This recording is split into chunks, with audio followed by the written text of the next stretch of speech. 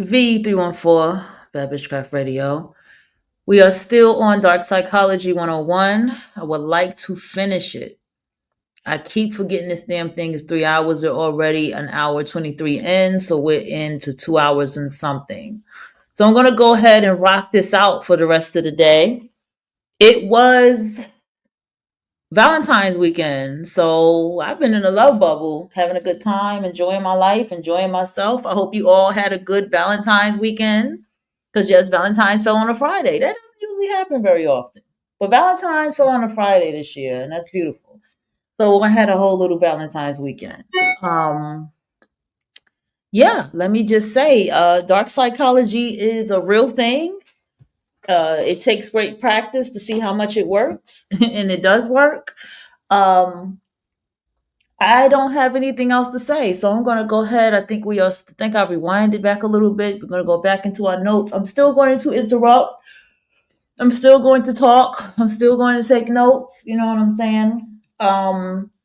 It didn't make sense for me to host yesterday because I wasn't, first of all, because I was Valentine's weekend, but it wasn't just that. I could have still gave y'all something, but something just told me that I needed to rest. So I always make sure I give myself between Friday to Sunday. I make one of those days a day of resting, and I keep it that way. So without further ado, we're going to go ahead and jump into it. Let's go. And then the goal is to complete it this Sunday. If anybody was on my community posting, to finish it out so we can get into Dark Psychology 202. All right, let's go. Now that you understand the difference between the stereotype of what hypnosis is and what it actually is, I'm going to take you behind the scenes on how we work on influencer campaigns with top brands all over the world. Come on. Difficult to detect. By its very nature, hypnosis works on the deepest levels of a person's mind.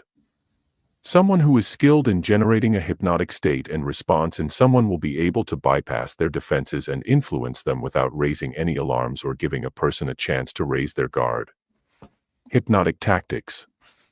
Now that you understand the difference between the stereotype of what hypnosis is and what it actually is, it is time to explore the main hypnotic tactics. There are many variations on these types of tactics, but they offer an insight into the main things to be wary of. Examples of how each tactic can be used will be provided wherever possible to give a clear insight into how hypnotists operate in our midst, undetected, every day. Suggestion can be silent. If hypnotism, in a darkly psychological sense of the word, can be understood as deep suggestion, then it is important to understand what exactly is meant by suggestion in this instance. Most people might imagine a suggestion is a clearly stated statement like, "I suggest you do this." This is far from the truth. The dark psychology view of suggestion is very far apart from the usual understanding of the word. The first important concept to grasp is the fact that hypnotic suggestion can be either verbal or nonverbal. Picture the human brain as an iceberg. The part of the iceberg that is above the surface of the water represents the known and understood aspects of cognitive function such as thought. The larger, deeper part of the ice submerged below the water represents parts of the brain that are consciously inaccessible and little understood.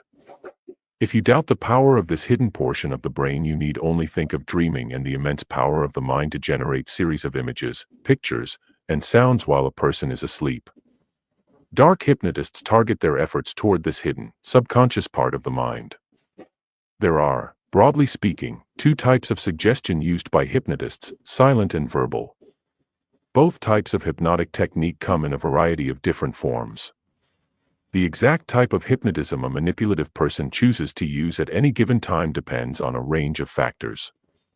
Some manipulators will carry out whichever form of hypnotism they feel will be most impactful on their victim's particular psyche. Others carry out whichever technique they happen to wish to use for their own amusement at the time. This depends largely on whether the hypnotist is seeking to exert influence in the most powerful way possible or is merely trying to control someone for their own fun and games. Verbal suggestion is very difficult to detect. Sometimes, dark hypnotists are able to implant suggestions into their victim's mind using words that sound similar to other, more innocent words. To take a deeply dark example, if a hypnotist was trying to instill suicidal feelings in their target, they may mask the true command of, "You want to die," as something similar sounding such as, "You want to dine." The hypnotist would speak the words, "You want to die," clearly, but in a context that would mask the true content. For example, the hypnotist could talk about an upcoming trip and state, "You have to check out the local restaurants. You want to die, somewhere that is popular but picturesque." The victim's mind would absorb the suggestion of death without consciously understanding why. The above example of masked verbal suggestions is akin to a poison being hidden in someone's food. The victim consumes the hidden content, thinking that they are enjoying something helpful and innocuous when in actual fact they are absorbing something deadly. The especially devastating part of this technique is the fact the victim will never notice it. Even if someone thought they had picked up on the true words the hypnotist had spoken, imagine how crazy they would sound calling them out. People will generally take whichever option is psychologically easier for them and will therefore accept the masked command without question. A hypnotist's tone of voice and choice of words is another method of verbal suggestion. Some hypnotists will carefully learn the pace and style of delivery a particular victim uses when they are expressing something serious. For example, if, when someone wishes to say something meaningful, their voice lowers in pitch and slows in pace, the hypnotist would memorize this detail and retain it for future use. The hypnotist would then make suggestions to the victim in that exact, mirrored tone of voice. Because of the carefully modulated tone, the words delivered in that vocal variation would deeply penetrate a victim's defenses. Because the hypnotist would only deliver the suggestive content in that tone of voice, and then switch back to their usual way of speaking, the victim would be unaware even of what had taken place. Another form of personalized, verbal suggestion employed by a hypnotic user of dark psychology is to pick up on words that have a special, intense significance for the victim who uses them. For example, when someone is very emotional, they will often use a particular term to convey this feeling. If the hypnotic manipulator is able to pick up on these personal words, then they are able to deploy them for their own benefit. Just as people have a specific tone of voice, they have a list of personal words of meaning, without often knowing it. Having an e-commerce store and a brick and mortar store, keeping track of inventory was a headache. Being able to use Shopify in-store and online, it kind of made that seamless for me. We can actually... This is why if you push someone to take themselves out and unalive themselves, this is why you can go to jail for that. You can do time as if you killed them yourself. So this is why you cannot, I'm glad they put this in the law. If you even talk someone into killing themselves, you can go to jail for it. Manipulator will understand their victim better than the victim understands herself. Knowing these words and tones, the manipulator can reverse engineer the victim's own brain to use against them. Suggestion can also take nonverbal forms as well. This can be through the hypnotic manipulator's body language or even cues they place in their environment. If you think such seemingly trivial things could not exert a hypnotic influence, then think again. Even political leaders have made use of such tactics in ways such as changing their hairstyle to convey a different intention during speeches. As discomforting as it is to believe, the human mind is deeply susceptible to even the smallest hints and cues. So what are some of the main ways a hypnotic manipulator can use nonverbal suggestion against their victim? The technique centers around the idea of association. A skilled hypnotist is able to consistently link a strong emotion to some kind of external stimulus, such as a particular eye movement they use. For example, if a hypnotist wanted to be able to trigger a feeling of panic in a victim, they may choose to make a particular motion with their eyes whenever the victim was thinking about, or experiencing, panic. The victim's subconscious would then learn to link the eye movement to the feeling. Over time, the hypnotist would be able to trigger the emotional response simply by making the eye movement, even without the need for any other stimulus.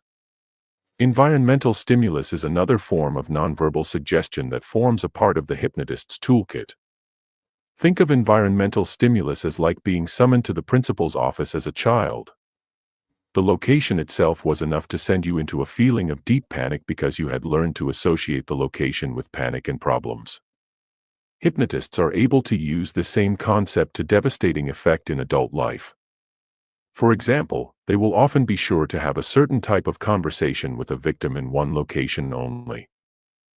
Picture a hypnotist and their victim in a romantic relationship. Every time the hypnotist wishes to get some kind of agreement or consent from his victim, he may be sure to ask her only when they are at a certain coffee shop. Over a period of time, the victim's mind begins to associate the physical environment of the coffee shop with the granting of permission. The hypnotist can then use this physical environment as external psychological leverage whenever he needs to exert influence and control. Vulnerable victims. Hypnotism is not equally effective on everybody it is tried on. Some people are more likely to be influenced by a hypnotist than others. Although the exact level of susceptibility is complex and hard to simplify in a single sentence, it boils down to the idea of vulnerability. Vulnerable people are more likely to be agreeable to hypnotic suggestion than people who are less vulnerable. The types of vulnerability sought out by hypnotists and their victims will now be explored along with a guide to how hypnotists exacerbate and magnify the vulnerable paradigm. The people most vulnerable to hypnotism are those who have recently experienced a significant life-changing event that has reduced their stability and certainty. For example, if a person has just come out of a serious romantic relationship, has suffered bereavement or lost their job, they are particularly vulnerable to suggestion. This is because the human brain craves certainty and understanding above all else. If a hypnotist spots someone who is in a vulnerable place, they can offer them certainty and change their vulnerability in general to vulnerability around the hypnotist specifically. There are roughly two facets of vulnerability in a hypnotist's victim: pre-existing vulnerability and exacerbated vulnerability. The most diabolical hypnotists are able to combine both aspects to lethal effect. Not only will the best hypnotic manipulators be able to find someone who is suitably vulnerable, they will find someone who is specifically vulnerable to the hypnotic psychological scheme they have planned. For example, if a hypnotist is looking to use their powers to gain financially, they might seek out a victim such as a rich, recently bereaved widow. They will then, subtly, and over time, associate their own self with feelings of security and comfort while increasing the widow's general feelings of loss and vulnerability. Eventually, the hypnotist is the victim's only refuge from a hell of their own making. As well as seeking out vulnerability in general, hypnotists are known to seek out situational vulnerability as well. This is when someone is in a situational circumstance that makes them more suggestible than their overall baseline of suggestibility. There are tactical tricks a hypnotist can use to ascertain this situational vulnerability. One such tactic is trying to induce mirroring behavior in their target. When people feel a subconscious level of connection and rapport with someone, they will start to mirror the person without knowing they are doing it. To check this, a hypnotist might make some small change to their body language, such as a hand motion. If the victim subconsciously mimics this gesture, then it is a sign the victim is situationally vulnerable. Now that both general and situational vulnerability have been explored, it is important to understand how the most skilled hypnotists use the two types of vulnerability together for an especially strong impact. If someone is vulnerable in general, due to their life situation, and vulnerable in particular, due to the situation the hypnotist has managed to set up, then that person is in the most influenceable state imaginable. Once such a state has been induced, the hypnotist is likely to move on to the most powerful and advanced techniques they possess, such as NLP. Unlock a new world of efficiency with Asana. Automate workflows so your team can have less follow-up and more follow-through. Try for free today at asana.com. All right, listen. When you listen to this hypnosis chapter, right? Don't get caught up with the fanciness of the words. Okay? This is the same application to what I say about the fish out of water theory I have, where I talk about how when you're just coming out of a marriage or a divorce or a relationship, or you're just coming out of something you lost or something that is putting you know, at a low vibrational state where you can be more susceptible, more vulnerable to abuse, abusive people, narcissism, etc. Right? That's the hypnosis that can happen into your life because you are at such a weak, vulnerable state. You understand? So don't let the hypnosis word get you all caught up as someone, like they said, someone just laying on the couch and telling you things. No, this is how dark psychology works with you when you are in this state. So just want to take that note. Let's go. NLP, or neuro-linguistic programming, is a technique that is powerful even in the hands of the most well-intentioned people. Leaders within the world of business and philanthropy are some of the most common advocates of the techniques and principles offered by NLP. Placing such techniques in the hands of people willing to use dark psychology to exploit others is like giving a nuclear weapon to a psychopath. They possess both the power and the will to create serious psychological havoc among their victims. Understanding the main techniques used by practitioners of dark psychology offers insight into the way they can be deployed to devastating impact. Anchoring. Anchoring is an NLP technique that involves linking an emotional state to some form of external stimulus.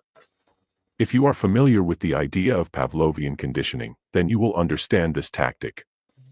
Hypnotists are able to induce a powerful emotion in a victim and then link it to a stimulus such as a physical gesture or tone of voice. The hypnotist is then able to induce this emotional state at will by performing the linked stimulus. The most nefarious hypnotists will use the principle of anchoring in a very subtle and underhand way. They will work for a prolonged period of time to induce a variety of different anchors in the psyche of their victim without the victim's conscious awareness of what is taking place. This provides the manipulator with a set of hypnotic puppet strings that they can pull as and when they desire. Often, hypnotists will use an anchor stack to induce different intense feelings in quick succession. For example, they will induce the feeling of love, followed by terror, followed by love once more, all in quick succession. This series of emotions overloads the victim's emotional circuitry and leaves them as mere clay in the hands of their controller. Reframing. Reframing is the art of controlling the way ambiguous information is perceived. There is an old saying that nothing is good or bad unless we believe it to be. Reframing is the ultimate technique related to this idea. Hypnotists can use reframing to effectively control the way their victim thinks and feels. Think of a skilled reframer as an editor. They are able to selectively choose the victim's focus and the feelings the focus triggers. This is effectively hypnotic mind control. So how does darkly psychological reframing work in practice? Let's take a situation where a hypnotic manipulator has influenced a victim to no longer spend time around or communicating with a particular person. The victim may state feelings of sadness or loss related to this interpersonal change. The hypnotist would be able to reframe these feelings into ones which suited the hypnotist's own purposes. This is best illustrated through an example dialogue. Victim: it sucks I haven't spoken to Rachel as much, I miss her. Hypnotist: I know you might hate how things are with Rachel, but I know you're smart enough to love the freedom you have now. Notice how the concept of hate is linked to Rachel and love is linked to the freedom of being without her. The hypnotist also plays on the victim's ego by linking the idea of their intelligence to going along with the way the hypnotist wants them to perceive the frame or perception of the facts. Think about what you have already learned about the vulnerability of victims and you will understand how this reframing can be used to devastating impact. Future pacing. Future pacing is the closest thing possible to psychologically manipulative time travel. Future pacing allows a skilled manipulator to lead their victim on a mental journey into the future and influence behaviors and responses that will occur in the actual, chronological future that exists independent of the victim's reality. At its most fundamental, future pacing involves the mental leading of a victim through a future scenario. For example, if the hypnotist wants their victim to feel generous and relaxed whenever they receive money, the hypnotist would ask their victim to envision a situation, such as receiving their next paycheck. To make this future imagining possible, the hypnotist would ensure the victim imagined all of their 5 senses in action, what they would see, feel, touch, etc. at the time. This helps the brain to perceive the future scenario as real due to its sensory depth. Once the hypnotist cognitively transports their victim into the future, they begin to suggest certain happenings and monitor the responses. For example, the hypnotist may say something like, "Imagine being very generous with this paycheck and providing it to those who really need it, because you are a kind person and doing the right thing is deep in your nature."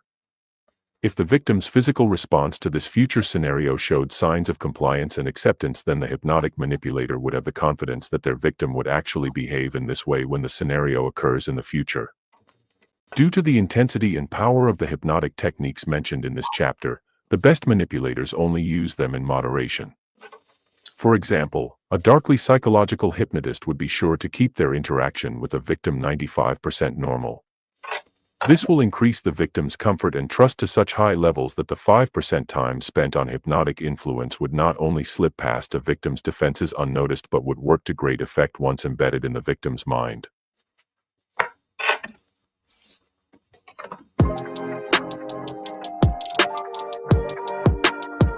Meet Dialpad AI Sales, a new way to sell with real-time intelligence that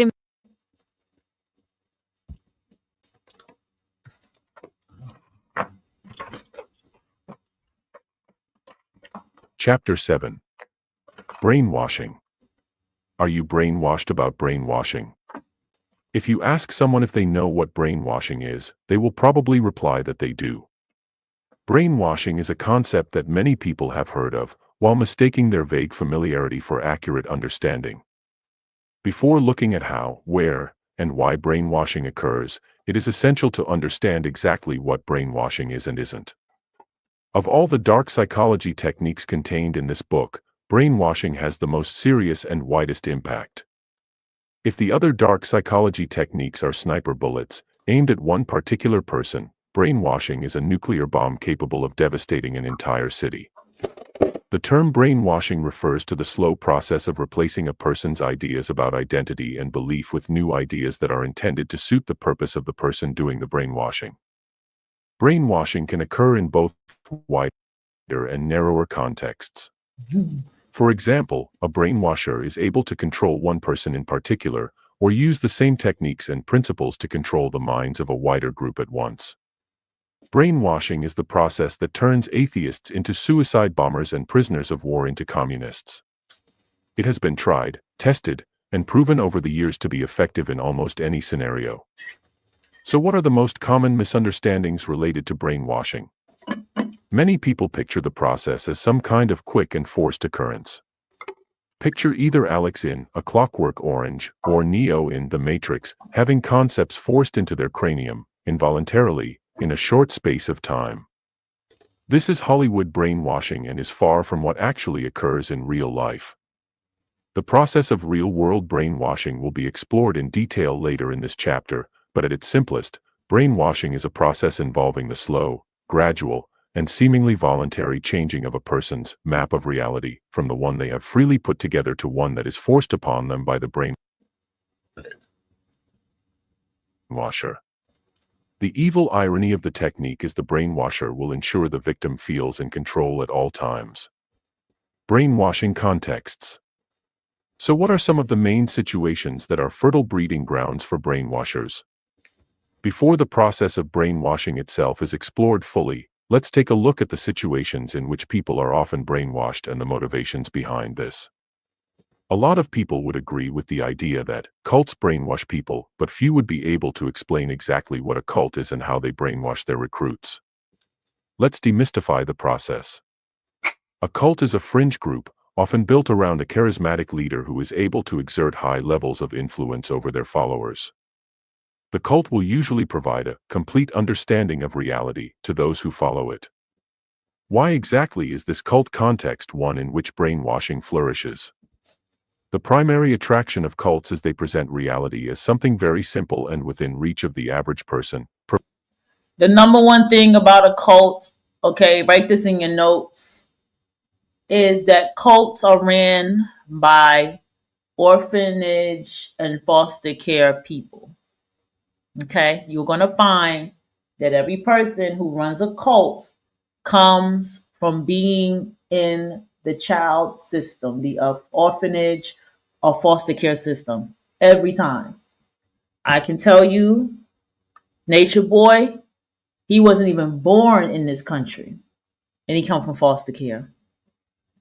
Your homie Walt Disney, he had a cult too. Walt Disney was not born in this country. He comes from a foster care. What you call Michael Noakes, aka Polite, he comes from the foster care orphanage system. Um, who else comes from orphanage? All of them come from orphanages. So I just want to make sure I make that clear. What I'm going to do is I'm going to type in the chat room why it plays, because I know I have to interrupt sometime because of the copyright situation. But you may just see me typing in the chat room moving forward. Let's go.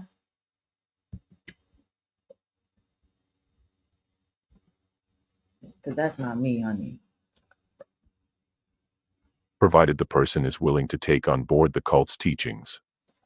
We live in a complex modern world where life can seem confusing and overwhelming. Cults cut through this confusion and tell people, don't worry, we have the answer. The way in which this answer is presented is intended to play on the human need for belonging and acceptance. Brainwashing can flourish in this context as a result of the idea of the new normal. What exactly is the new normal? It is a way in which cults are able to influence those they brainwash into accepting their teachings by making them seem prevalent, accepted, and positive. For example, the idea of worshiping a man who claims to be God would be incredibly strange in everyday life. Within the closed environment of a cult, however, this behavior becomes normal to the extent that not doing it would seem strange to people within the cult. This process of persistent, social reinforcement is one of the most powerful ways in which the ideological brainwashing of cults is able to occur. Think of cults as drug dealers. Perhaps the newcomer to the cult had been seeking something in their life and came across the cult, just as newcomers to the world of drugs often, misguidedly, seek out their first high of their own volition. The cult doesn't need to push the drug of their ideology onto the victim, as the victim was already seeking the fulfillment of a void in their life. It is this initial search and readiness on the part of the people who are later brainwashed that makes them so susceptible to the brainwashing process itself. Ideologies are another context, similar to cults, in which brainwashing is commonplace. The difference between a cult and an ideology is the focus of the ideology is on the idea itself rather than the person delivering the message and those who follow them. Whereas cults brainwash people into placing faith and trust in the cult leader and their followers, ideological brainwashing involves leading people to place absolute trust in an idea. You hear rumors in the area we live that Ideological brainwashing is incredibly dangerous due to the fact it goes above and beyond any one individual. Think of extremist religious terrorism, for example. It is possible for a high-profile figure within the ideology, such as Osama bin Laden, to be killed. Does this kill support for the idea itself? No. The dead figures are praised as martyrs who gave their life to the ideology, thus increasing its attractiveness and allure to potential newcomers. Almost any ideology is likely to have an extremist, fringe outskirt in which brainwashing takes place. Even something seemingly innocent like a pop band can have this impact. Young fans, at a psychologically impressionable age, link their sense of identity, happiness, and belonging to a pop group. They will gladly defend this group to extents that are unusually intense. Some pop groups have fans that even self-harm, using razor blades, if a member quits the group. If you carefully consider this phenomenon of the power of brainwashing even in accidental, innocent contexts, then consider how devastating the process can be in intended contexts like cults and terrorist groups. Now that you have a clear understanding of the way brainwashing can occur in broader social contexts, such as cults and ideologies, it is important to understand that a personal, one-and-own context is also a ripe situation for elements of brainwashing to occur in. There are similarities and differences between group and individual brainwashing, and understanding these nuances can help to identify when either type is occurring.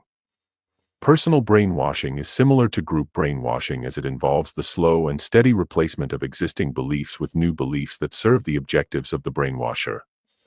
Instead of relying on group dynamics to reinforce the new normal, a one-on-one brainwashing situation will instead rely on a deep, personal connection between the brainwasher and the victim. This can be even more powerful than group brainwashing, as the content can be modified and altered to the particular psychological constitution of the victim. The process of brainwashing. Now that you understand the reality of what brainwashing is and where it occurs, let's take a look at the specific process itself. Distinctions will be drawn between the way in which the process applies to both group and individual situations. The starting point of any episode of brainwashing is the mental state and social circumstance of the victim. This is the foundation upon which the rest of the process is entirely reliant. Brainwashing is not something that can be carried out on absolutely anyone. It requires the identification of a person who is seeking something or trying to fill a void in their life. So what kind of people are ideal victims for brainwashers? People who have had their existing reality shaken up by a recent event are prime targets for brainwashers. For example, many of the Western men who have traveled to become terrorists in Syria and detonate suicide bombs have done so after the death of a close friend or relative. When their existing world loses its meaning and certainty, brainwashers can step in and provide that certainty in the form of a murderous ideology. Once a brainwashing victim has been identified, either in person or via the internet, the actual process of brainwashing begins. Contrary to the popular image of a brainwasher as a wide-eyed psychopath who will incessantly and angrily indoctrinate their victim, real-world brainwashers are anything but this. They will come across as calm, friendly, rational people who have their lives together in a way the victim does not. Imagine being homeless and being befriended by a celebrity. This is how the process of meeting their brainwasher for the first time feels for a victim. The brainwasher will often work initially on creating a level of trust and rapport between themselves and their victim. This usually involves creating both deep and superficial similarities. For example, superficial similarities may involve surface-level preferences like an enjoyment of the same sport or even food. Deeper-level rapport may involve some deep, shared experience in the past of both the brainwasher and the victim. Brainwashers will convincingly fake these if needed.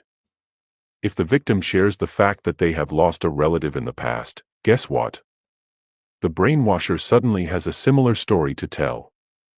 The false emotional warmth and connection explained above is not the only aspect of brainwashing that occurs initially. The brainwasher will often provide gifts and other favors to their victim. For example, the brainwasher may treat them to meals or send them gadgets or other useful items. This creates a sense of gratitude and indebtedness from the victim to their brainwasher and softens up any resistance the victim may initially experience. One of the most powerful examples of the above initial kindness can be taken from prisoner of war camps.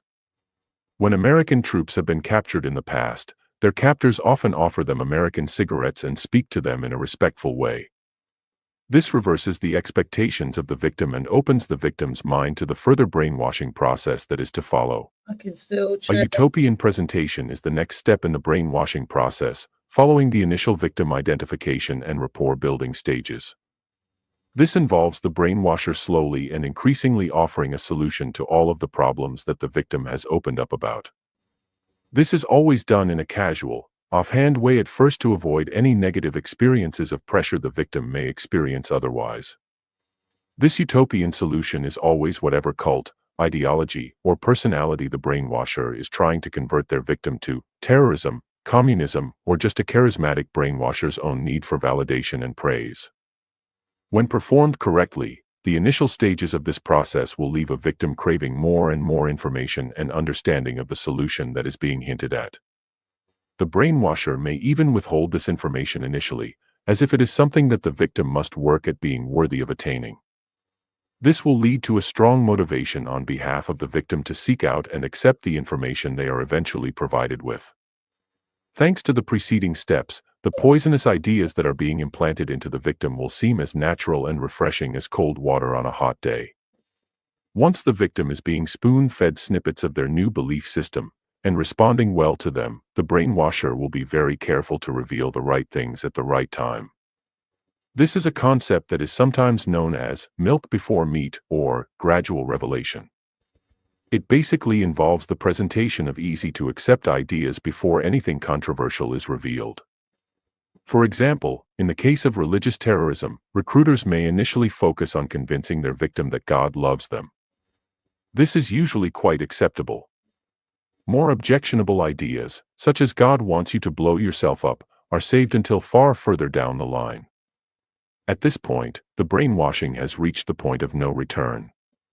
You may be questioning why a victim continues to engage with their brainwasher once the objectionable ideas begin to become apparent. The reason is threefold. First, the already vulnerable victim now feels a strong sense of liking and approval of their brainwasher. Second, the victim has invested time and sometimes money into the process thus far. This is known as the sunk cost fallacy. The victim is loath to throw away all their hard work by walking away from the process. Finally, the brainwasher is likely to have amassed a lot of secretive and sensitive information on their victim. This dirt can then be held over the victim's head, either discreetly or overtly. Both the ideas of a vulnerable victim and the sunk cost fallacy make logical sense. The idea of blackmail and control may be harder to understand at first. Why would a victim respond well to such threats? Well, they are rarely presented in a threatening way. For example, if the victim has divulged a lot of sensitive information to a brainwasher, and then begins to give signs of walking away, the brainwasher may appear concerned and insist that, if I can't help you anymore with your problems, I need to make sure someone else can. Perhaps your family or boss need to know what's been going on with you, so they can look out for you when I'm not there. Because of the deep sense of rapport and warmth the brainwasher has manipulated their victim into feeling, the above form of blackmail and control is often actually perceived as kind, compassionate behavior. It is often enough to make the victim see, sense, and agree to remain on the brainwashing path they have embarked upon. Brainwashers are adept at making the pain and struggle of walking away seem epic, so staying becomes the preferable, easy option by default. The end product of this process is the victim believing everything they have been indoctrinated to view as the truth. The power of the process is that the victim will feel they have chosen these views as their own and have sought them out through their own volition. This leaves a previously normal individual as an indoctrinated psychological slave to something they have no idea even exists. The impact of brainwashing. The above analysis of the brainwashing process shows the severity and depth of the technique. It is inevitable that a process as powerful as this has lasting consequences. Some of the main impacts of brainwashing after the process has been completed will now be explored. Loss of identity is one of the most serious side effects of brainwashing. A feature of many cults and ideologies is that people who complete their initiation process are given a new name. This allows the person's psyche to totally detach from their old identity. They can believe things and do things they would never have done before, as the person they used to be no longer exists. When carried out carefully, the brainwashing process leaves a victim feeling as if their old identity was no more real or permanent than a nightmare from which they have awoken. So is brainwashing simply a process of ideas? Not at all.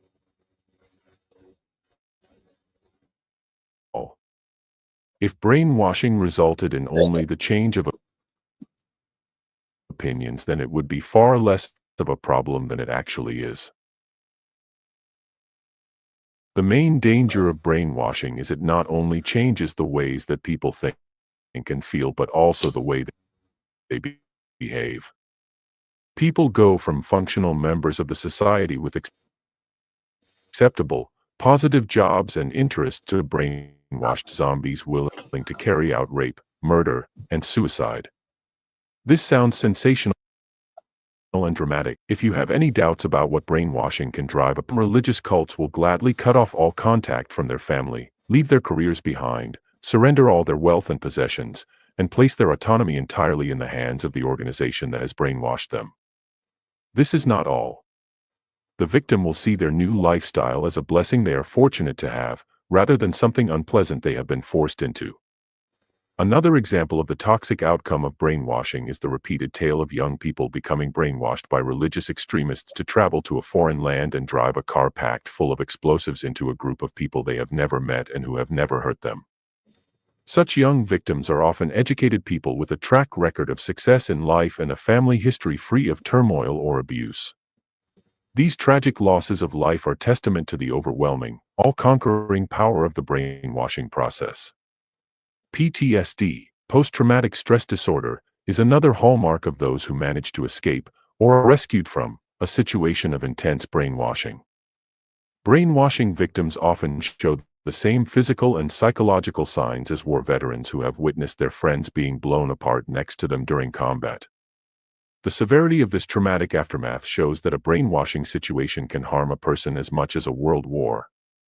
Perhaps the most shocking examples of the long-term impact of brainwashing are the numerous instances of people who have been rescued or escaped from a brainwashing situation, only to later return of their own free will. Even once they are outside of the controlling, brainwashing environment, the legacy of the process runs so deep through a person's mind, they seek to return to it. This is a form of Stockholm Syndrome. The escapees will actually praise their brainwashers far into the future and defend, support, and justify the ideological stances they were indoctrinated with while captive. Chapter 8. The Dark Triad. What is the Dark Triad? Understanding the Unholy Trinity. The Dark Triad is the key concept that ties together every other aspect of dark psychology. The name sounds like something from a movie, but it is a legitimate psychological concept recognized by all the top practitioners within the field. The Dark Triad is nothing more than the identification of the three most destructive and harmful psychological personality traits a person can have. This chapter will explain in detail what each of these traits are and the different ways they come across in practice. You are sure to recognize that the Dark Triad is the source from which all other dark psychology stems. So what are the three traits that form the triad? Machiavellianism, psychopathy, and narcissism. Many people may hear these terms and think they understand them instinctively. A psychopath is a dangerous murderer, right? A narcissist takes a few too many selfies. Wrong. Knowledge is power. Each of the concepts must be respected and understood for their power to become apparent. To help your understanding of the powerful Dark Triad, an outline of each of its components, and what they consist of, will first be provided. Examples of how each dark psychology trait manifests in real-world situations will then be explored. This chapter offers a comprehensive insight into the theory, and the practice, of the three most significant and destructive concepts in the world of dark psychology. What is Machiavellianism? Machiavellianism draws its name from the political philosopher Machiavelli. In his classic work on political power and influence, The Prince, Machiavelli outlines ideas, principles, and tactics that have served as a blueprint for seekers of influence throughout history. So how exactly does a Machiavellian person come across? The hallmarks of this dark triad trait are a willingness to focus on self-interest at all times, an understanding of the importance of image, perception, and superficial appearance, and the ruthless exercise of power and cruelty over compassion and mercy. In simple terms, Machiavellian people are incredibly strategic in their approach to life. The ramifications and consequences of any given action are thought out and assessed in terms of how they will impact upon the person carrying them out. The Machiavellian approach to the world can be summed up in a single question: how will this action benefit me, and how will my public perception be impacted as a result? Machiavellian people are masters of doing whatever personally serves them while still managing to maintain a positive public image. To take but one example, think of former President Bill Clinton. He managed to behave according to his own sexual desires while still remaining liked among the general public. Contrast this with many other politicians who have succumbed to extramarital temptation and are vilified in the public eye as a result. Another example from the political arena is the public image of Barack Obama vs. that of George W. Bush. Ask around and most people will explain that Bush was a war president and Obama a president of peace. In actual fact, they are both about as militant as each other. Obama managed to manipulate his public perception to serve his own image while Bush did not. This is a powerful lesson on the idea of perception versus reality. What is psychopathy? Psychopathy is hard to precisely define, but it refers to a psychological condition involving superficial charm, impulsivity, and a lack of commonly held human emotions such as empathy and remorse. Someone who exhibits enough of these traits is known as a psychopath. Psychopaths are some of the most dangerous people to walk the planet and are examples of wolves in sheep's clothing. People might associate the word psychopath with the image of a machete-wielding madman wearing a mask. The reality is different and dangerous. True psychopaths are more likely to be the handsome, charming stranger who wins their victims over before ruining or even ending their life. Interestingly, some of the top names in the field of business consistently score highly on psychopathy personality tests. Many people are beginning to see psychopathy as more of a problem for society than for the psychopath's own lives. Psychopaths are often able to get to the top in any field they choose, be it finance or serial murder, because they are not constrained by the compassionate indecision that most human beings experience. What is narcissism? A lot of people think of narcissism, and the narcissists who possess this trait, as people who simply love themselves. This is along the right lines but not precise enough, especially when understanding narcissism through the lens of the dark triad. It is possible to have self-love without being a narcissist. So what are some of the distinctions between a person with high self-esteem and someone who is narcissistic to an extent that they are considered on the spectrum for the dark triad? Someone who meets the medical diagnostic criteria for narcissism, to the point that they are considered to have a psychological disorder, is likely to exhibit a range of the following traits consistently. Narcissists are likely to have an excessively inflated self-worth, such as seeing their life as special and one of the most important in history, often the most important. Narcissists are not, in their own minds, only special, they are superior. They are a better species of person, higher in status than normal people. Their behavior reflects their sense of self-worth. Some of the common outward manifestations of narcissism are an inability to accept criticism or dissent in any way. Similar to this need to be agreed with is the need to be flattered. Narcissists are in need of constant praise, approval, and recognition and tend to organize their lives in a way that gives them constant access to others who fulfill this need. The dark triad applied. You now understand the concept of the dark triad, and the three psychological traits that form the basis of this fundamental area of dark psychology. It is important to not only understand the triad itself but also the various ways in which it manifests in actual behavior. Some examples of behaviors will now be offered for each of the three triad areas. Machiavellian actions. You know that a Machiavellian person is a political schemer concerned as much with their public image as they are with their cold-hearted pursuit of self-interest above all else. So how do Machiavellian people behave? This can be a hard thing to recognize, as Machiavellian people are, by their nature, adept at hiding their true intentions and actions from public scrutiny. The following behaviors are all classic Machiavellian tactics that you are likely to encounter at one time or another. For most people who do not meet the clinical definition of Machiavellianism, their public persona is usually a reflection of their genuine, private self. Everyone polishes their image and behavior a little in public, but, by and large, most people's outward image is nothing more than a polished portrayal of who they really are.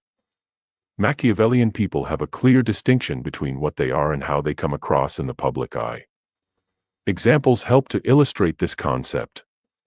There are many cases of serial murderers who have gotten away with their crimes for a long time because their outward image is so far apart from what people imagine a murderer to be. An example is a religious leader who spends a lot of time on charity work and seeming to help regular people while actually committing horrific acts of violence and sexual assault in their spare time.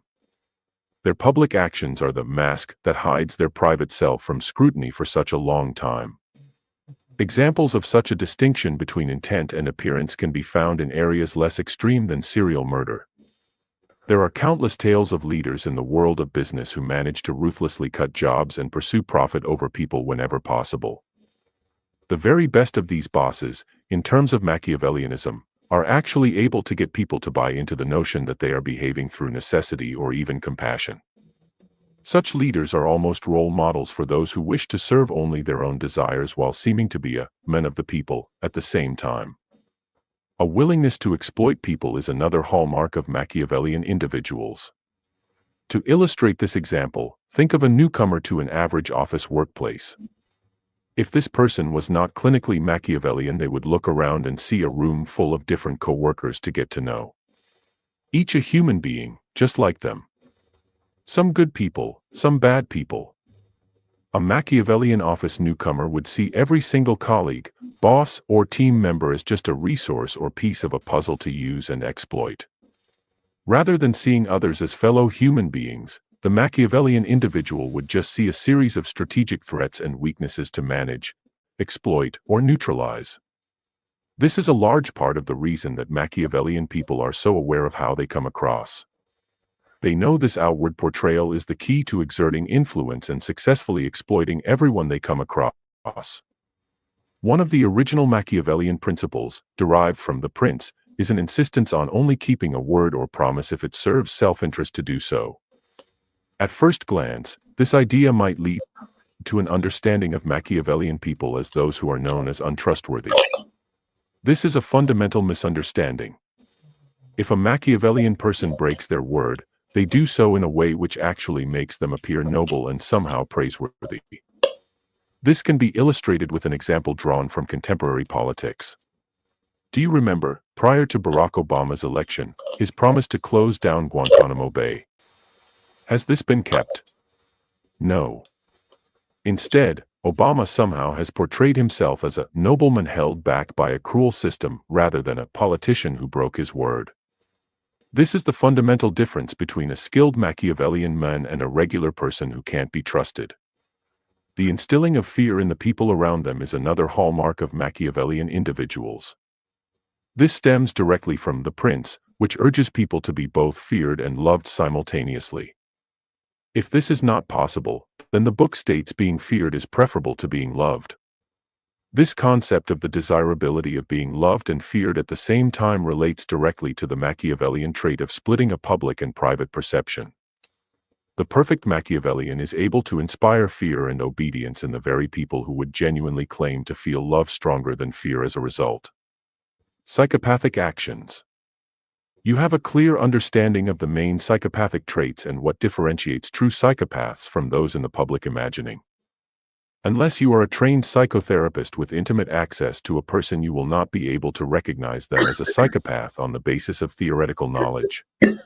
Instead, it is essential to recognize the outward manifestations of psychopathy, as these are usually the only way to detect psychopathy before it is too late. Charm is one of the most common outward behaviors of a psychopathic person. It must be understood, however, that this is superficial charm rather than deep, genuine charm. If you think about a genuinely charming person from your lifetime, you are likely to recognize they had positive personality traits underpinning outward displays of behavior. If such a genuinely charming person behaved in a charming way, it was a genuine expression of kindness and a desire to make people happy. This is not the case with a psychopath. Psychopaths are able to exhibit all the outward signs of charm, such as physical attractiveness, apparent warmth, and interest in others. The inward motivation behind such outward displays is the reason it is such a red flag. Psychopaths view charm as very much part of an equation. The internal reasoning goes something like, if I display signs of charm to this person, it will make them feel this way and I will experience this advantage as a result. Everything is very calculated and shallow. There is no genuine depth of feeling behind any outward displays of behavior. Lying is another trademark feature of psychopaths. It is not, on its own, enough to place a person within the diagnostic category of psychopathy. When combined with other traits, however, it can indicate a psychopathic personality. Lying comes as naturally for a psychopath as breathing does for most psychologically healthy people. A psychopath is able to convincingly present the truth as whatever they need it to be in a particular moment. Psychopaths also don't show outward signs of lying, as they have no emotional attachment or feelings of shame, guilt, or excitement about their lies. For psychopaths, lying is just doing what is needed at the time. A lack of remorse is another distinctive feature that separates psychopaths from non-psychopathic individuals. Many people who have committed atrocious acts, such as murder, feel a deep sense of guilt and shame about what they have done and even take their own life due to these feelings. It's not that psychopaths choose not to be remorseful, they are physically incapable of it. Asking a psychopath to feel remorse is like asking a deaf person to listen to music. Closely linked to a lack of remorse is a lack of guilt. Humans typically feel guilt when they have broken some kind of moral norm that they personally value. As psychopaths do not think in terms of right and wrong, only useful or not useful, guilt is an alien concept to them. The closest thing a psychopath might express to guilt or remorse is a regret that they did not carry out their psychopathic deeds to their own high standards. A lack of impulse control is another signature aspect of psychopathy. Most people have internal controls and mechanisms that prevent them from behaving rashly. A psychopath lacks these prevention mechanisms. If a psychopath sees an opportunity they wish to exploit, they act without hesitation or a second thought. This could involve killing someone they wish to kill, raping someone they wish to rape, or stealing something they wish to steal. This ruthless impulsivity is what makes psychopaths some of the most effective people in fields such as the military and world of business. The automatic taking of decisive action is a trait many non-psychopaths lack, and this lack actually is a detriment to progress in life. Empathy is a human ability to experience pain on behalf of another. Psychopaths are utterly incapable of empathy of any kind. Other human beings are no more real to psychopaths than are stick figures crudely drawn on paper. Their lives have no value or meaning outside of what they can provide to the psychopathic person. If a psychopath sees something bad happen to someone, their reaction is to think, "How does this affect me? How can I use this to my advantage?" rather than any kind of heartfelt reaction at all. Narcissistic actions. One of the earliest signs of a narcissist is fantasies and imaginings of immense levels of power and status. Many narcissists report childhood fantasies of being worshipped and adored. While many non-narcissistic people may have the occasional daydream of power and status, a narcissist will strongly feel they deserve this praise and elevation as a basic right. The fact they are not being worshipped and revered at all times is a personal affront to the psychological outlook of a psychopath. The belief that, "I am better than most people. They are not worthy of me. I am above them," is a commonly held view of serious narcissists. Most people experience fluctuations in self-image as a result of their achievements and behaviors in life. This is not the case with narcissists. Narcissists view flattery and praise as something that they should automatically receive, at all times, regardless of any change in circumstances. The inflated sense of self-worth that narcissists experience internally has implications on their outward reality as well. This typically manifests in two ways: the need for agreement and praise and the hatred of criticism or rejection. Praise and agreement are like oxygen for the narcissistic ego, whereas criticism and dissent are like poison. To understand what narcissism looks like when taken to its logical conclusion, picture a dictator in a hermit state. Such people demand worship from those they have power over, the building of statues in their likeness, and complete obedience and acceptance. Any act of dissent or disagreement is met with swift and brutal punishment. North Korea would be a perfect modern example of the extreme manifestation of narcissism. The rulers of that nation demand to be revered like gods and execute and torture anyone who even dares to express a thought or idea which isn't completely in line with official state doctrine. Sadism. Sadism is a shocking but necessary footnote to the dark triad chapter. Modern psychological researchers have proposed that the dark triad is, in actual fact, a dark tetrad with sadistic personality disorder offering the fourth pillar. Sadism is perhaps the hardest dark personality trait to understand, as it is the least relatable for many people. Almost everyone has an aspect of their personality, or background, in which they can recognize signs of Machiavellianism, psychopathy, and narcissism to an extent. Sadism is alien to most people, though, as they cannot even rationally understand the basis for it. Sadism is defined as the deriving of pleasure from the suffering of others. This adds a worrying dimension to the pre-existing dark triad traits. If, for example, a Machiavellian leader caused others to suffer, they would not regret it, but would also not enjoy the suffering. It would be viewed dispassionately. Add sadism into the mix, however, and the worrying occurrence of pleasure, even sexual pleasure, being derived from brutal acts occurs. The defining feature that sets sadism apart from other aspects of dark psychology is the fact it involves cruelty for no purpose other than pleasure. It is not to serve a larger aim or due to some inherent lack of control. Sadists seek out the suffering of others purely for entertainment, in the same way regular people might watch a sports contest. Chapter 9. Dark Psychological Seduction. The Devil's Desire. Seduction and sexual conquest are such common motives and features of dark psychology that they deserve their own chapter. Almost everyone has a friend who has been seduced by someone using dark psychological principles. Perhaps in your own efforts in the dating world you have tried to use some form of underhand influence to your own advantage. The human sex drive is one of the most powerful urges, and an inability to fulfill it can lead to great stress, worry, and unhappiness in a person's life. Conversely, some of the most famous historical figures are known for the frequent and full fulfillment of their sexual urges. Kings and emperors have often been afforded the finest women in the world as a reward for their elevated social status. One particularly famous example of a powerful seducer is King Henry VIII of England. His appetite for women was so strong he created a new religious movement in order to allow him to marry as many women as he chose.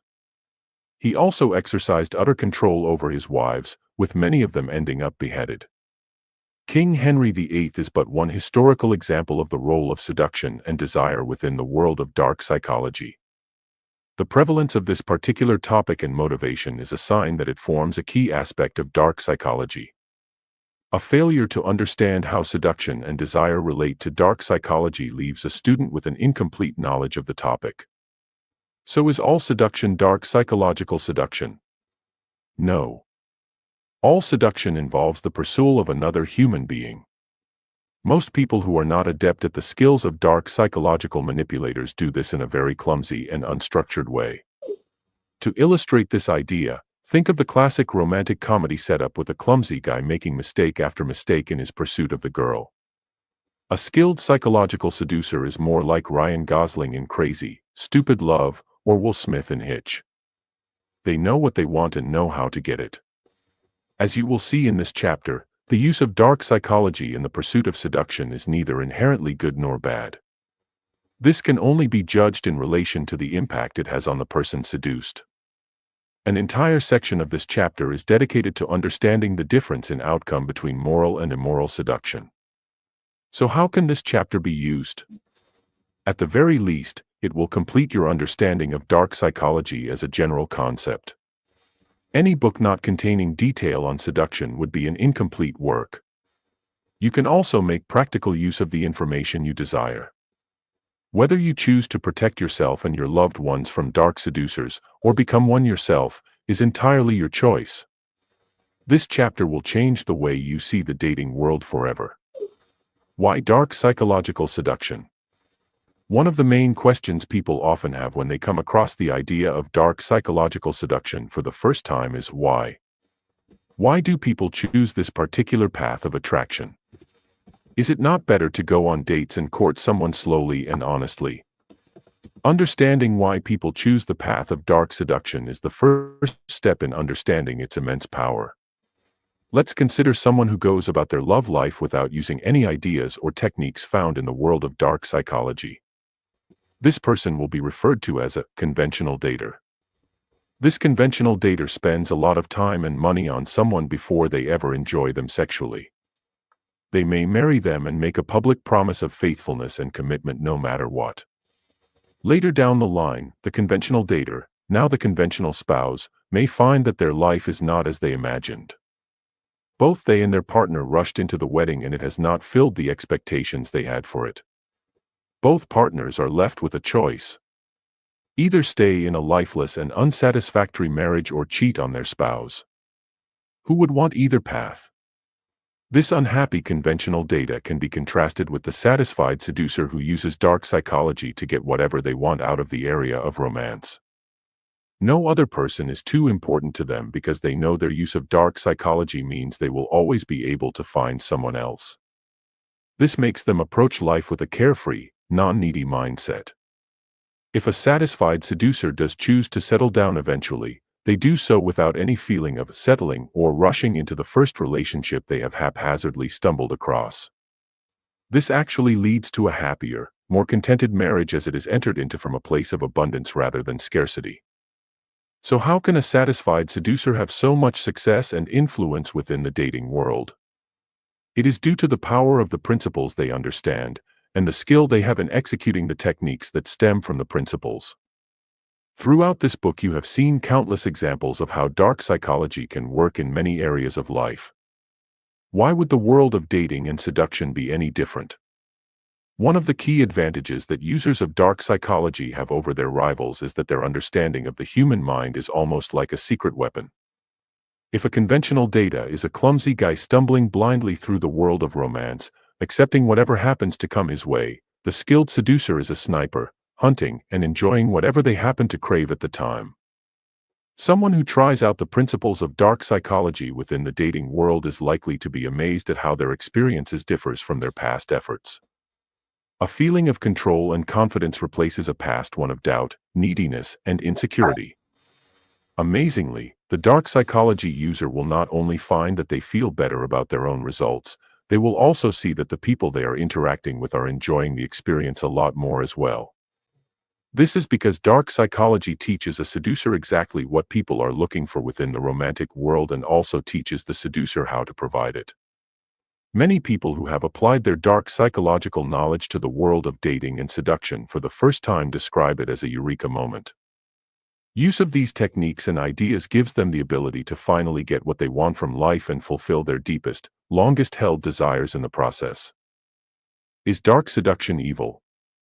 One of the most common queries newcomers to the concept of dark psychological seduction have is whether the techniques are immoral or evil in some way. Like almost anything, dark psychological seduction is neither inherently good nor bad. The way it is used determines the extent to which it can be judged morally. Broadly speaking, people use dark psychological seduction with one of three primary motivations: to help the people they seduce, to hurt the people they seduce, or to only help themselves. Many people find it hard to believe that anyone would go into the world of dark psychological seduction with the intent of helping the other person. Surely all seducers are selfish and careless, right? Wrong. One of the most famous ideas from the world of seduction is, leave them better than you found them. People who hold this viewpoint feel that there is no need for someone to lose in the process of seduction. Both parties, the seducer and the person being seduced, can enjoy a win-slash-win experience where no one loses out. So how does a person enjoy a seductive lifestyle while making sure they leave people better than they found them? Never lying or misleading a victim outright is a key idea behind ethical seduction. One of the most common hallmarks of insincere people is leading on by promising the world and delivering nothing. Skilled seducers do not make promises they cannot keep, rather, they simply allow the person they are seducing to get caught up in the moment and enjoy the experience fully. Other individuals enter the world of dark psychological destruction with less pure motives. Their care is to only satisfy their own needs and desires, and they will gladly mislead, hurt, or harm the person they are seducing. Such uncaring narcissism is paradoxically attractive to some people who, bizarrely, return to patterns of being used time and time again. The behavior of someone who goes about their psychological seduction without a care other than their own satisfaction often ends up causing them problems. If people go into the world of seduction without a totally carefree, nihilistic attitude, problems can arise.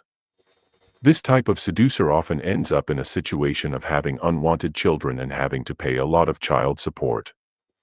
They are also more likely to invoke the fury of scorned conquests they have carelessly discarded. People who are too cavalier in their seductive efforts have even been murdered by jealous or hurt former lovers. Two major approaches to dark psychological seduction have now been explored: those who aim to help others, and those who aim to hurt others. We will now examine the third approach, the person who thinks only of their own experience. Someone who uses dark psychological seduction as a technique that only matters to their own life and its outcomes is likely to see the process of seduction as self-development on steroids. Going against the human instinct to stay in the zone of comfort and familiarity, and instead pushing the boundaries of what is possible in the dating world forces someone to discover their own strengths and weaknesses in a brutal way. Such people, as just described, are more likely to derive enjoyment from their exploration and manipulation of social rules and conventions as they are from the romance they manage to attain. This type of path is similar to the one walked by someone who goes from obese to healthy through a focused series of effort and self-betterment. The impact they have upon the people they are seducing is less important to them than the impact their dark seduction has on themselves. The starting point of seduction. You now know the basic concept of dark psychological seduction and the reasons people choose to use it. You also are aware that such people can be good, bad, or indifferent. So now the motive and intention of dark psychological seducers are clear. How exactly do they do what they do? Most seducers are likely to have a guiding approach that underpins their efforts as well as specific tactics that stem from this philosophy. In our exploration of these different philosophies, we will see many familiar ideas from dark psychology. Seduction is often the area in which psychological ideas are moved from abstract theory into applied practice. One approach to dark psychological seduction is the deployment of a very structured, rigid process. Such seducers feel that they have mapped out the sequence of attraction to an almost flowchart-like level of precision and detail. They see the process of psychological seduction as predictable and replicable. Their systems are likely to work for them in particular, but also others in general who are able to understand and implement them properly. A hallmark of such seducers is their usage of a series of different stages.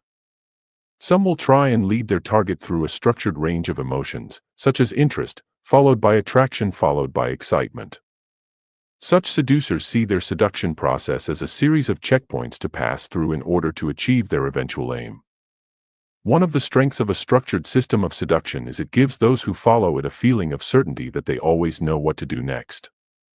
They don't have to worry about what to do next, because the process is as habitual and routine as driving a car or brushing teeth. A disadvantage to this rigid approach is that it can cause problems when someone is not responding as intended.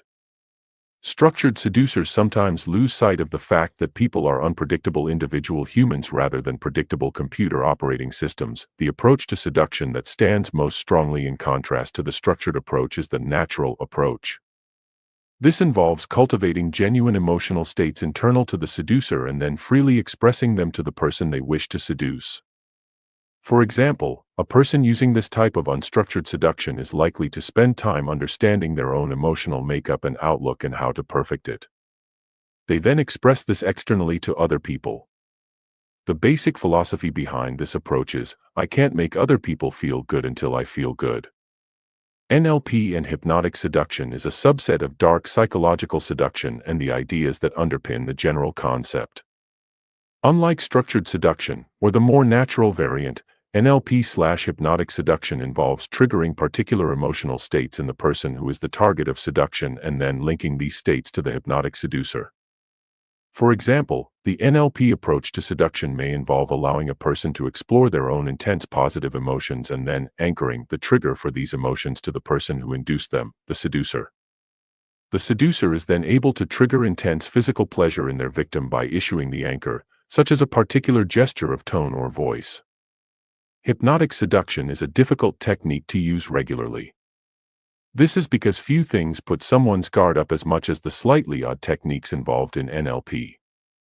Structured or unstructured seduction at least comes across as normal, whereas hypnotic seduction does not. Some people respond very well to it, however, and those who do are likely to be a better match in terms of personal compatibility with the hypnotic seducer. Some psychological seducers are able to invert the traditional seduction dynamics and gender roles to great effect. For example, the typical view of seduction, throughout history, is that the man is the aggressive party and the woman plays the more passive role. Inverting this can lead to powerful outcomes. Some men find that they are able to allow themselves to become the prize, the one who is chased. This inversion of the expected norm can lead to a refreshing change from the mundane routine of dating for everyone involved. Female psychological seducers are also able to use the inversion of traditional seduction dynamics to powerful effect. Some men are totally overwhelmed if the woman is the aggressive, confident pursuer, and a lot of women also report feeling a sense of empowerment and proactivity that they have not experienced within their romantic life at any time before. Some people also enter the world of psychological seduction with the intention of breaking free from the constraints of monogamy that have held them back throughout their life. This approach is sometimes known as polyamory, an open relationship, or some other variation on this theme depending on the need of the person pursuing it. By learning dark psychological techniques, this type of seducer is able to pursue their true desires in a way that is open, honest, and effective. The techniques. You now know the guiding principles behind psychological approaches to seduction and the motivations that people have for carrying them out. So how exactly do people go about translating these ideas and theories into actionable principles and techniques? The indirect approach is a key technique within the world of seduction. One mistake that many people make in the world of conventional dating is offering a cheesy and unappealing icebreaker when introducing themselves to a potential seduction target. Nice eyes. You look pretty. Good song, right? All these are examples of some of the most cliched icebreakers out there. Why are these so bad? Women are likely to have heard them countless times before and are instantly switched off upon hearing them. When a seducer uses such an awful line, it suggests they are a bland and unappealing person. The indirect opener is a breath of fresh air in comparison to its cliched precedents. An indirect opener is any ice-breaking gambit that initiates a social interaction without conveying sexual intent. This is often posed in the form of an intriguing question. For example, a seducer using an indirect opener might ask, "Settle this for me or my buddies over there, do men or women lie more?" This sparks a conversation and shows the seducer to be an interesting person who is looking for nothing more than a good conversation. Indirect openers also have the advantage of eliminating the possibility of rejection. Someone using an indirect opener is not offering themselves in any way to the person they wish to seduce, and it is impossible to reject something or someone that has not been offered. Social proof is another key technique in the world of dark psychological seduction. People who are popular are instantly more attractive than those who are not. Why? It's human instinct to assume that if a person is widely liked, there is something likable about them. Anyone's worst nightmare is being seduced by some creepy loner with no friends and Northwest one they are close to. A person like this is likely to be better lonely and needy. So how can social proof be used in the area of psychological seduction? This is a case where showing is more powerful than telling. Many people make the mistake of actually talking about their popularity or success in a way that comes across as bragging or some other form of try-hard, unnatural behavior. It is better to simply be at a table in a club or bar with a group of interesting people. This conveys social value without rubbing it in a person's face. One use of social proof is particularly devious. Let's picture a psychological seducer in a bar or club environment. They see a girl they want to go and talk to. Instead of directly approaching the person they wish to seduce, they instead approach someone else first, strike up a conversation with them, move over to their original target and begin interacting with the originally intended person. This removes the perception of loneliness that would otherwise exist. It can also spark a little jealous rivalry between the two women. Being something of a challenge is a dark psychological technique outside of the grasp of most conventional daters. Most people make the mistake of being too keen, too eager, and too available. An example would be a man who calmly waits while some girl in a bar ignores him completely, or a woman who puts up with some form of disloyal or disrespectful behavior from the person they are with. The opposite of this display of low personal standards is a display of being challenging. This can take numerous forms. One technique that makes use of the challenging principle is to walk away from a seduction target if needed. For example, if the target is being cheeky or sassy, the seducer can playfully say, "You're done," and turn to walk away. Most times, the target will be wowed by this unconventional behavior and enjoy interacting with a person who has standards and self-confidence. Another way of being challenging is by using carefully chosen, playful teases during the course of an interaction. Most people, when trying to seduce someone, are excessively positive. They offer compliment after compliment, laugh at all the jokes they hear, and generally do everything to imprison their own perception within the confines of nice but bland. By throwing out a playful tease, the seducer offers a fun emotional spike which draws in the person they wish to seduce. One of the main motivations behind human experience is to seek out that which is new and exciting. This is particularly true within the world of romance, where most people are looking for something fun and exciting. There is a reason that cliched lines and dating profiles are such a universal punchline, because they are boring and don't actually work. An antidote to the disease of blandness is learning how to stand out in a good way. The concept of standing out in a good way can be put into practice by first considering what everyone else is doing wrong. Once this is clear, the seducer should consider how these wrong actions would make the seduction target feel. Once this is understood, the seducer can put the pieces together to answer the question of, how can I do things differently from everyone else in a way that would make the other person respond well? Some of the most common ways of standing out in a good way include dressing a little better or a little more interestingly than other people in the venue. For example, if a place is very casual, dressing up very slightly can be a huge advantage.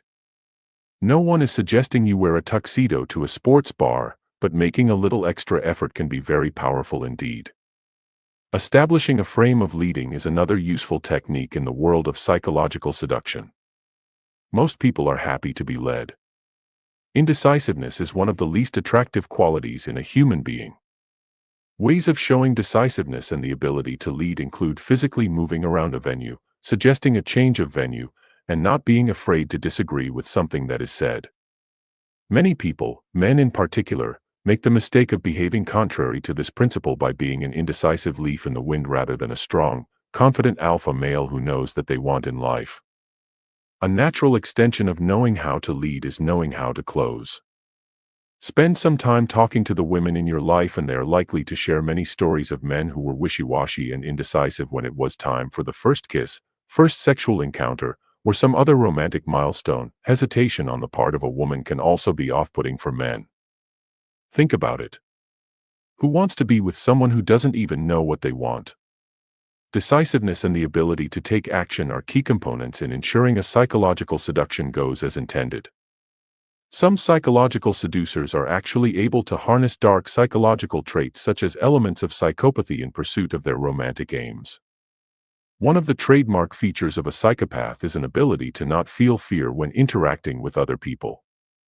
Most men and women are paralyzed by fear and, specifically, the fear of rejection from someone they are romantically interested in. A specific technique exists that can be learned from the example of fearless psychopaths and used to overcome this fear. So how exactly does a person overcome their fear of rejection? Simple.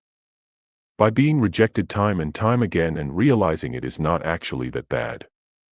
Over time, psychological seducers learn that it is always better to be the person who tried and failed than the person who didn't have the confidence to try. Taking action becomes its own reward, and the seducer loses their nervousness and hesitation in the process. People who put this desensitization to rejection technique into action will start to realize that the less they fear rejection, the less it actually occurs. Being confident and calm when interacting with new people is one of the byproducts of this method. The more a person gets rejected initially, the less they will fear future rejection. This translates into actual success and less rejection in the long run. Try it and see. Chapter 10. Case Studies. You now know the main ideas behind dark psychology and the way these ideas are applied in a variety of situations. This is powerful, but, on its own, not enough. By taking the time to learn about dark psychology through the analysis of real-world case studies, you will see the ideas in this book brought to life. The case studies are also eye-opening, fascinating tales in their own right. They offer an insight into some of the most psychologically rare types of people this planet has ever produced. Each case study is laid out in a way that is as useful as possible for a budding disciple of dark psychology. Factual information relating to each case study is provided before psychological insight is extracted and simplified. Each case study will then be directly linked back to the dark psychology found in this book to allow you to understand it in a richer and more meaningful way. The cases contained in this chapter are the most extreme examples of dark psychology throughout human history. They are presented not to be glorified, or even judged, but instead learned from. The final testimony of Ted Bundy. Facts. Ted Bundy was one of the most notorious serial killers in the history of the world. His story is that of a textbook psychopathic killer in many ways. One fascinating aspect of Ted Bundy's story is the amount of material published on him and his crimes, due to their high profile, and Bundy's willingness to give interviews and offer insights. With many such high-profile criminals, the level of hype and intrigue surrounding them often outweighs the actual gravity of their crimes. This is not the case with Bundy. No confirmed total of murders has been definitively linked to Ted Bundy. He was charged with 30 but has frequently hinted the total could be close to 100. No one knows for sure, and many analysts have speculated that Bundy himself had no idea of how many victims he killed. Due to the time Bundy spent on death row after being sentenced to death, a lot of material was produced related to Bundy's psychology, background, and possible motivation behind his crimes. In addition to this, a lot of posthumous analysis has taken place that has sought to dispassionately examine the crimes and the men who carried them out in an effort to understand one of the most extreme murderers to ever be caught. There are many details related to Bundy's crimes that have gone on to be understood as absolutely textbook in the world of psychopathic serial killers, their motivations, and their methods. We will now explore some of the more striking aspects of Bundy's crimes before analyzing this man and his life for insights into this book's chosen dark psychological principles. One standout feature of Bundy's lengthy murder career is the way it evolved over time. Bundy himself stated that when he first started killing he was sloppy and opportunistic. Chillingly, like other masters of their field, Bundy evolved his process over time and became more elaborate, careful, and methodological in the way he operated. It is hard to have a definitive insight into the mind of Bundy because the man was known for disguising the truth as much as possible. He was frequently described as a changeling or shapeshifter due to this ability to mask his true physical appearance with subtle but comprehensive misdirections, as well as his ability to offer whichever biographical red herring happened to serve his own purpose at the time. As skillfully as Bundy was able to conceal his true motivation, method, and background, his deceptive ways provided invaluable insight into the nature of deceptive, psychopathic killers. The main lessons related to the dark psychology of Ted Bundy will now be summarized. Insights and links to dark psychology. Many books have been published aiming to understand and learn from the case study of Ted Bundy. Instead of spending hours laboring through such works, you can read the main insights that are concisely offered in this book to boost your understanding of dark psychological topics. Deception is one of the dark psychological traits that Bundy was a master of. This extended to his way of interacting with people both during and following his crime spree. Bundy was able to deceive both physically and psychologically. Bundy clearly understood the power of perception and public image. It is an undisputed fact that many people who encountered him found him to be a charming and attractive man. This is a hallmark of psychopaths who are able to project the outward appearance of charm and desirability without any inner truth to that facade. The emotional coldness and detachment of men like Bundy become clear when you stop and consider that a human being was able to inspire attraction and comfort in his victims moments before brutally assaulting and killing them in some of the most sadistic and ritualistic crimes known to humanity. Psychopaths' ability to understand the motivations and biases of those they manipulate is also apparent in Bundy's actions and words. Nothing illustrates this better than the interview Bundy gave to moral campaigner James Dobson the night before his execution. Knowing full well that Dobson was campaigning against pornography at the time, Bundy was able to portray his motivation as stemming entirely from early exposure to pornography.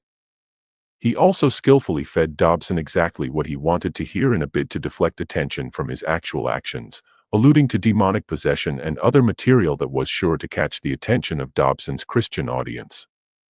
Bundy also illustrated a psychopath's ability to detach entirely from what they are doing. He was notorious for using cryptic hints regarding the location of bodies in exchange for more time before his execution. In the mind of a psychopath such as Bundy, a dead child's body is nothing more than a bargaining chip to be exploited for personal gain. The high intelligence of many psychopaths is also evidenced by the way Bundy operated. The reason he was able to remain at large for so long was due to his in-depth knowledge of law enforcement detection methods, in an era where such things were less widely known than they are today. Bundy also showed strong signs of sadism and narcissism by torturing his victims, taking pictures of their bodies, and referring to himself in the third person. Lessons from history's narcissistic dictators. Facts. One of the textbook traits of narcissists is their view of their own status and self-worth as far in excess of anything actually justified by reality. This usually leads to people with an inflated ego being trapped in lifestyles and situations that they see as fundamentally beneath them. Occasionally, someone with a narcissistic personality is born into a situation where they have the power and status to express their narcissism fully. Nothing exemplifies this more than some of history's dictators who had the power and control to match their egos. Some of their stories are presented here. Sapar Murat Niyazov is one of the best examples of a narcissist having the opportunity to fulfill grandiose inclinations. He took over as leader of Turkmenistan and was able to take advantage of a power vacuum left by the collapse of Soviet ideology. His ascent from leader to pure manifestation of narcissism began when he decided he should be president for life of Turkmenistan. From there, total power led to some memorably narcissistic choices. One of the more infamous aspects of Niyazov's rule was the renaming of the months of the year to reflect his own personal glory. He implemented bizarrely specific laws in accordance with his personal whims, such as restricting citizens' appearance and renaming common everyday objects according to what he felt they should be called. Perhaps the most powerful example of Niyazov's grandiosity was his production of a religious text that was given equal status within the country as established scriptures such as the Holy Quran. Other dictators, such as Colonel Gaddafi of Libya, have produced similarly revered texts. This is a known trait perhaps best evidenced by the status afforded to Adolf Hitler's Mein Kampf within Nazi Germany. A better known, yet equally terrifying, dynasty of dictators is that of the leaders of North Korea. Current dictator Kim Jong-un and his father Kim Jong-il are afforded the status of deities within their tightly controlled nation, and this is reflected in the facts that North Korean citizens are provided about their lives. For example, Kim Jong-il is remembered for shooting a round of golf consisting of all holes in one at his first attempt at the sport. North Korean citizens are so tightly indoctrinated into the political personality cult that governs their lives that they often take such claims at face value. Insights and links to dark psychology. So what can such outlandish examples teach us about narcissism?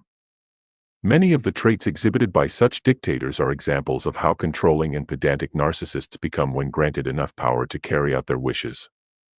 Let's take North Korea as an example. The current dictator, Kim Jong-un, is reported to have had his own uncle executed for yawning in a meeting. The method of execution: an anti-aircraft weapon capable of destroying fighter jets. This is an example of the narcissist's need for flattery and anger when not receiving it taken to its logical conclusion.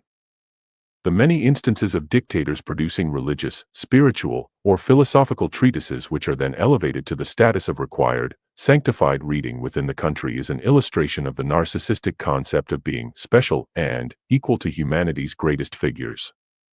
In narcissists' minds, they are the contemporaries of prophets and saints, a truly rare breed. If you can grasp the extent to which they truly believe this to be the case, then their publication of such egotistical texts begins to make a twisted kind of sense. Hitler, the modern Machiavelli. Facts. Many parallels can be drawn between the political ideas of Machiavelli, as expressed through The Prince, and the political career of Adolf Hitler. The argument can therefore be made that Hitler is the best possible illustration of what a true modern Machiavellian leader looks like.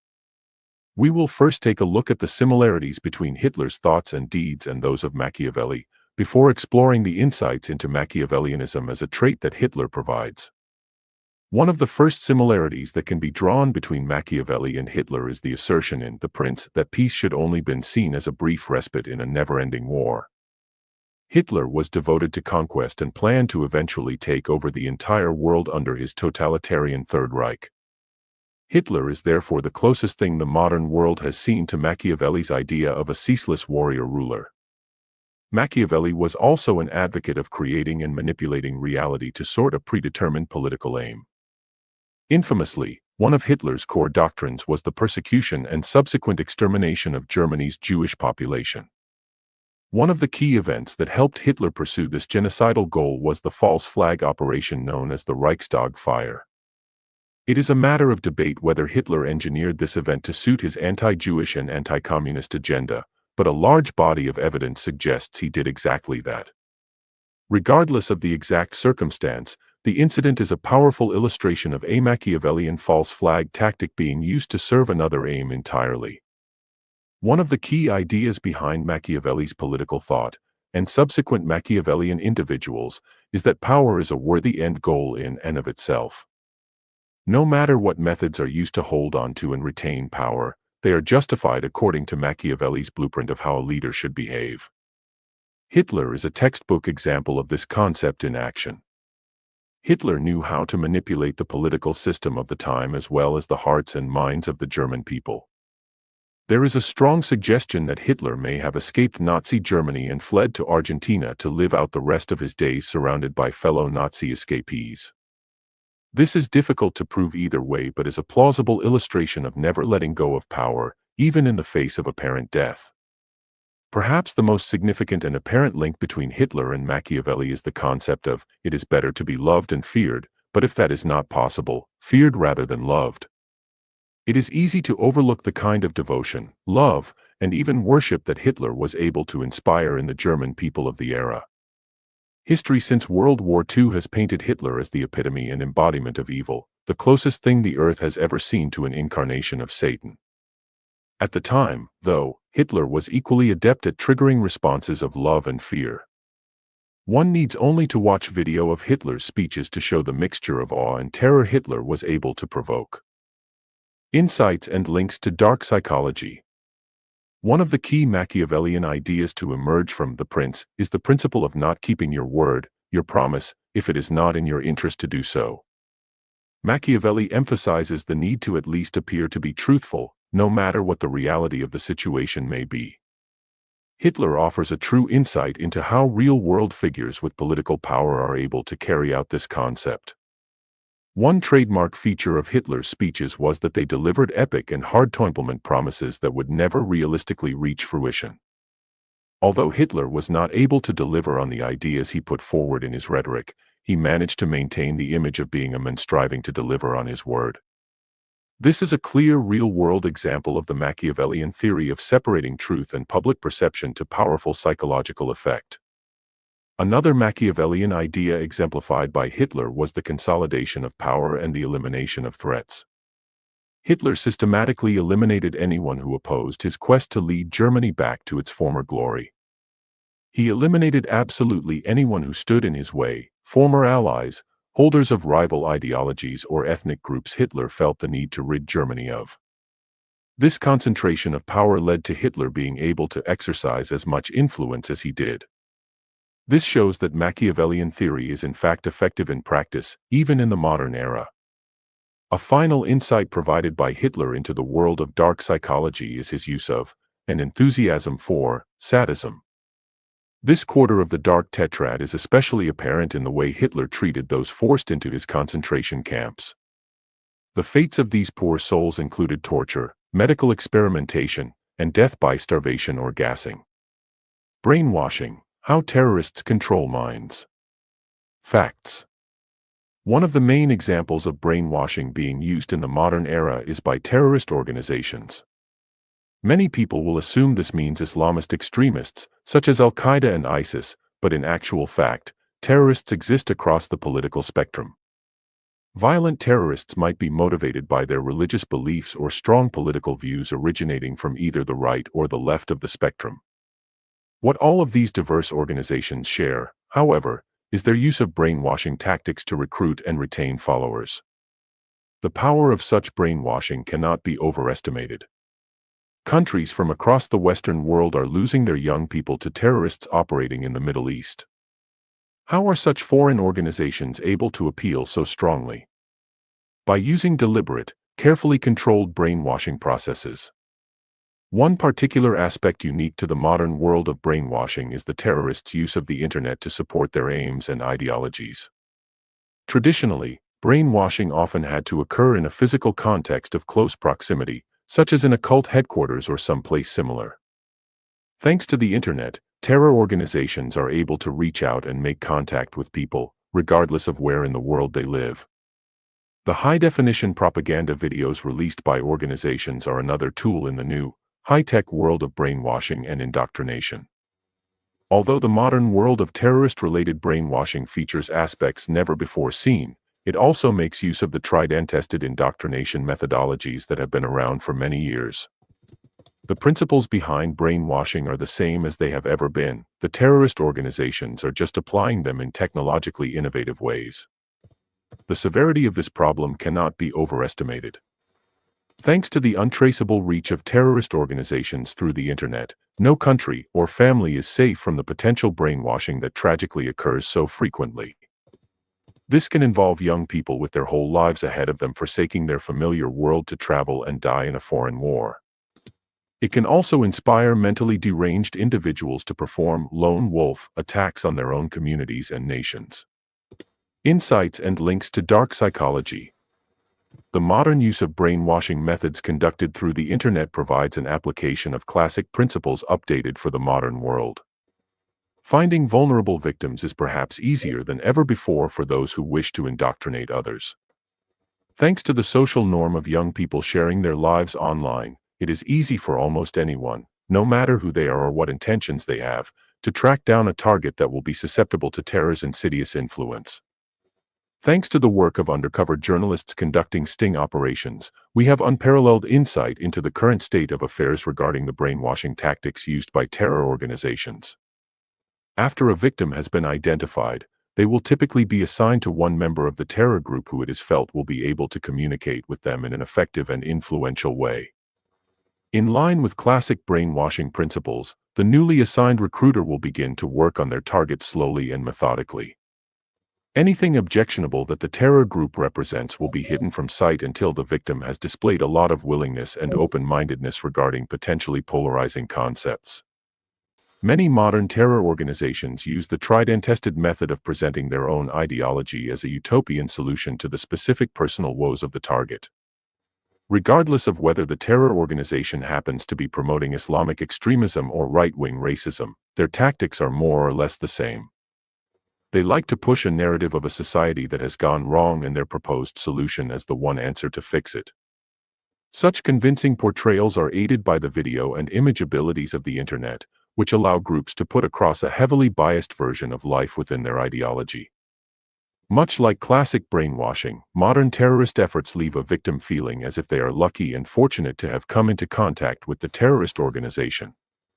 Countless examples exist of young people with a lot to live for who, after being in prolonged contact with a terrorist brainwasher, end up expressing feelings of thanks and blessings for discovering their new outlook on life.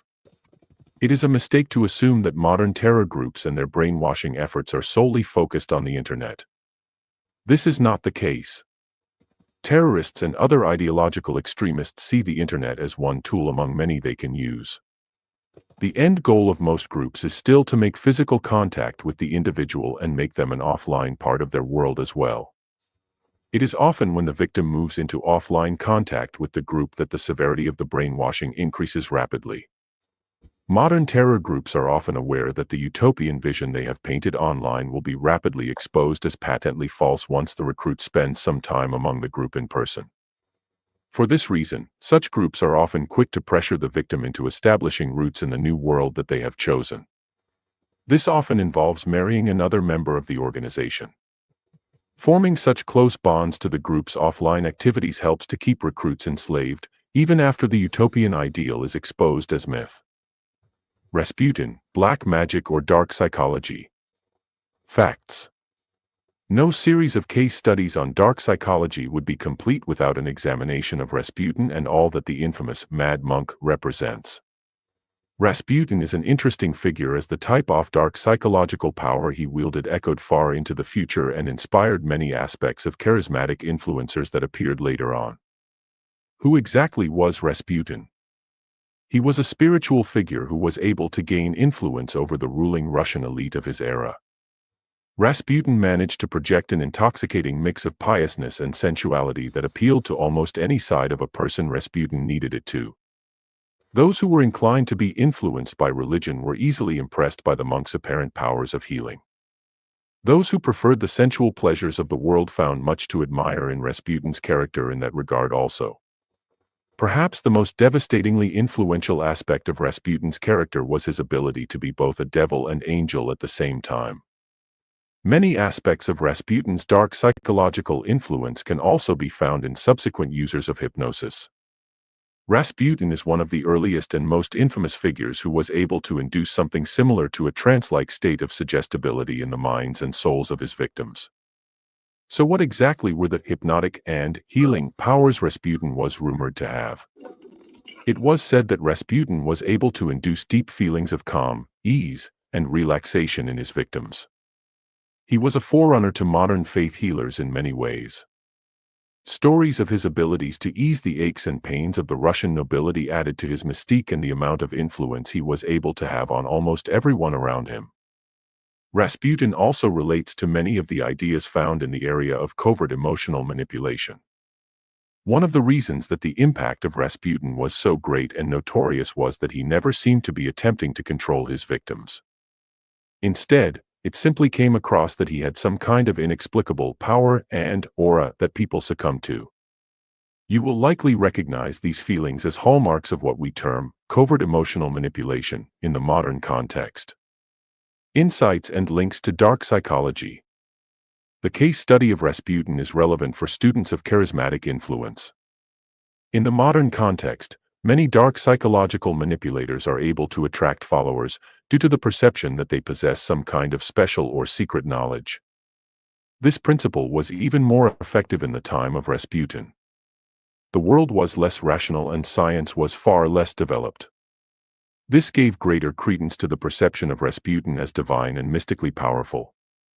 Students of dark psychology will be easily able to draw parallels between the power of this supernatural portrayal and similar charismatic leaders of the modern world who feign spirituality as a way of gaining influence and control.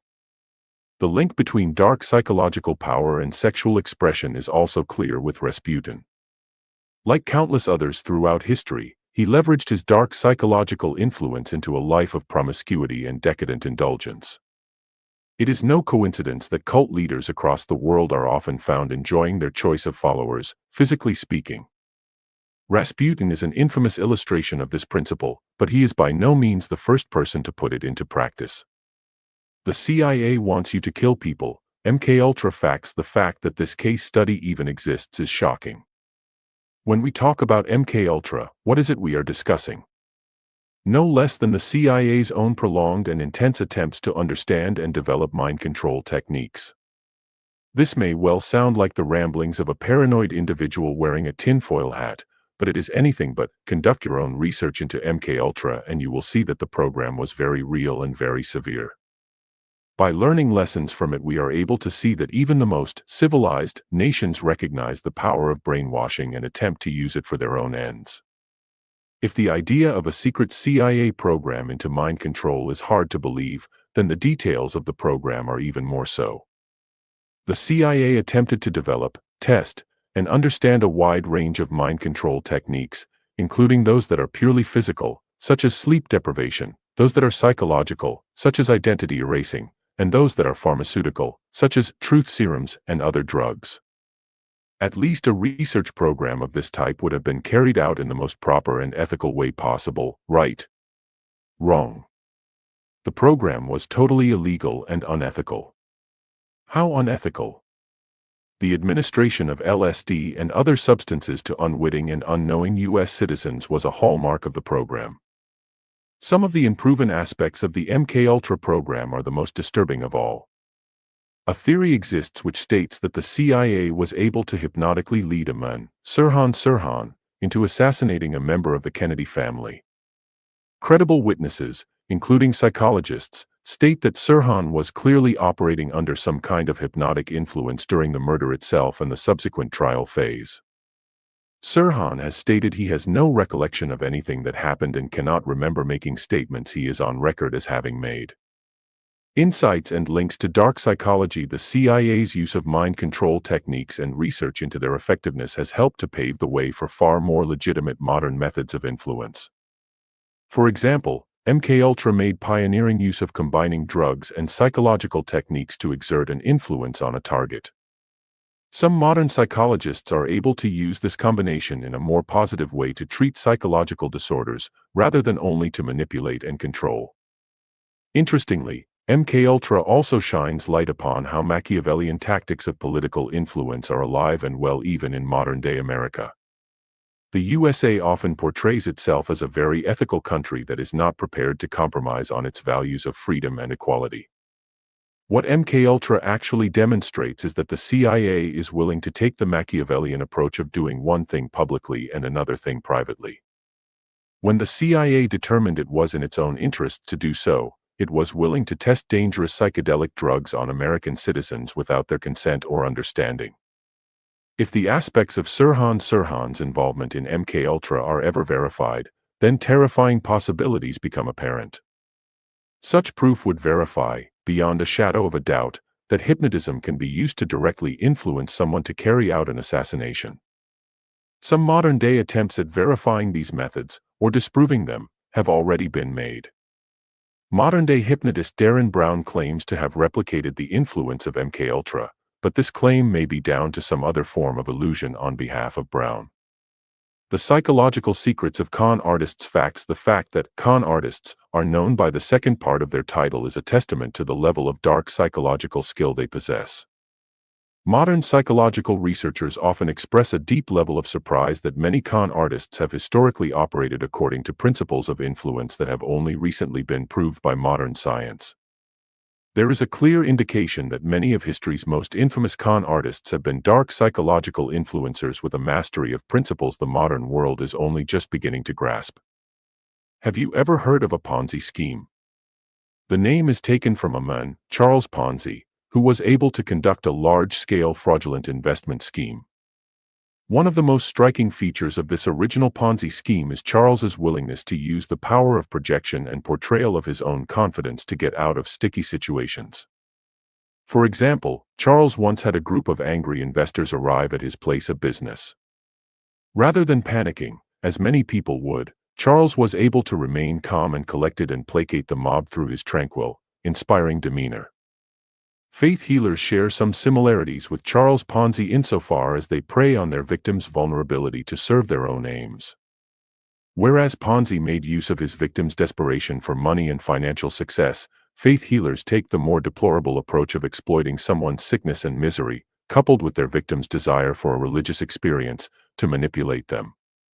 The ramifications of encountering a fraudulent faith healer can be very serious indeed. Many stories exist of people who have believed they have been healed as a result of contact with a faith healer. As a result of this apparent healing, they stop taking medication or do something else medically risky as a display of trust and belief. Sadly, people have died from taking these risks. Another infamous con artist from the pages of history is Gregor McGregor. He is only of the earliest known examples of someone selling things that don't exist to rich people. If you have ever heard the stories of con artists selling landmarks like the Eiffel Tower or Brooklyn Bridge to naive folks with wealth, Gregor McGregor is the godfather of this type of con. McGregor operated by insisting he was nobility from a group of islands that did not exist. He would recruit people with wealth to fund expeditions to these islands, knowing full well they weren't there. This is interesting, but how exactly is it a valuable case study in dark psychology? The reason there is so much interest in McGregor is that he was so convincing to his victims, and knew how to work their egos and psyches to a detailed and thorough extent, that even after they had attempted to visit non-existent islands, they defended McGregor in the press. This is indicative of McGregor's advanced-level covert manipulation abilities. Insights and links to dark psychology. There are many lessons on dark psychology to be learned from the con artists. Their ability to psychologically influence other people is such that even modern psychological researchers have expressed amazement at the extent to which con men made use of modern psychological findings before they were confirmed by science. The case of Ponzi shows the importance of finding a victim with a vulnerability, ruthlessly exploiting that vulnerability, and doing so in a way that betrays no doubt or hesitation whatsoever. Ponzi is a textbook example of how to increase the likelihood of a fraud working out by simply coming across as confident, in control, and unworried at all times. Ponzi is also illustrative of the concept that the best con artists are able to keep their scams going for decades without being exposed. Faith healers offer an insight into the suggestibility of the minds of victims. These healers are convincing to the extent that their victims made detrimental medical decisions and even died as a result. Faith healers also demonstrate why so many people are susceptible to the influence of charismatic religious cults. When a strong spiritual belief is mixed with a real-world need, such as the need to find relief from an ailment, people can be driven to extreme measures. Finally, McGregor offers an amusing insight into the power of using people's own egos against them. Despite the fact that his wealthy investors had been exploited financially, had their time wasted, and been made to look stupid in the process, they still chose to publicly defend McGregor. What is the dark psychological lesson we can take from this? If a victim is found who has high status and a high opinion of themselves, they are unlikely to admit they have been tricked or conned. They will not even admit the true state of events within their own mind. Interestingly, this is an example of how someone's narcissism can be used against them. Heavenly Psychopaths, A Soldier's Secrets. Facts. Since the term psychopath became prevalent in the field of psychology, and also in the popular imagination, it has been associated with negativity. One of the earliest high-profile psychologists, Bowlby, linked the concept to a deprivation of maternal attention during childhood and stated that such people would usually grow up to be delinquent criminals who were a burden on society. Andy McNabb is an intriguing example of someone with psychopathic traits who many would see as a good psychopath, if such a thing exists. McNabb was abandoned as a baby and fell into a life of petty crime before joining the army as a young man. He went on to rise up through the ranks and join Britain's elite SAS Special Forces unit. Since retiring from the world of the armed forces, McNabb has become a successful author, playwright, and entrepreneur. Dr. Dutton is a leading British psychological researcher. He collaborated on a book with McNabb that explored the idea that psychopathic traits were actually useful in some situations. This concept is somewhat revolutionary as it explores the positive implications and advantages of an aspect of dark psychology that is usually maligned extensively.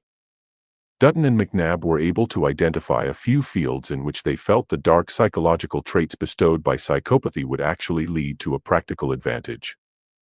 One example is anyone who has to respond to an emergency crisis. Most regular people are unlikely to perform as well as psychopaths. This is due to the presence of fear in their mind causing doubt and hesitation in their action. McNabb was able to explain that, for a psychopath, it is possible to dial down the fear response at will. This allows psychopaths to operate calmly amid situations that would be too overwhelming for most people to handle. High-risk financial fields such as hedge fund management are another area that McNabb and Dutton identified as being suitable for psychopaths. One feature of psychopathy is impulsivity, and this allows for risky decisions to be made with little hesitation or fear. In the wrong context, this can lead to murders being carried out without a second thought, but in the right context, this can lead to millions being made on the financial markets. Insights and links to dark psychology.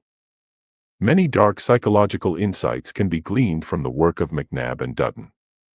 Their collaboration is extremely beneficial to the world of dark psychology as it combines the theoretical knowledge of a researcher with the practical experience and first-hand anecdotes of an actual psychopath who has used their traits to get ahead in the world in more than one field. This suggests that the way that the dark trait of psychopathy manifests in any given individual is largely dependent on the circumstances in which they find themselves. If someone is born with psychopathy and also lacks advantages and opportunities, they are liable to become a dangerous person, such as Ted Bundy. If a psychopath is able to channel their urges into a career that is suitable for them, then they are more likely to become a conventional success in life, such as Andy McNabb. How a cocaine-sniffing murder suspect created NLP. Facts. In an earlier section of this book, we explored the concept of hypnotism as something that exists and can be used by practitioners of dark psychology to influence those around them. NLP, or neuro-linguistic programming, is one of the main techniques that hypnotists use to influence others. The technique is fascinating and worth knowing about. A case study of one of its co-creators, Richard Bandler, offers deep insight into the concept of hypnotic influence and other areas of dark psychology. Richard Bandler is a controversial character and a textbook example of how users of dark psychology are able to portray one image of their life when the actual truth may be something. Don't dawdle, Mrs. Darcy. Show's starting. Do you think about what might have been? Are you going to be my new daddy? Be something entirely different. Let's explore this dichotomy.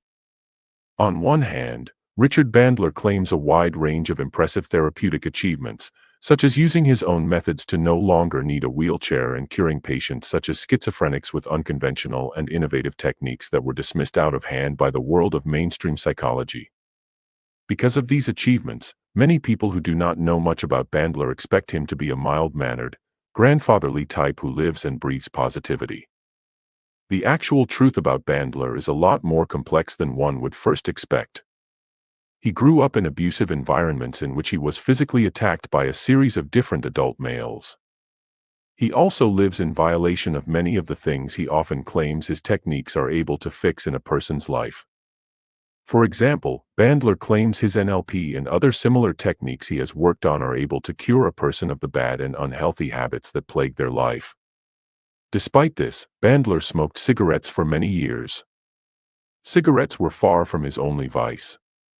Bandler is a publicly admitted past user of cocaine, an interesting trait for a well-known public hypnotist. Perhaps the darkest and most intriguing incident from Bandler's background is the murder trial he faced.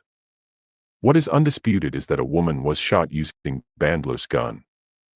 Bandler was cleared of the crime and insists that his cocaine dealer used his gun to carry out the killing. When reminiscing about the incident, Bandler is more likely to comment on the time it took for the jury to clear him than the gravity and potential severity of the incident itself. Bandler's use of narcotics is interesting as he is not the only high-profile figure within the field of psychology to do so. Sigmund Freud, the originator of modern psychoanalysis, was actually an avid cocaine user and insisted it was suitable for therapeutic use. These two men are textbook examples of how pioneers in the field of dark psychology are unlikely to be restrained by the rules of society and instead determine what is and is not acceptable for their own lives. Insights and links to dark psychology. Many insights into the world of dark psychology in general, and hypnotism in particular, can be taken from the case study of Richard Bandler. Perhaps the most striking aspect of his character and life is his ability to inspire totally different reactions in people. Some people are extremely dedicated to him and volunteer large amounts of their own time and money to spend time around him. Others view him as one of the most dangerous people in the world, a drug user mixed up in murder who happens to possess some of the strongest powers of influence ever witnessed.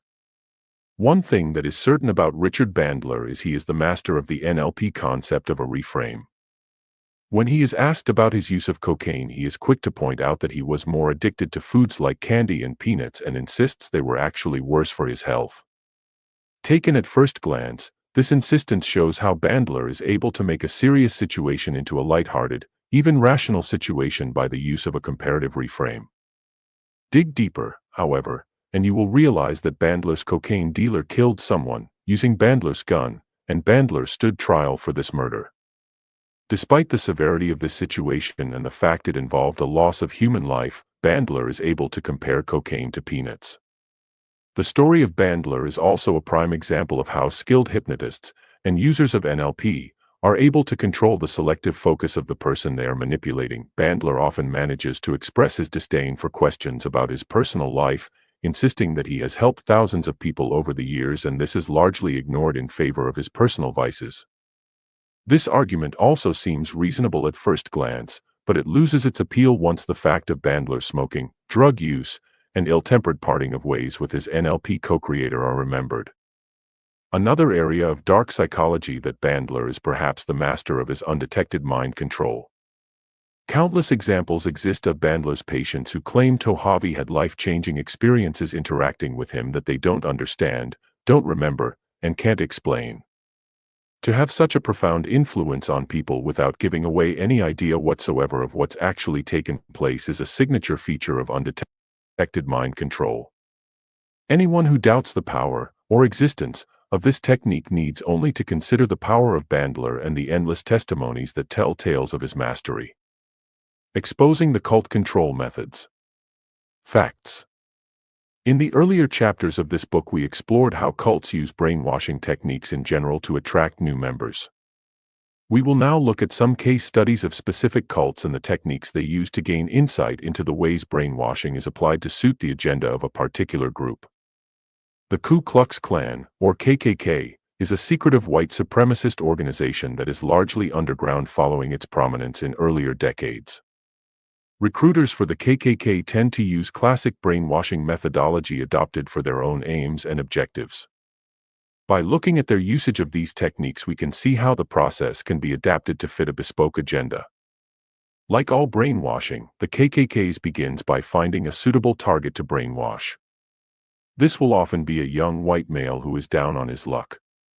Some common targets for the group include men who have recently lost their jobs or experienced some other type of misfortune. The KKK recruiter will initially begin by avoiding any mention of the group. They will simply reach out to the target under the guise of a concerned friend and neighbor who wants to help out in a time of need. Slowly, the KKK recruiter will explore the grievances that their target has and begin to link these to other races. So if the recruit had lost their job, for example, the recruiter would slowly begin to make sure the recruit linked this to the presence of other races in America. Over time, the KKK recruiter will begin to explore overtly racist ideas with the recruit, but always cloaked with the cover of promoting white brotherhood and standing up for our own people. Depending on how the recruit responds to such concepts, and whether the recruiter feels they will be a suitable and trusted member of the Klan, they may gradually receive an invitation to attend some Klan events, meet other members and find out if the organization is something that is right for them. These earliest exposures are likely to be low-key, social events such as BBQs. This lures in the new recruit before they ever see something as extreme as a cross-burning ceremony. The KKK recruitment process is a clear example of how cults and extremist political groups often are similar in their nature and the way they use brainwashing to attract new recruits. The People's Temple in Jonestown was another example of how cults often have a mystical dimension that attracts followers and causes them to carry out extreme acts. Jim Jones was a charismatic cult leader who managed to amass land, power, and influence to a terrifying extent. Just as the KKK blurs the lines between a cult, political group, and terrorist organization, Jonestown was a group that featured a mixture of extreme left-wing politics, messianic obedience to Jones, and vague spiritual notions such as suicide and reincarnation. The methods of Jim Jones are yet another testament to the power of graduality in the brainwashing process.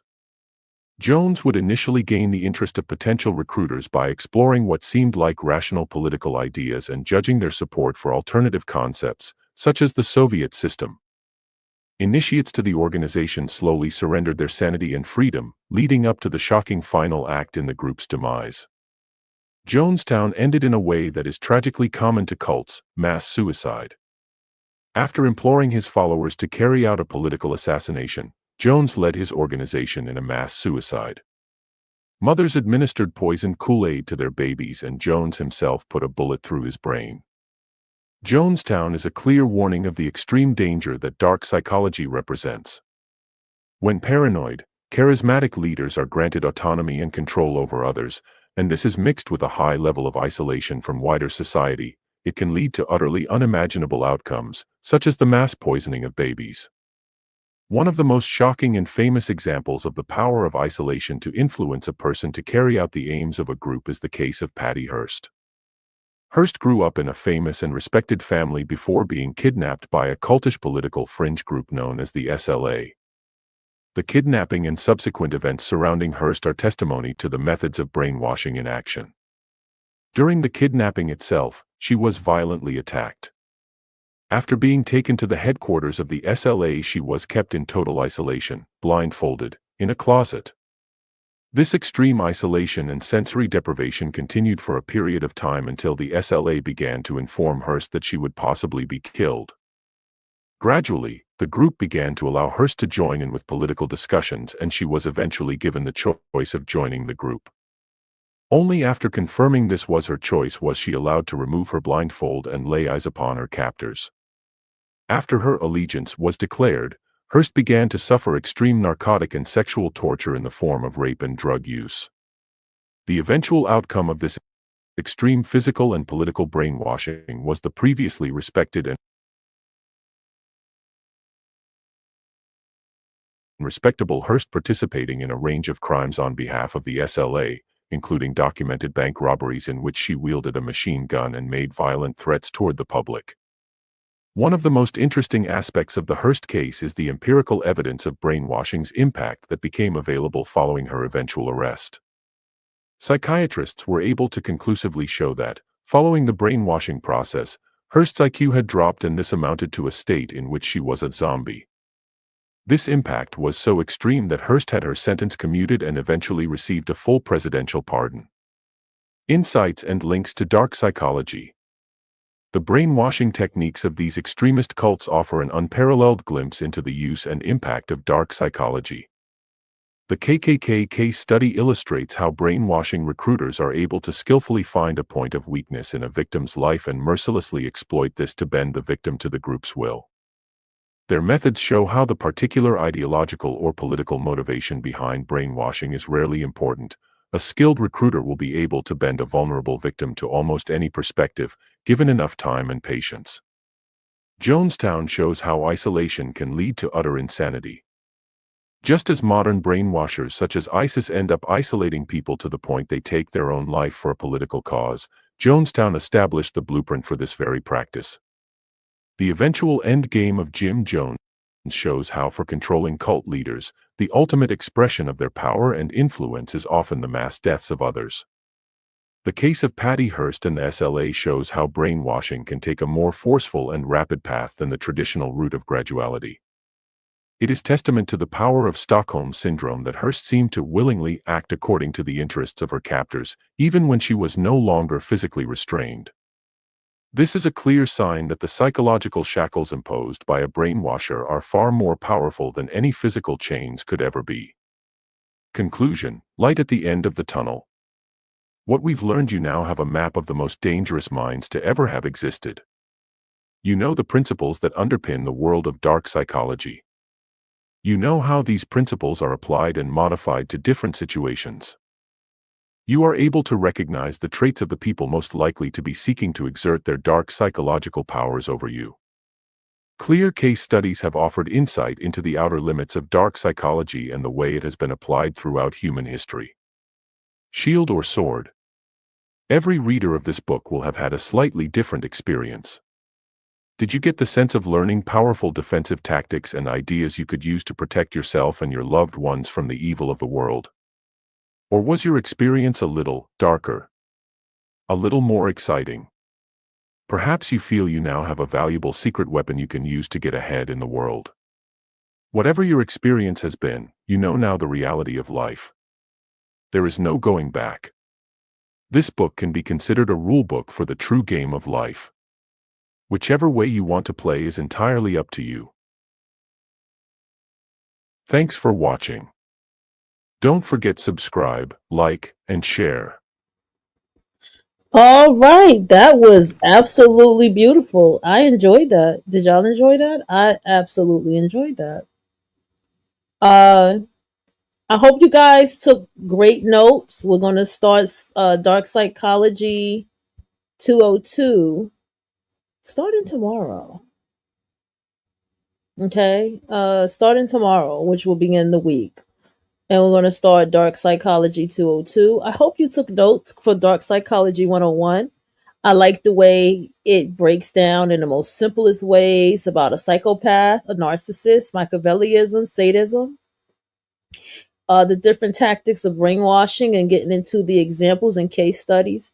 As I told you guys, inside of your own notes, put to the side your own example of cults, extreme terrorist organizations, and such, and take your time if you can to even study it. And like I said, keep it personal, look at worldly things and international things, but as well as look at things close to you. Who is the organized terrorist group around you right now? Who are the psychopaths in your life, or psychopaths that you have met? The Machiavellianism. Who's the, who is the narcissist? Where is the Machiavellianism, the psychopath, and the narcissism inside yourself, and the sadism inside yourself? You have to be honest about that too. So there's another book that I saw here. Hold on, guys. Not here on the screen. Let me look at the screen here. I wanted to go further into dark seduction. Okay, I'm going to go ahead and share this tab so you guys can see what I am choosing from. Okay, because we're just going to go ahead and let the show rock out. There is one on dark femininity. We did not finish the Joker, Master of Deception. That one was really fucking good, man. I want to listen to that one again because I want to start my notes again on that one. Hold on.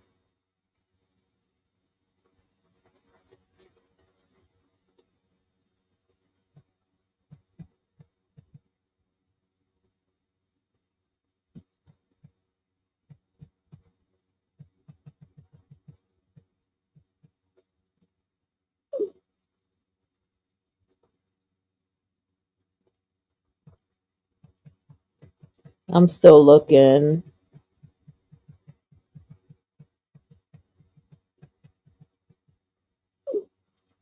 So we got this one that said the monster mentality. Is this by Neil Wrighton? Become a monster, turn weakness into ultimate strength. Okay. 10 hidden strategy manipulated. We kind of got that already. I wanted something, how to manipulate you without you knowing. The shocking truth behind dark seduction online audiobook. So that one's 1 hour. So we're gonna probably get, I hate when they do like dark shocking truth shit. That shit gets on my nerve. There was one on dark feminine energy.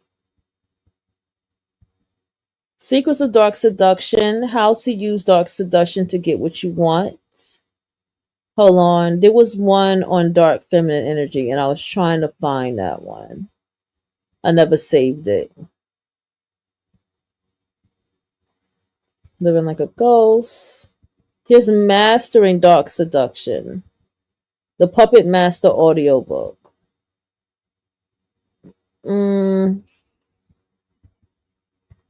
Dark Seduction Secrets. Unlock the science of hidden triggers for irresistible attraction.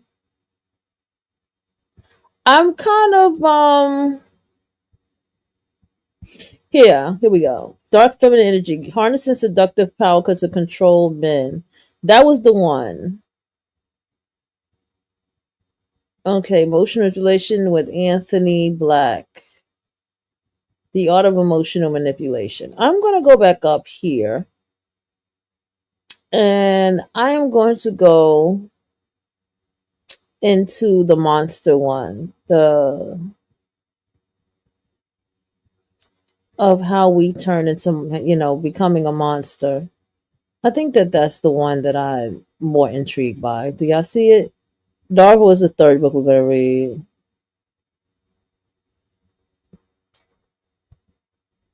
Okay, best mind control techniques. Hold on.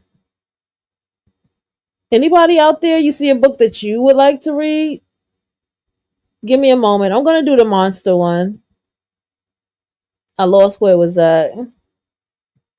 Looks like a trick to transform, ancient tactics, serial killer secrets. Psychological tactics of serial killers exposed. Here's I think this one is better. Monster mentality. Become a monster audiobook. Turn weakness into ultimate strength. So this is like turning your weakness into strength. I think this lines up more with what we've been doing. So I'm going to go ahead and let this one play out, okay? A healthy relationship. I get 2 questions about relationships almost every single client that comes in eventually. One of them is, should I stay in this relationship or is it time to peace out? And another one, why do I always seem to attract the wrong people? What is the reason most people seem to attract the wrong partner? It's exciting in the first few weeks, but then old patterns kick in and it seems like they just keep repeating the same thing over and over. What did all these people have in common is a good place to start, but I think it's also worth it to reflect on, what am I contributing to this pattern that keeps happening over and over again? I don't want to say this all-encompassing statement that you are the problem, but you're probably not free from any kind of responsibility in whatever issues that are coming up for you.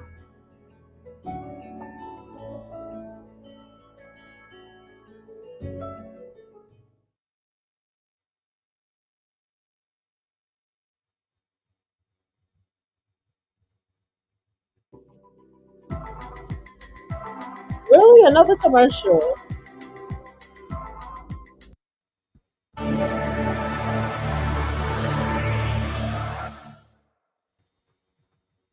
Welcome back to Audiobook Vision. Today we will dive into monster mentality, transform weakness into power and take control of your life audiobook.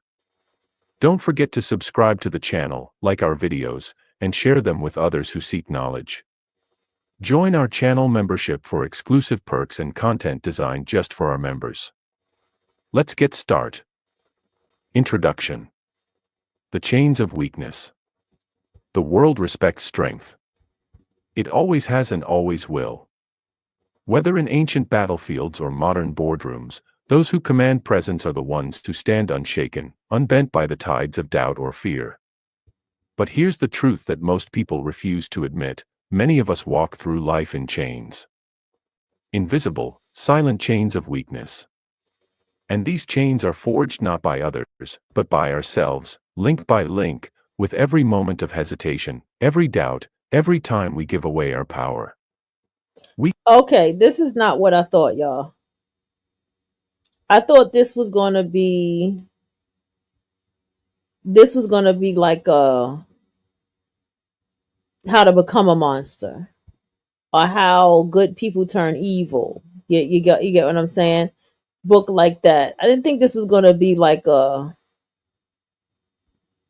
build your mind stronger type shit. No, you know what I mean? Oh, I'm trying to keep this on a manipulation thing. Hold on, y'all. I really did. The hidden art of thought control. So I'm going to probably just go into how the media controls our mind. Yeah, we're going to do that. I don't want to get swayed off here. We're not trying to be motivational shit. Protect yourself from the power. Okay, we're going to do how the media controls our mind. The evolution of evil. Okay, here we go. Humanity's dark side. We're going to go into guide to rediscovering faith, purpose, and inner peace. Okay, live your dream life.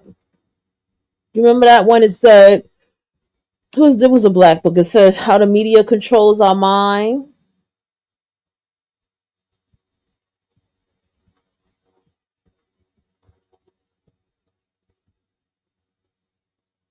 The dark psychology behind blind allegiance.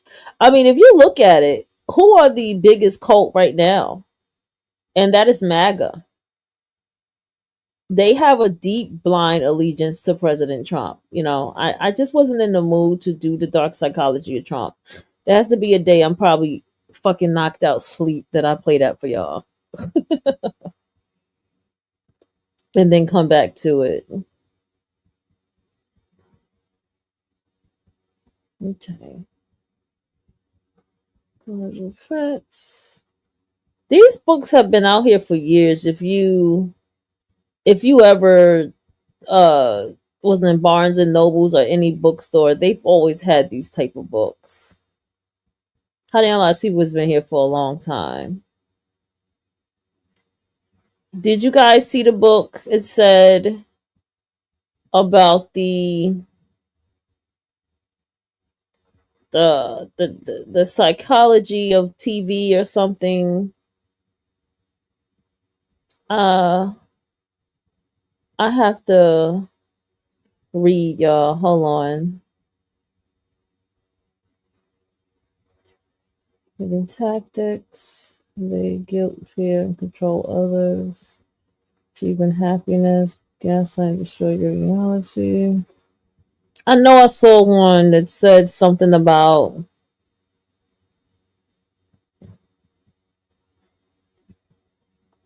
the secret. Learn the secrets of seduction and psychological manipulation. Okay, that's to learn the secrets. That's the man and the woman picture. Then there's the woman seduces and commands men. I swear, do y'all understand that these type of books should not be free? Like, these type of books are dangerous. But what makes it more dangerous is going out here and practicing this shit. Okay. I found that NLP guy too. I'll be writing him down.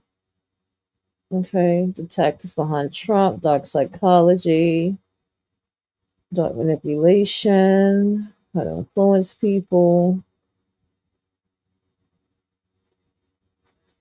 I swear to y'all, I saw that book. I'm gonna go with the evolution of evil because I don't see it no more. Okay, so we're just gonna go with the evolution of evil, decoding humanity's dark side by Neil Brighton. So we're just gonna go ahead and rock this out.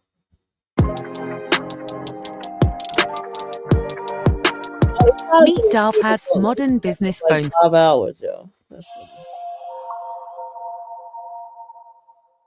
okay. Welcome back to Audiobook Vision. Today, we're diving into the evolution of evil, the science behind humanity's dark side audiobook. Written by Neil Brighton. Don't forget to like, share, and subscribe to become part of our growing community. Let's get started. Introduction. Evil isn't born in the depths of hell, it's born in the depths of us. At some point, every human being has felt a flicker of rage, jealousy, or the cold desire to harm. Most of us suppress it, ashamed even to admit its existence. But suppressing it doesn't make it disappear. Instead, it lingers, waiting for the right conditions to surface. Psychologists call this our shadow self, the part of us capable of cruelty, deception, and moral apathy. The question is not whether we have a dark side. The question is, what will we do with it? This book begins where most discussions of morality end. Rather than asking, what makes someone evil, we ask, how does evil operate within all of us? The latest research in neuroscience and psychology shows that evil is not an external force but an internal potential. Our brains are wired for both compassion and cruelty. Aggression, far from being a glitch, is a fundamental survival trait. Empathy, while powerful, can be selective. Sometimes, we reserve it only for those we deem worthy. These realities challenge the comforting notion that evil is something other people do. History is rife with examples of ordinary people committing extraordinary atrocities. From soldiers who followed genocidal orders to the neighbor who stayed silent while injustice unfolded next door, the capacity for evil doesn't require villainy. It requires opportunity, justification, and sometimes, just the absence of resistance. Social scientists have long studied this phenomenon, from Stanley Milgram's infamous obedience experiments to modern analyses of extremist groups. The findings are chilling. Given the right circumstances, almost anyone can become complicit in harm. But the story of evil doesn't stop at individuals. Technology has created new avenues for cruelty, from online harassment to AI systems that perpetuate bias. Cultural norms dictate what kinds of darkness are condemned and which are quietly tolerated. And power dynamics, from patriarchal systems to authoritarian regimes, shape how evil manifests on a societal scale. The chapters ahead will take you through a journey of unsettling revelations. You'll discover how psychopaths manipulate without remorse, why clowns trigger an instinctive sense of unease, and how groupthink can turn moral people into perpetrators of harm. You'll confront the realities of taboo subjects, such as pedophilia and sexual deviance, not to condone but to understand. And you'll see how fear, shame, and cognitive dissonance allow ordinary evils to thrive in our daily lives. Yet, this book is not about despair. It's about empowerment. I'm going to still try to find Understanding the mechanisms of evil is the first step to dismantling them. By shining a light on our darkest impulses, we can learn to navigate them consciously. Choosing empathy over apathy and courage over compliance, evil may be an inherent part of humanity, but so is the ability to transcend it. Let us embark on this journey, not to revel in the darkness but to transform it into wisdom. Only by understanding the science behind our worst instincts can we hope to cultivate our best selves. Chapter 1. Your Inner Sadist, the Neuroscience of Evil. What would it take for you to inflict pain on another person? This question may evoke immediate discomfort, prompting a swift denial. Perhaps you tell yourself, never. Not me. I couldn't. Such declarations are common, stemming from a fundamental belief in our own morality and capacity for empathy. However, the truth is rarely that simple, and the complexities of human nature often defy our neat classifications of right and wrong. At the core of this complexity lies the brain, our miraculous organ that governs every aspect of who we are, the thoughts we think, the emotions we feel, and the actions we take. This magnificent structure is a network of interconnected pathways, where electrochemical signals travel to orchestrate everything from basic survival instincts to nuanced social interactions. Yet, hidden within the brain's intricate folds are the roots of what we might call evil. These roots manifest as aggression, impulsivity, and a disconcerting capacity to rationalize harm against others. The same neural pathways that allow us to feel profound love for our family and friends can also trigger the darker impulses that lead to violence and cruelty. This duality is not a rare exception. Instead, it is a fundamental aspect of human existence. The fine line between good and evil isn't a wide chasm separating two starkly contrasting realms. It is more akin to a hairline fracture, a delicate seam that, if pressed upon, can lead to unexpected consequences. In exploring this inner landscape,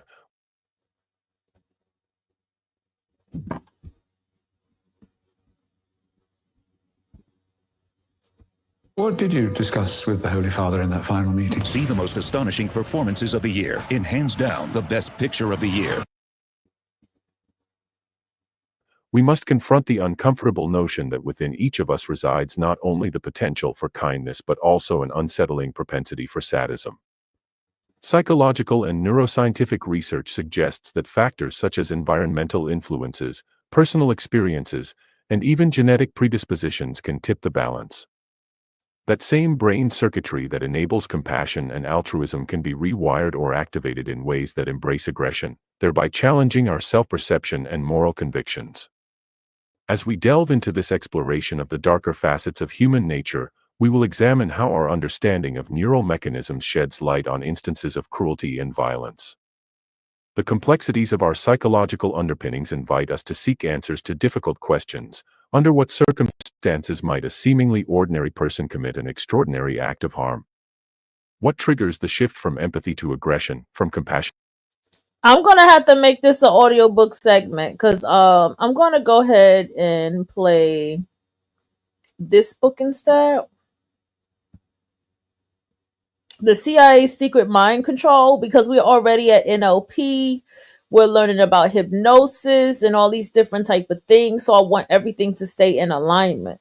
So I'm going to go ahead. If you want to go ahead and listen to that book on your own, definitely. Or just go to the author, Neil Brighton, just go straight to his stuff. And it's like a whole list of things, you know what I'm saying, with him. So, hold on. I'm going to go ahead and play the CIA one. I think this one is like in line with the hypnosis, narcissism. Yeah, let's go. So pull out your notebooks. for notes on the CIA secret mind control programming. In the shadows of the Cold War, the CIA embarked on one of the darkest chapters in the history of psychological experimentation, MKUltra. This clandestine program, shrouded in secrecy and fueled by paranoia, sought to unlock the mysteries of the human mind through any means necessary. And just real From quick, LSD, this is very important to know because you hear MK Ultra so much on like people like Kanye West, people like, I mean, you just name a celebrity and you know, Eminem, whoever. I don't listen to these people. But just like you hear all of these things, right? And let's listen to a book about what this really is and what's really going on, and maybe seeing the MK Ultra in your own life. Have you ever experienced one day you wake up and you're like, hey, I want some Chinese food, and you know you don't like Chinese food, you know what I'm saying? Or you said you don't want to eat meat, and next thing you know you want McDonald's, you know what I'm saying? We need to start discovering like what the fuck is this like that's going on out there, because I know one thing about living in the city. Real quick, then I'm gonna go play this. I'm not gonna talk. I'm not gonna be too long winded. I remember in the city, there was like every weekend for some reason, the scent of the damn food, the Popeyes, the Chinese food, the Waffle House place, all that stuff seemed to just be amplified every Saturday. Like, what the fuck is this? You know what I'm saying? And then also there are times now when you go to even places like Sephora, it smells so goddamn good. It's like Sephora's perfumes are the most stored and best perfume. So we need to understand what is really going on here. So let's go, y'all.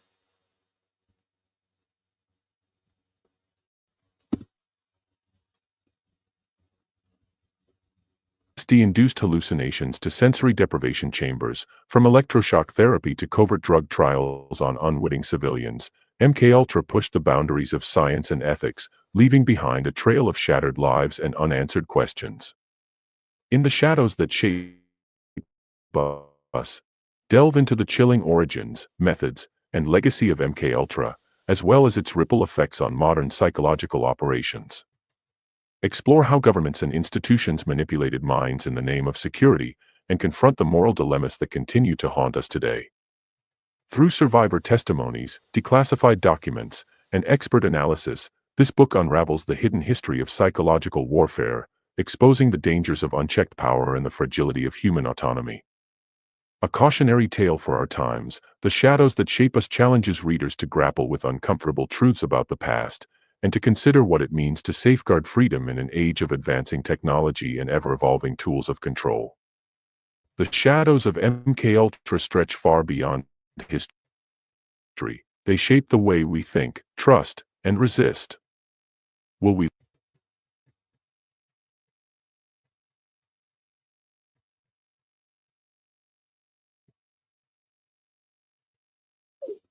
I'm going to take you behind the scenes on how we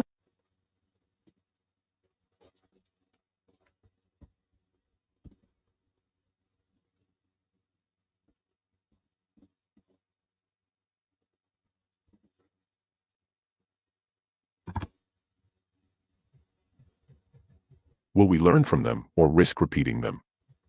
Introduction. A journey into the shadows. Let me take you back to a time when shadows stretched longer than they should, when whispers carried more weight than words spoken aloud. It was an era of secrets, secrets so dark that even those who dared to uncover them often wished they hadn't. This is not just a story about science or espionage, it's a tale of ambition, fear, and humanity's unrelenting quest for power over itself. Welcome to the hidden world of mind control, psychological warfare, and the labyrinthine corridors of one of history's most enigmatic institutions, the Central Intelligence Agency. Imagine this: you wake up in a dimly lit room, disoriented, unsure of how you got there.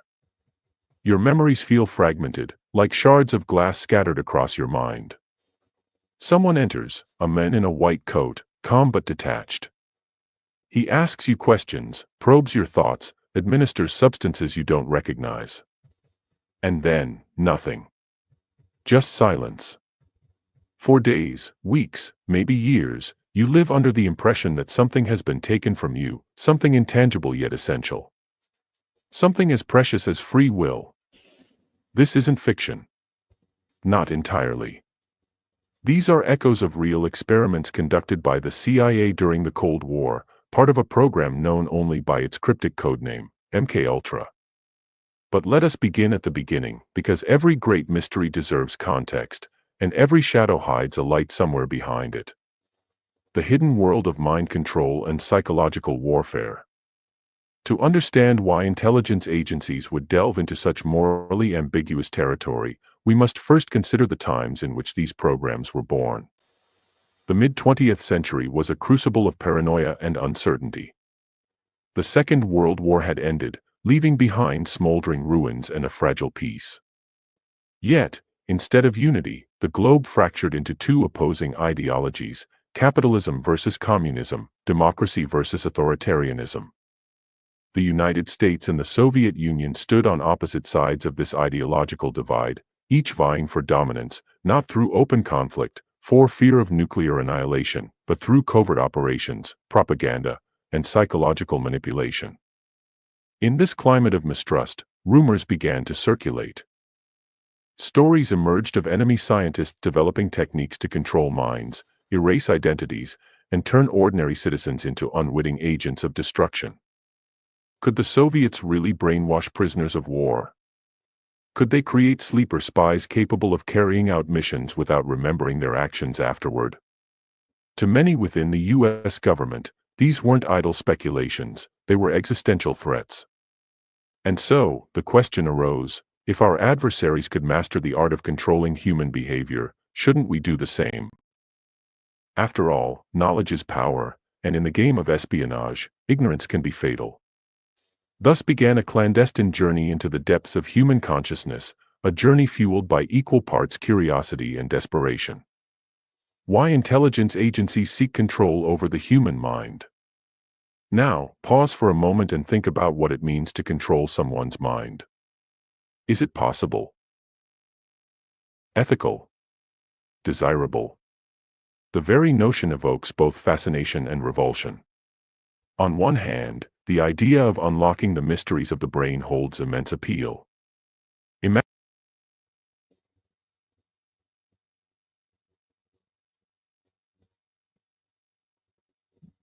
Drowning in influencer marketing chaos? Not sure where to begin? At Popular Page, we have over 100,000 influencers to perfectly match with your brand. Easily pick an influencer and let their content do the work. Our platform keeps the data you need all.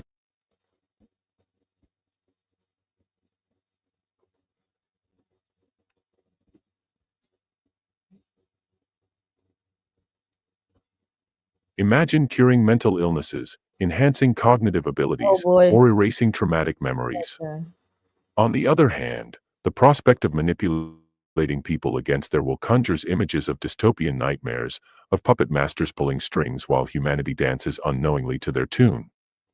For intelligence agencies, however, the allure lies not in philosophical debates but in practical applications. Consider the potential advantages: soldiers immune to interrogation, double agents whose loyalty cannot be questioned, operatives who can infiltrate enemy ranks undetected. In the high-stakes world of international espionage, where information is currency and deception is king, the ability to bend minds becomes a weapon unlike any other. But there's another layer to this obsession, one rooted in primal instincts rather than strategic calculations. Humans have always sought dominion over nature, over animals, over each other. We build walls to keep others out, laws to govern behavior, religions to guide morality. Controlling the mind represents the ultimate frontier in this age-old struggle for supremacy. It's not merely about gaining leverage over enemies, it's about asserting mastery over the self, over chaos, over the unknown. Yet, as with all pursuits of power, there is a price to pay. When you tamper with the essence of what makes us human, the freedom to think, choose, and act, you risk losing sight of your own humanity. And perhaps that is the true horror lurking beneath the surface of programs like MKUltra, the realization that in seeking to dominate others, we may end up enslaving ourselves. Overview of the CIA's involvement in secret psychological experiments. Enter the Central Intelligence Agency, an organization shrouded in secrecy since its inception in 1947. Tasked with protecting American interests abroad, the CIA quickly learned that traditional methods of gathering intelligence, spies, informants, intercepted communications, were insufficient in the face of modern challenges. They needed something more innovative. Something radical. Something that could give them an edge in the shadowy realm of psychological warfare. Thus, in the early 1950s, Project MKUltra was born. Officially classified as a research initiative aimed at understanding chemical, biological, and radiological methods of influencing behavior, MKUltra was anything but benign. Under its umbrella, the CIA funded hundreds of experiments, many of which pushed the boundaries of ethics and legality. Subjects, often unwitting participants recruited from prisons, hospitals, and universities, were subjected to a wide array of treatments: LSD injections, sensory deprivation, hypnosis, electroshock therapy, and even lobotomies. One infamous experiment involved dosing individuals with hallucinogens without their consent, sometimes in public settings, to observe their reactions. Another involved creating Manchurian candidates, individuals programmed to perform specific tasks upon receiving a trigger stimulus. While some tests yielded intriguing results, many left subjects permanently scarred, mentally and physically. What drove the CIA to pursue such extreme measures? Partly, it was the belief that the ends justified the means. In a world teetering on the brink of nuclear catastrophe, no tactic seemed too drastic if it promised security. Partly, it was hubris, the conviction that science could conquer any obstacle, no matter how complex or ethically fraught. And partly, it was fear, the gnawing suspicion that if they didn't act decisively, their enemies might beat them to the punch. By the 1970s, however, cracks began to form in the facade of secrecy surrounding MKUltra. Congressional investigations exposed the program's existence, sparking outrage and calls for accountability. Documents were destroyed, officials resigned, and reforms were implemented, but the damage had already been done. MKUltra remains a chilling reminder of what happens when unchecked ambition collides with moral ambiguity. Echo.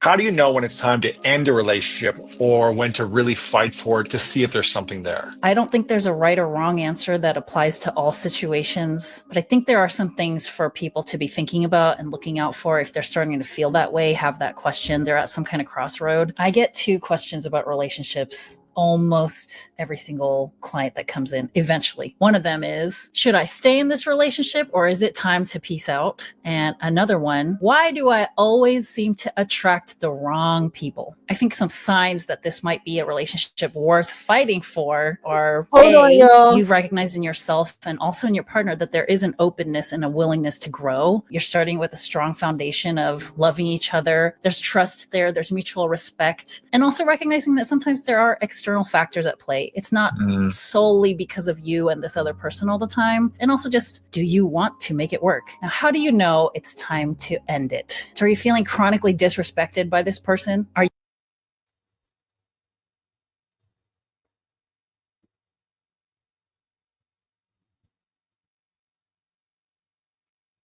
Echoes of the past. As I recount this chapter in history, I invite you to reflect on its implications. Are we truly free, or are we merely products of forces beyond our comprehension? Can we trust those entrusted with safeguarding our freedoms, or does power inevitably corrupt? And perhaps most importantly, what lessons can we draw from the shadows of MKUltra as we navigate an increasingly complex and interconnected world? The answers may lie buried deep within the human psyche, or perhaps they reside in the stories we tell ourselves about who we are and what we value. One thing is certain, the legacy of MKUltra serves as both a warning and a mirror, reflecting the best and worst aspects of our shared humanity. Let us tread carefully, lest we lose ourselves in the pursuit of control. Chapter 1. The Origins of Mind Control Research. Unveiling the Roots of Manipulation. Let us step back further into the mists of history, to a time when humanity first began probing the boundaries of the mind, not with compassion or curiosity, but with cold calculation. Long before MKUltra became a whispered codename in the halls of Langley, long before the CIA dreamed of bending thoughts to its will, others had already walked this treacherous path. Their footsteps echo through the corridors of science and war, leaving behind a legacy that would shape the future of psychological warfare. This is the story of how mind control research was born, a tale woven from ambition, desperation, and the darkest corners of human ingenuity. Early psychological experiments and behavioral conditioning. To understand the origins of mind control, we must begin not with spies or soldiers, but with scientists, men and women who sought to unravel the mysteries of human behavior. In the late 19th and early 20th centuries, psychology emerged as a fledgling discipline, eager to prove itself among the hard sciences. Pioneers like Ivan Pavlov, John B. Watson, and B.F. Skinner laid the groundwork for what would later become the tools of manipulation. Through their experiments, they demonstrated that behavior could be shaped, molded, and controlled, not through force, but through subtle reinforcement. Pavlov's dogs are perhaps the most famous example. By ringing a bell every time he fed his canine subjects, Pavlov conditioned them to salivate at the mere sound of the bell, even when no food was present. It was a simple yet profound discovery. Stimuli could elicit predictable responses. Watson expanded on this idea, arguing that all human behavior, emotions, habits, even personality, was the result of conditioning. His infamous Little Albert experiment involved exposing a toddler to loud noises whenever he touched a white rat, eventually causing him to fear not just the rat, but anything furry. These studies revealed the power of association and repetition, planting seeds that would later grow into more sinister applications. But it wasn't until World War II that these principles were weaponized. Governments realized that understanding and controlling the minds of soldiers and civilians could provide strategic advantages. Propaganda posters plastered cities, radio broadcasts filled airwaves, and films glorified national heroes while demonizing enemies. Yet, propaganda was only the beginning. As nations clashed on battlefields around the globe, another kind of war raged quietly in laboratories and interrogation rooms, the war for the human psyche. Nazi and Soviet brainwashing programs. If there is one word that encapsulates the horrors of Nazi Germany, it is dehumanization. Adolf Hitler's regime viewed individuals not as autonomous beings, but as components of a larger machine, a machine designed to serve the Aryan ideal. To achieve this vision, the Nazis employed brutal methods of indoctrination and coercion. Building AI agents that can speak is now easier than ever. Hi, what would you like to talk about today? Introducing conversational AI with 11 Labs. Build, test, and deploy, all in one platform for the most natural way to communicate with technology. Hey, can I check the status of my order? Yes, of course. Let me check for you now. Your order is due to arrive at around 2 p.m. Building conversational AI agents used to be immensely complex and demand huge resources, but not anymore. Start building your agent by creating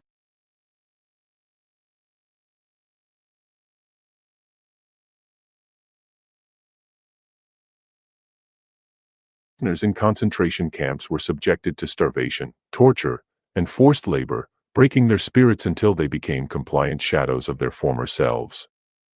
While much of this cruelty was intended to punish and exterminate, some elements of Nazi experimentation hinted at deeper ambitions, the desire to reshape identity itself. One particularly chilling example comes from Dachau, where doctors conducted hypothermia experiments under the guise of medical research. Victims were submerged in icy water or left naked in freezing temperatures, ostensibly to study survival rates. But beneath the surface lay a darker motive, to determine whether extreme physical conditions could alter mental states, rendering prisoners docile and obedient. Though crude by modern standards, these experiments foreshadowed the systematic approach to mind control that would emerge in subsequent decades. Meanwhile, across the Iron Curtain, the Soviet Union pursued its own brand of psychological manipulation. Inspired by Marxist ideology, which emphasized the collective over the individual, Soviet scientists sought ways to erase personal autonomy and replace it with loyalty to the state. They drew heavily on the work of Ivan Pavlov, whose theories aligned neatly with communist ideals of conditioning citizens to conform. One notorious technique involved isolating political prisoners in sensory deprivation chambers, depriving them of light, sound, and social interaction. Over time, the lack of stimulation induced hallucinations, paranoia, and a desperate willingness to comply with interrogators' demands. Perhaps the most infamous Soviet innovation was the use of drugs to extract confessions or implant false memories. Psychotropic substances like scopolamine and sodium thiopental, better known as truth serum, were administered during interrogations, often with devastating effects. Subjects became suggestible, confused, and unable to distinguish reality from fabrication. When combined with relentless questioning and sleep deprivation, these methods proved alarmingly effective at breaking resistance and extracting information, real or imagined. The Soviets also pioneered the concept of reframing an individual's beliefs. Dissidents arrested for anti-government activities were subjected to lengthy sessions of ideological re-education, during which they were forced to renounce their views and embrace party doctrine. Many emerged transformed, not because they truly believed, but because the psychological toll of resisting outweighed the cost of submission. These techniques would later inspire similar programs in other countries, including the United States. Operation Paperclip, recruiting former Nazi scientists. As the smoke cleared from the ruins of World War II, the Allies faced a dilemma: what to do with the vast reservoir of scientific knowledge amassed by the Third Reich. Among the spoils of victory were thousands of German scientists, engineers, and physicians, many of whom had contributed directly to the atrocities committed under Hitler's rule. Some advocated for prosecuting these individuals as war criminals, others saw an opportunity to harness their expertise for the burgeoning Cold War effort. Thus, Operation Paperclip was born, a covert initiative led by the United States to recruit top Nazi scientists and bring them to America. Officially, the program aimed to prevent Soviet access to advanced German technology. Unofficially,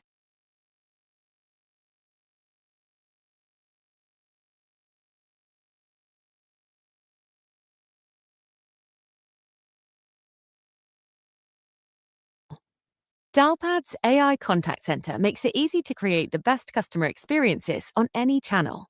It's one beautiful workspace for your calls, messages, meetings, and customer conversations. As a supporting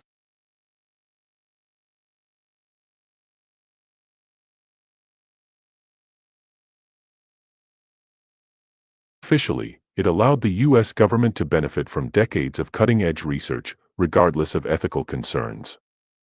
Hundreds of former Nazis received new identities, lucrative contracts, and positions within American institutions, ranging from NASA to pharmaceutical companies. Among these recruits were several figures whose work intersected with mind control research.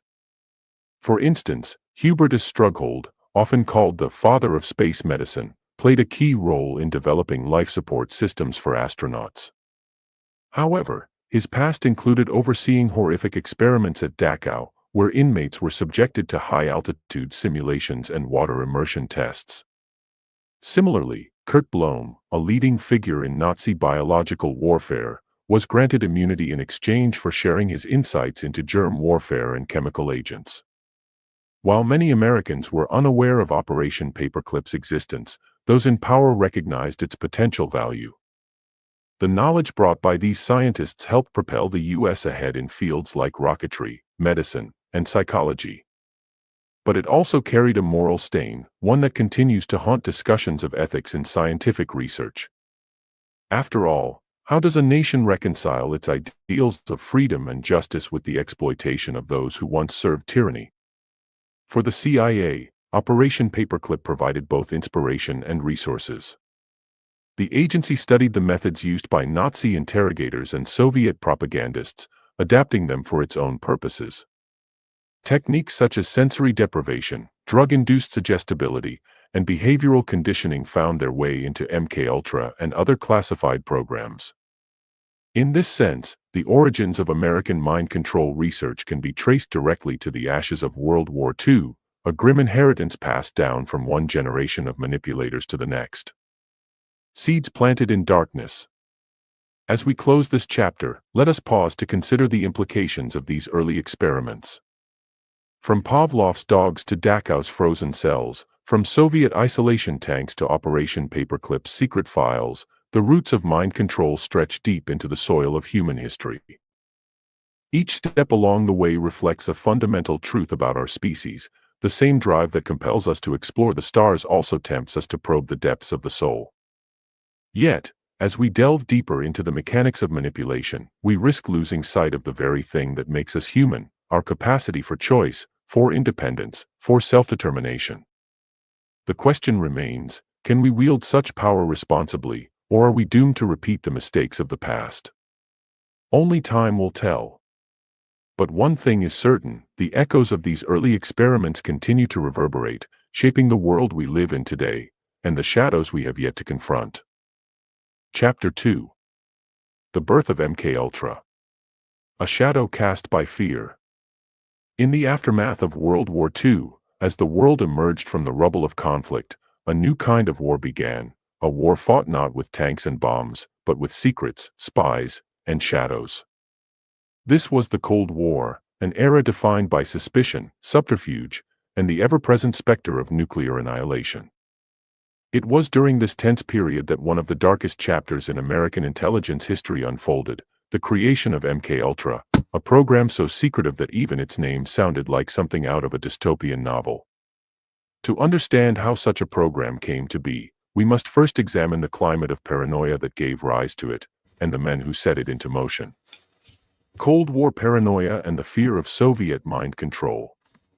The early years of the Cold War were marked by a pervasive sense of dread. On one side stood the United States, championing democracy and capitalism; on the other, the Soviet Union, promoting communism and authoritarianism. Between them lay a fragile peace held together by the terrifying prospect of mutual destruction. But beyond the threat of nuclear war loomed another, more insidious fear, the possibility that the Soviets had unlocked the secrets of mind control.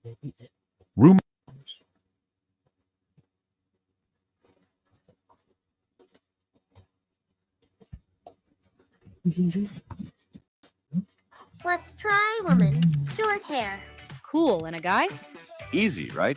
All right, guys, I have You something can to tweak any say. character super fast. Make instant adjustment to your storyboards. My audio without may not starting be the from best because I don't have my microphone in. Okay. What's important to know, also keep in mind, this is Article 107, so I can't just play it without some kind of speaking or teaching or something, okay? So, also, if my audio is not well, please tell me. Damn it. Just come in the back room and just tell me. You know what I'm saying? I'll drop the link. Here's the thing. I think CIA secret mind control programs is very important to know about because I feel like, and I have been saying this for anyone who has known my style of writing and what I have always talked about the world being staged, and I have always taught from that. Listen, I believe, this is just me, that the CIA is a part of a lot of the trickeries and mind games. The CIA, the FBI, all of them are a part of the mind games and trickery of a lot of things in this world. Okay? It's like I've always noticed something interesting always tends to happen. You know, it's like somebody is building something for the community, like something as small as this. They're building something for the community. They're building something for the children in the community. Meaning they got their sponsorships, meaning they got their grants, and they may just just do something conducive, and then it begins to grow into something. And then suddenly and miraculously, somebody either inside of the crew of people that's with them ends up fucking everything up for everybody causing disruption, causing problems, causing mayhem, because it's like that person was put there on purpose to do that. And you can go into the Black Panther example, and I think it just goes deeper than that. I even feel like even in the world of something as simple as social media, that they send people out to cause this kind of confusion and disruption. The person comes off as their intentions is good, that they're saying things that everybody wants to hear. They're grifting off of everything else that everyone else says. And then the next thing you know, they cause chaos and fucking confusion. And it's like, wait a minute. None of us who has ever taught this information or read these books or did anything with this, we've never act like this. But if we may have behaved this way, it's off camera, and we may have made those mistakes, and that's why we're here talking about it in a transparent way. So it's like these people are sent to purposely cause all kind of confusion and problems. Like, another thing, I have to go into Kanye West. It's like, you see what's going on out here. You see the severity of what's going on out here. I did not watch it, but I'm aware of how Diddy treated everybody, because I never liked Diddy. Something about Diddy never rubbed me right. I saw Diddy when I was a teenager, and something even then, I never was big into Diddy like that. So I'm not surprised about anything that Diddy is doing. But he's doing all this, and he's destroying everybody with what he's doing across the board.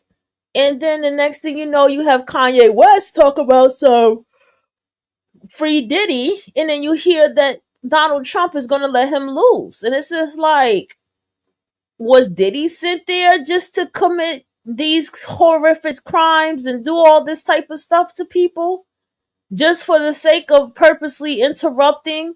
Because I remember, like, at that time, what was going on in hip hop. Now, I'm not a big fan of hip hop. I told you I have my criticism of hip hop. But I remember at that time where hip hop was going, and where people were starting to get a little bit more business savvy, a little bit more business smart. It was a lot of things going on that was good. And so you got this person coming around to just destroy everybody. But I believe the FBI, CIA has a lot to do with that behavior. Now, no way am I defending a Dusty. No way am I defending. We're not going to go there with it. I just use that as an example. Rumors swirled about Soviet scientists experimenting with drugs, hypnosis, and psychological techniques to create obedient soldiers and unbreakable spies. Stories emerged of captured American prisoners of war being subjected to brainwashing during the Korean War, returning home with altered personalities and strange gaps in their memories. These accounts, whether true or exaggerated, fueled widespread panic within the U.S. government. Could the Soviets really manipulate minds? Could they turn ordinary citizens into unwitting agents of espionage? And if so, what could America do to counteract such a threat? For many in Washington, the answer seemed clear: fight fire with fire. If the Soviets were pursuing mind control, then the United States needed to develop its own capabilities, not only to defend against enemy tactics but also to gain the upper hand in psychological warfare. Thus, the stage was set for the CIA to embark on a journey into the unknown, driven by both necessity and ambition. CIA Director Allen Dulles and the formation of MKUltra. At the center of this story stands a figure whose legacy is as controversial as it is enduring: Allen Welsh Dulles, the longest-serving director of the Central Intelligence Agency. A suave, cigar-smoking diplomat turned spymaster, Dulles embodied the contradictions of his time. He was a man of charm and intellect, yet ruthless in his pursuit of power. Under his leadership, the CIA evolved from a fledgling organization into a formidable force capable of influencing global events through covert operations. Dulles understood better than most the importance of staying ahead in the intelligence game. When reports of Soviet mind control experiments reached his desk, he wasted no time in taking action. In 1953, under his directive, the CIA launched a highly classified program codenamed MKUltra, a cryptic moniker derived from the agency's system of naming projects. The MK prefix referred to mind control.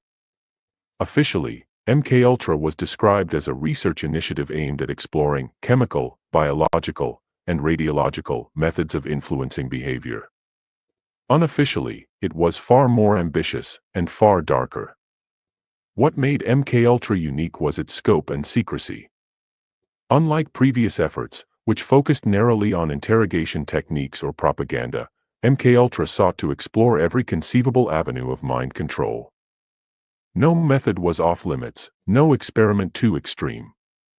From hallucinogenic drugs to sensory deprivation chambers, from electroshock therapy to hypnosis, the program pushed the boundaries of science and ethics alike. And because it operated under the radar, shielded by layers of bureaucracy and code names, few outside the inner circle knew of its existence. Dulles himself played a hands-on role in shaping Ultra's direction. His fascination with psychoactive substances stemmed partly from personal experience. He reportedly dabbled in LSD, courtesy of Dr. Sidney Gottlieb, the chemist who became the program's chief architect. Gottlieb, a brilliant but enigmatic figure, shared Dulles' belief that altering consciousness could yield revolutionary breakthroughs. Together, they envisioned a future where the human mind could be rewired at will, a future where loyalty, obedience, and truth itself were malleable commodities. Objectives: creating techniques for interrogation, manipulation, and psychological domination. So, what exactly did the architects of MKUltra hope to achieve? At its core, the program had three primary objectives: interrogation, extracting information from unwilling subjects without leaving physical evidence.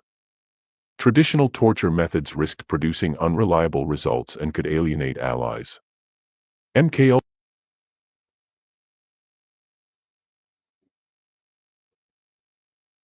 Here's why you should definitely publish your book. I believe this quote by Toni Morrison sums it up best. If there is a book you want to read, but it hasn't been written yet, then you must write it.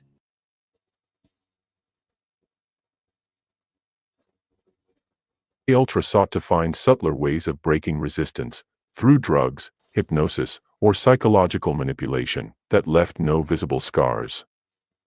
Manipulation, turning individuals into tools of the state. Whether creating double agents, programming assassins, or planting false memories, the ultimate goal was to exert complete control over someone's thoughts and actions. This included developing Manchurian candidates, individuals conditioned to carry out specific tasks upon receiving a trigger stimulus, then forgetting everything afterward. Psychological domination, understanding and exploiting the vulnerabilities of the human psyche. By mapping the mechanisms of fear, desire, and suggestion, the CIA hoped to craft strategies for destabilizing enemies and bolstering allies. This extended beyond individual targets to entire populations, using mass media, propaganda, and cultural influence to shape public opinion. To accomplish these goals, MKUltra funded hundreds of experiments across the United States and Canada. Universities, hospitals, prisons, and private institutions became unwitting partners in the program, their researchers often unaware of the true nature of their work. Subjects ranged from volunteers to unsuspecting civilians, including drug addicts, mental patients, and marginalized communities. Many were never informed of the risks involved, nor did they give meaningful consent. Some walked away scarred for life, others didn't walk away at all. One particularly infamous experiment took place at the Lexington Narcotics Hospital in Kentucky, where inmates addicted to heroin were offered doses of LSD in exchange for participation in studies. Over months and sometimes years, these men endured repeated administrations of the drug, leading to severe psychological trauma. Similar tests occurred at McGill University in Montreal, where psychiatrist Ewan Cameron conducted experiments involving sensory deprivation, electroconvulsive therapy, and tape-looped messages designed to overwrite patients' personalities. Funded in part by the CIA, Cameron's work left countless victims permanently damaged, their identities erased in the name of scientific progress. Despite the vast resources poured into MKUltra, tangible successes remained elusive. While some experiments yielded intriguing data, none produced the reliable methods of mind control the CIA had hoped for. Instead, the program left behind a trail of ethical violations, shattered lives, and unanswered questions. Yet, for those involved, failure was not an option. The stakes were simply too high. The price of power. As we reflect on the birth of MKUltra, it becomes clear that the program was born not out of malice alone, but out of a toxic mix of fear, ambition, and hubris. Faced with the perceived threat of Soviet mind control, the CIA chose to venture down a path fraught with moral ambiguity. In doing so, it crossed lines that should never have been crossed, sacrificing principles in the name of security. But perhaps the most unsettling aspect of I'm my commercial. One second.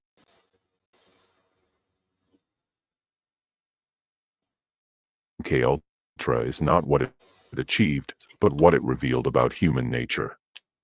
Time and again, history has shown us that when given the opportunity to, it means losing ourselves in the process.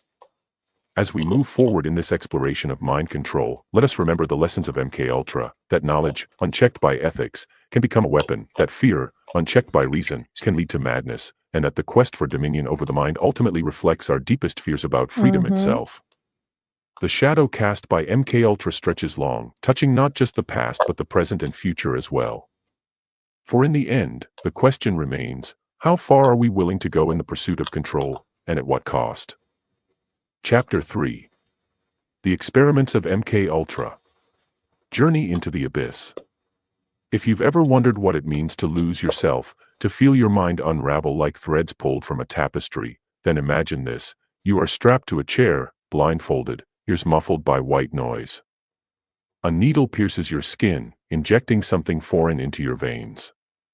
Within moments, reality begins to warp. Colors bleed together, voices twist into whispers, and time itself seems to stretch and snap. This is not science fiction. This is MKUltra, the clandestine program where the CIA probed the darkest corners of human consciousness in search of control. What follows is an exploration of the methods used in these experiments, methods so extreme they blur the line between scientific inquiry and outright cruelty. From psychoactive drugs to sensory deprivation, from hypnosis to electroshock therapy, the tools of MKUltra were as varied as they were invasive. Each technique was designed to break down barriers within the human psyche, to reshape thoughts, memories, and emotions according to the will of those wielding the instruments of manipulation. Let us descend into this abyss, step by harrowing step. The use of LSD and other psychoactive drugs. At the heart of MKUltra's experimental arsenal lay one substance above all others, LSD, lysergic acid diethylamide, a potent hallucinogen discovered in 1938 by Swiss chemist Albert Hofmann. Initially studied for its potential therapeutic applications, LSD quickly captured the attention of intelligence agencies due to its ability to profoundly alter perception and cognition. To the CIA, it represented both a weapon and a key, a way to unlock hidden truths buried deep within the subconscious. Under the direction of Dr. Sidney Gottlieb, often referred to as the Black Sorcerer of MKUltra, the agency conducted hundreds of tests involving LSD. How important is it for us to improve the quality of our emotional and mental health in all relationships? If people are wondering how is Some experiments took place in controlled settings, such as laboratories or psychiatric hospitals, while others occurred in more surreptitious environments. In one infamous case, unwitting civilians were dosed with the drug without their knowledge or consent, sometimes in public spaces like bars or offices. The goal: to observe how individuals reacted when thrust into altered states of consciousness, and whether such reactions could be harnessed for interrogation or sabotage. One particularly chilling episode unfolded at the Lexington Narcotics Hospital in Kentucky. Addicted inmates were offered doses of heroin in exchange for participating in LSD trials. Over weeks, months, and even years, these men were repeatedly administered the drug, enduring intense hallucinations, paranoia, and dissociation. Many emerged psychologically shattered, their minds fractured beyond repair. Yet, to the researchers involved, these casualties were merely collateral damage in the pursuit of knowledge. Other psychoactive substances also played a role in Coulter's experiments. Mescaline, psilocybin, and various synthetic compounds were tested for their effects on memory, suggestibility, and emotional stability. Some studies focused on creating amnesia-inducing cocktails that could erase specific memories while leaving others intact, a concept straight out of Orwellian nightmares. Others explored the use of truth serums like sodium pentothal, hoping to extract reliable information from resistant subjects. While none of these efforts yielded consistent results, they underscored the lengths to which the CIA was willing to go in its quest for mastery over the mind.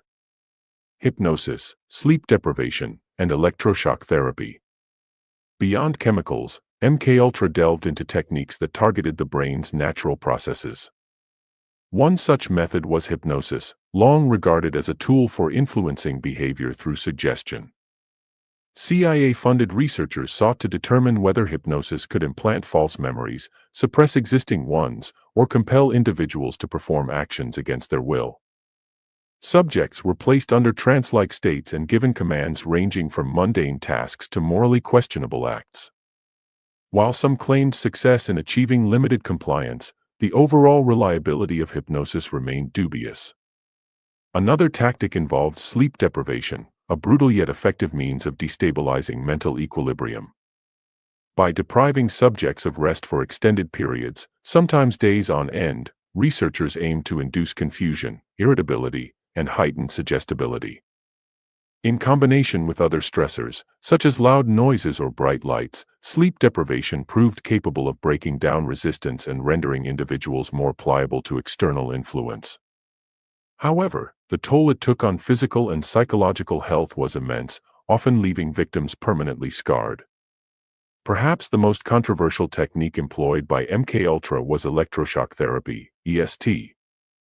Originally developed as a treatment for severe mental illness, EST involves passing electrical currents through the brain to induce seizures. Proponents argued that it could reset neural pathways, alleviating symptoms of depression or schizophrenia. Critics, however, decried it as barbaric, citing evidence of memory loss, cognitive impairment, and trauma among patients. In the hands of MKUltra operatives, EST became a tool of coercion rather than healing. Psychiatrists like Dr. Ewan Cameron, funded by the CIA, subjected unsuspecting patients to high-voltage shocks combined with sensory deprivation and repetitive audio recordings. Known as psychic driving, this approach sought to overwrite existing personalities with new ones programmed through relentless exposure to scripted messages. The results were catastrophic. Many participants lost their sense of identity entirely, emerging as hollow shells devoid of autonomy or self-awareness. Sensory deprivation and extreme psychological conditioning. Of all the methods explored by MKUltra, few were as insidious, or as effective, as sensory deprivation. By isolating individuals from external stimuli, researchers hope to strip away distractions and force the mind inward, making it more susceptible to manipulation.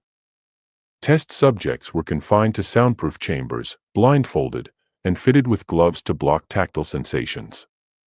White noise machines drowned out ambient sounds, while temperature-controlled environments eliminated variations in touch. Hours turned into days as participants floated in a void of nothingness, their minds left to wander aimlessly. The effects were profound and terrifying. Prolonged sensory deprivation induced vivid hallucinations, disorientation, and paranoia. Some subjects reported hearing voices or seeing visions. Others became convinced they were losing their grip on reality altogether. For the CIA, this state of vulnerability presented an opportunity. By introducing carefully crafted stimuli during these episodes, they believed they could implant suggestions or trigger specific responses. Though difficult to replicate consistently, sensory deprivation demonstrated the fragility of human perception and the ease with which it could be disrupted. Coupled with sensory deprivation was extreme psychological conditioning, a method borrowed from earlier work by behaviorists like Pavlov and Skinner. Researchers sought to create associations between certain stimuli and desired behaviors, reinforcing compliance through rewards or punishments. For example, prisoners might receive food only after performing a particular task, while disobedience resulted in further isolation or discomfort. Over time, this process aimed to instill automatic obedience, bypassing conscious thought entirely. One notable experiment involved pairing sensory deprivation with LSD administration, amplifying the disorienting effects of both techniques. Participants found themselves trapped in surreal landscapes of their own creation, unable to distinguish fantasy from reality. Interrogators exploited this confusion, feeding subjects false narratives or commands designed to elicit cooperation. While the outcomes varied, the underlying principle remained clear. By dismantling the structures of normalcy, the CIA hoped to rebuild them according to its own design. The fragility of the human psyche. As we emerge from this descent into the experiments of MKUltra, let us pause to reflect on what we have witnessed. What began as a scientific endeavor quickly devolved into a moral quagmire, exposing the limits of human endurance and the dangers of unchecked ambition. Whether through LSD-induced hallucinations, hypnotic trances, or sensory deprivation tanks, the architects of MKUltra sought to bend the mind to their will, but at what cost? The stories of those who endured these experiments serve as stark reminders of the fragility of the human psyche. We pride ourselves on our rationality, our resilience, our capacity for free thought. Yet, as MKUltra revealed, these qualities are far more precarious than we care to admit.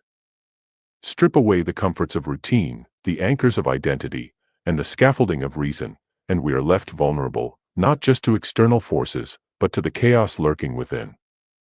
But perhaps the greatest tragedy of MKUltra lies not in its failures, but in its successes. For every shattered life, every erased memory, every coerced confession, there exists the haunting possibility that someone, somewhere, achieved precisely what they set out to do: control another human being completely. And if that is true, then the question remains: who decides when such power is justified, and who ensures it is never misused again? As we move forward, let us carry with us the lessons of MKUltra, that the pursuit of dominion over the mind carries with it the risk of losing our humanity. That fear, unchecked, can drive us to commit atrocities in the name of security. And that the shadows cast by such endeavors linger long after the experiments have ended, shaping the world in ways we may never fully understand.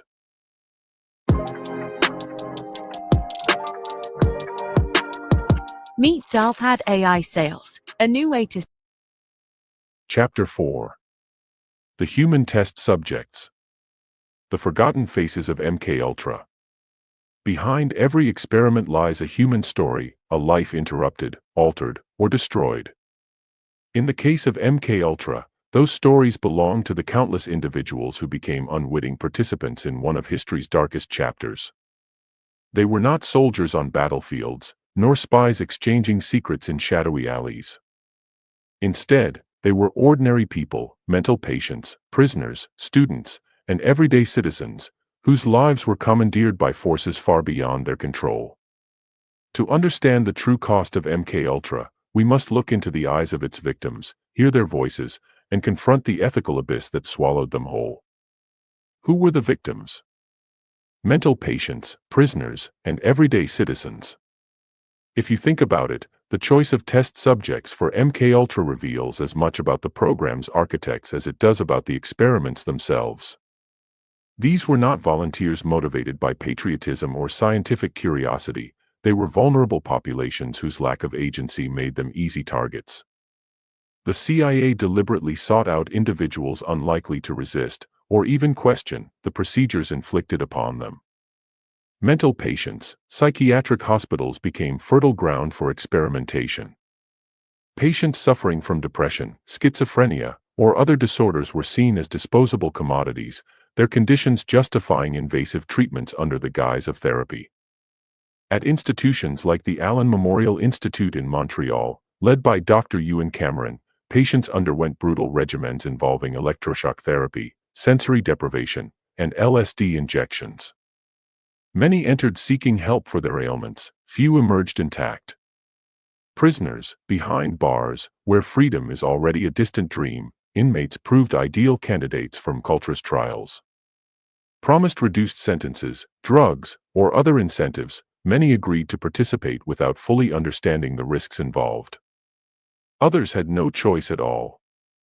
In places like the Lexington Narcotics Hospital in Kentucky, addicted prisoners were given doses of LSD in exchange for heroin, a Faustian bargain that left them psychologically scarred for life. Everyday citizens, perhaps most chillingly, some experiments targeted unsuspecting civilians.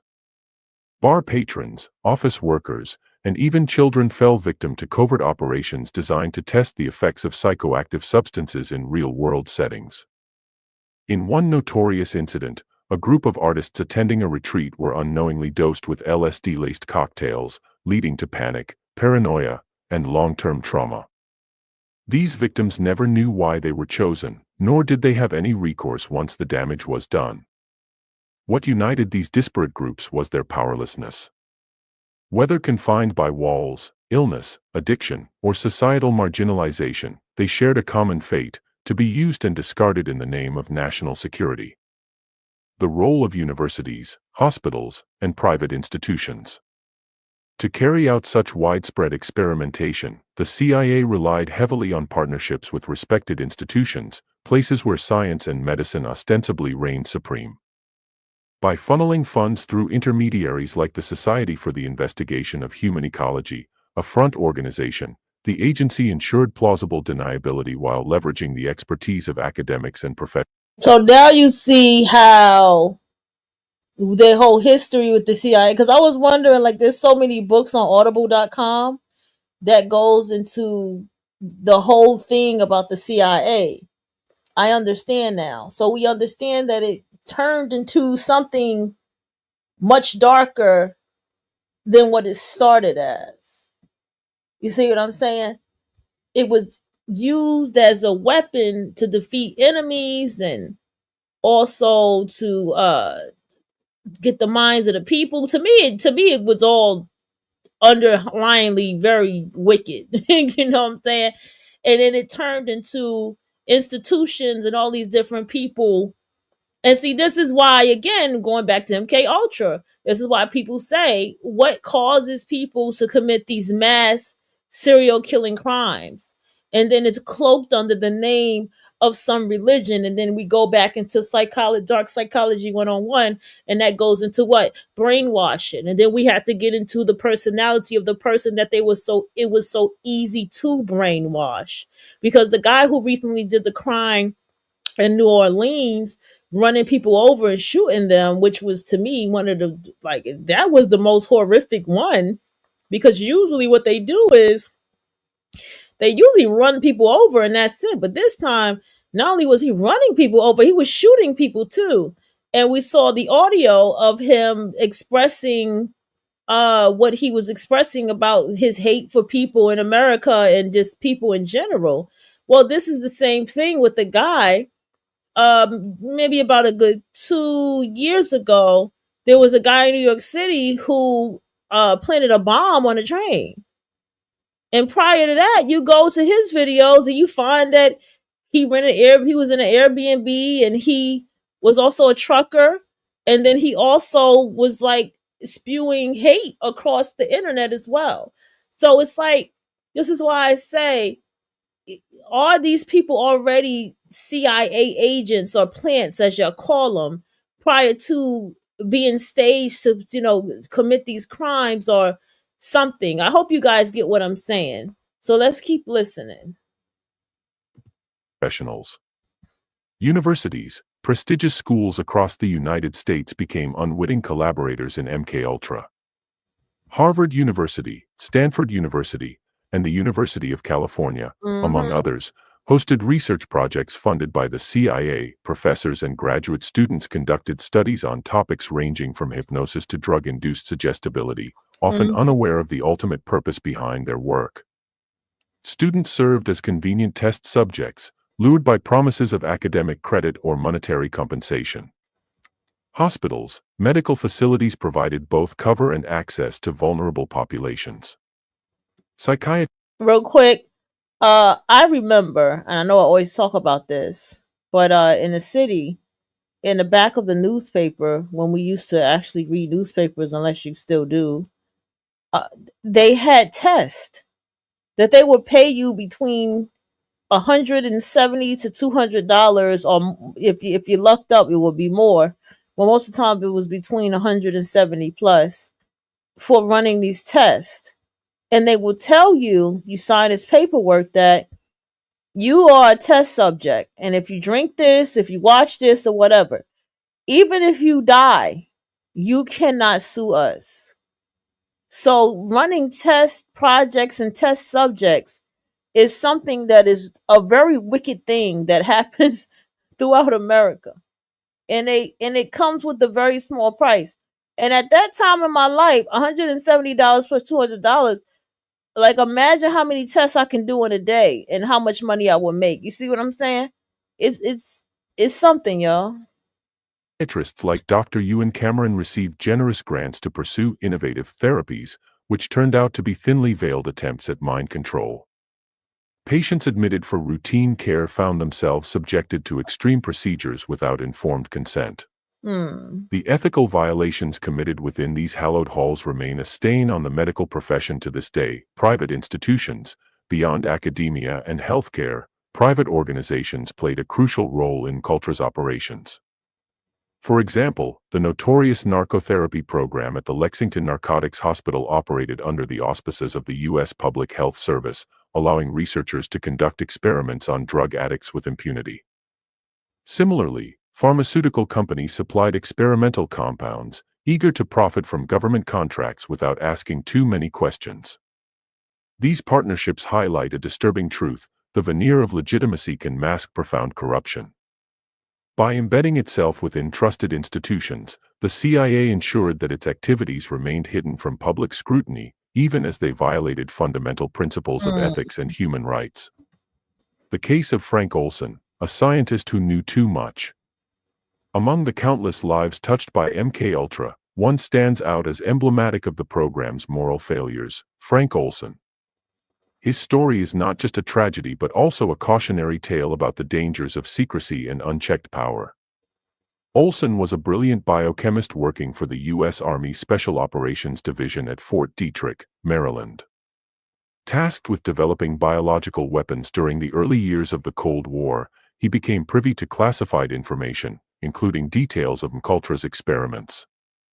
In November 1953, Olson attended a secret meeting at Deep Creek Lake, Maryland, where he and several colleagues were unknowingly dosed with LSD by Dr. Sidney Gottlieb himself. The goal: to observe how the drug affected behavior in a controlled setting. For Olson, the experience proved catastrophic. Overwhelmed by paranoia and despair, he confided in friends and family about his involvement in unethical research. Just days later, he plummeted to his death from the 13th floor of a New York City hotel. Officially ruled a suicide, Olson's death raised suspicions almost immediately. Was he murdered to silence him? Or did the psychological toll of his LSD exposure drive him to take his own life? Decades later, declassified documents revealed that Olson had expressed doubts about continuing his work with the CIA. Some believe he intended to blow the whistle on MKUltra's atrocities, making him a liability to those invested in keeping the program secret. Whatever the truth, Olson's demise underscores the human cost of MKUltra, not only for its direct victims but also for those caught in its web of deception. In 1994, Olson's family exhumed his body, hoping modern forensic techniques might shed light on the circumstances surrounding his death. While conclusive evidence remains elusive, the case continues to haunt discussions of government accountability and transparency. It serves as a stark reminder that when power operates in darkness, lives are inevitably lost, and justice delayed becomes justice denied. The weight of silence. As we reflect on the human test subjects of MKUltra, let us remember that behind every statistic lies a person, a mother, father, sibling, or child whose life was irrevocably changed by forces they could neither comprehend nor resist. Their suffering reminds us of the fragility of trust, the peril of unchecked authority, and the enduring need for vigilance in safeguarding human dignity. The institutions that facilitated these experiments bear responsibility not only for their actions but also for their silence. By turning a blind eye to ethical violations, They betrayed the very ideals of progress and compassion upon which they were founded. And yet, their complicity raises uncomfortable questions. How often do we allow ourselves to be complicit in systems of harm, whether knowingly or unknowingly? When does convenience outweigh conscience? Finally, the case of Frank Olson challenges us to consider the price of speaking truth to power. In a world where secrecy reigns supreme, whistleblowers risk everything to expose wrongdoing. But their courage demands more than admiration, it requires action. We owe it to Olson, and to all those silenced by MKUltra, to demand accountability, to seek justice, and to ensure that such abuses are never repeated. For the victims of MKUltra, there can be no undoing what was done. But perhaps, in remembering their stories, we can honor their humanity, and commit ourselves to building a future where no one is sacrificed in the name of science, security, or ambition. Chapter 5. Operation Midnight Climax and Covert Testing. The shadows behind closed doors. Imagine a city at night, its streets alive with the hum of neon lights and whispered promises. In the underbelly of San Francisco, New York, and other urban centers, something far darker than vice or crime unfolded, something orchestrated not by criminals, but by men in suits carrying briefcases stamped with government seals. This was Operation Midnight Climax, one of MKUltra's most infamous subprojects, where the CIA transformed brothels and safe houses into laboratories for mind control experiments. Here, amidst velvet curtains and dimly lit rooms, unsuspecting civilians became guinea pigs in a covert war waged against the human psyche. To understand the audacity and depravity of this operation, we must delve into the mechanics of how it worked, who was involved, and what these experiments revealed about the lengths to which the CIA would go in pursuit of psychological dominance. The use of brothels and safe houses for mind control experiments. At first glance, the idea of using brothels as testing grounds seems almost absurd, a plot ripped from pulp fiction rather than reality. CASA is in the business of changing lives. We do that through affordable housing development and property management. We create these opportunities through partnerships to create housing for individuals that are homeless and those at risk of becoming homeless. CASA focuses on those that experience barriers when looking for housing, which can include veterans, individuals and families that are fleeing domestic violence, those that are homeless, those that are experiencing homelessness, those that are disabled, and those that are non-disabled. And those that have just experienced a lot of barriers when trying to find affordable housing. We see daily the struggles and complications that people face. And so CASA does what it can to eliminate those barriers by setting their rent at 30% of their income. Tenants are guaranteed that they can set a monthly budget for themselves and have an opportunity to use the other 70% of their income for future expenses that they may incur throughout the month. The immediate benefits that I see tenants experience is peace. Folks are enthused and really happy to have that roof over their head. The feeling of safety, peace of mind, belonging. It allows them to think about things other than the basic needs. They are able to think about the future. They're able to think about that next job. They're thinking about their children and their education, and they're able to really think about ending homelessness for them and for future generations. Once a tenant moves into their apartment, we see that their physical and mental health improves tremendously.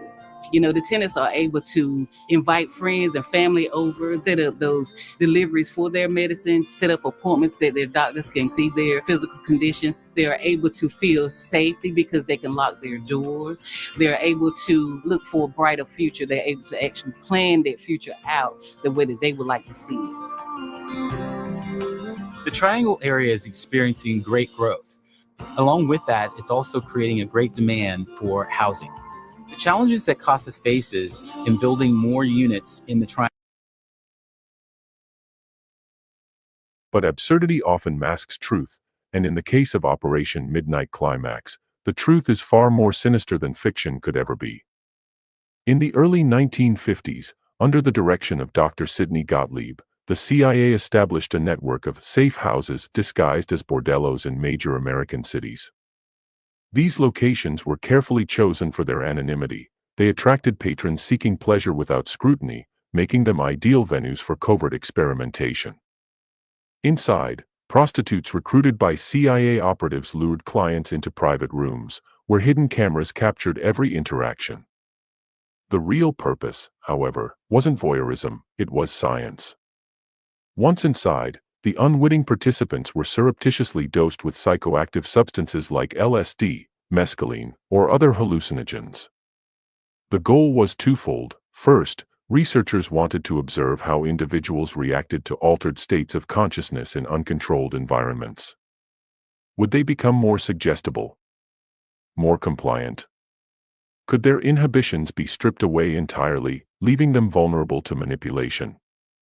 Second, the CIA sought to refine techniques for administering drugs covertly, through spiked drinks, cigarettes, or even aerosol sprays, without detection.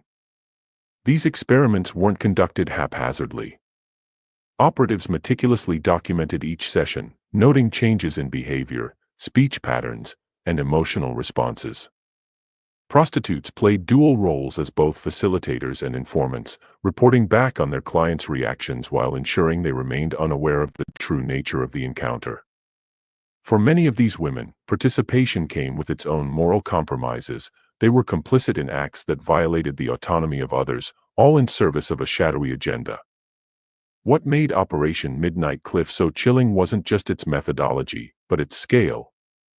Over several years, hundreds, if not thousands, of civilians fell victim to these covert tests. Most never suspected a thing. They left the brothels disoriented, confused, or worse, haunted by experiences they couldn't explain. And because the program operated under layers of secrecy, there was no accountability, no recourse for those whose lives were irrevocably changed. CIA-backed drug experiments on unwitting individuals. While Operation Midnight Climax focused on urban settings, the CIA's drug experiments extended far beyond brothels. Across the United States, operatives tested hallucinogens and behavior-altering substances on a wide range of targets, from ordinary citizens to military personnel. No demographic was spared, not students, not office workers, not even children. One particularly disturbing aspect of these experiments was their sheer unpredictability. Unlike clinical trials conducted in controlled environments, CIA-backed tests prioritized spontaneity over safety. Subjects were often given high doses of LSD or other psychoactive compounds without any preparation or medical supervision. The results ranged from mild confusion to full-blown psychotic episodes. Some victims experienced temporary amnesia, forgetting entire days or weeks of their lives. Others suffered long-term psychological damage, including chronic anxiety, depression, and paranoia. Take, for example, an incident involving a group of artists attending a weekend retreat in California. Unbeknownst to them, their cocktails had been laced with LSD. As the drug took effect, chaos erupted. Participants reported vivid hallucinations, overwhelming fear, and a loss of connection to reality. One man reportedly attempted to jump out of a second-story window, convinced he could fly. Another woman spent hours screaming uncontrollably, believing she was being attacked by invisible forces. When the effects finally wore off, none of them understood what had happened, or why. Such incidents were not isolated anomalies, they were deliberate tactics designed to push the boundaries of human tolerance. By observing how different people responded to various stimuli, researchers hoped to identify patterns that could be exploited for interrogation, coercion, or psychological warfare. Yet, despite the wealth of data collected, the practical applications remained elusive.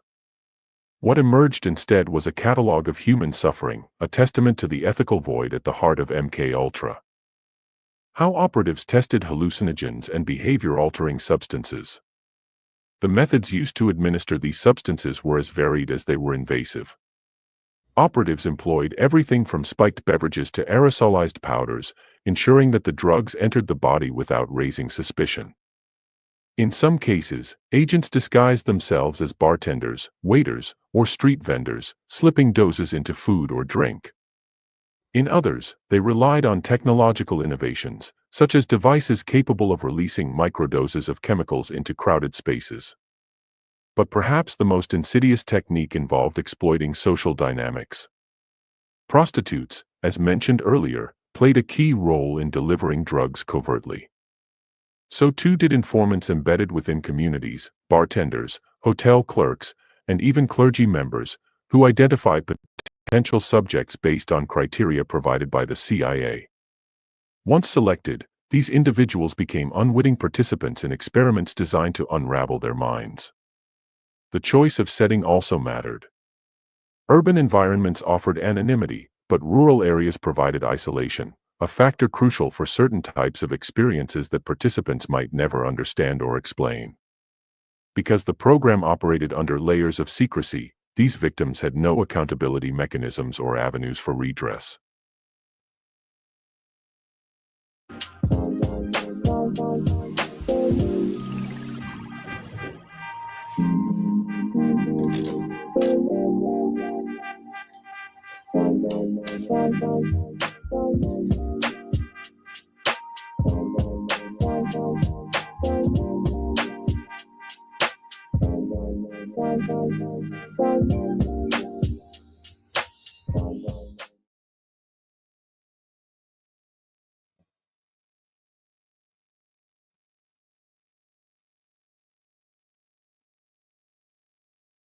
Building AI agents that can speak is now easier than ever. Hi, what would you like to talk about today? Introducing conversational AI with 11 Labs. Build, test, and deploy, all in one platform for the most natural way to communicate with technology. Hey, can I check the status of my order? Yes, of course. Let me check for you now. Your order is due to arrive at around 2 p.m. Building conversational AI agents used to be immensely complex and demand huge resources, but not anymore. Start building your agent by creating a voice or exploring our vast high-quality library to discover one that's perfect for your application. Hello and welcome to DHK Online. How can I help you today? With a wide range of the best LLMs to choose from, you can then upload your knowledge base and define the goal and personality of your agent. Or alternatively, you can integrate your own server to take full control. Hi, this is Eric from Bound Events. How can I help?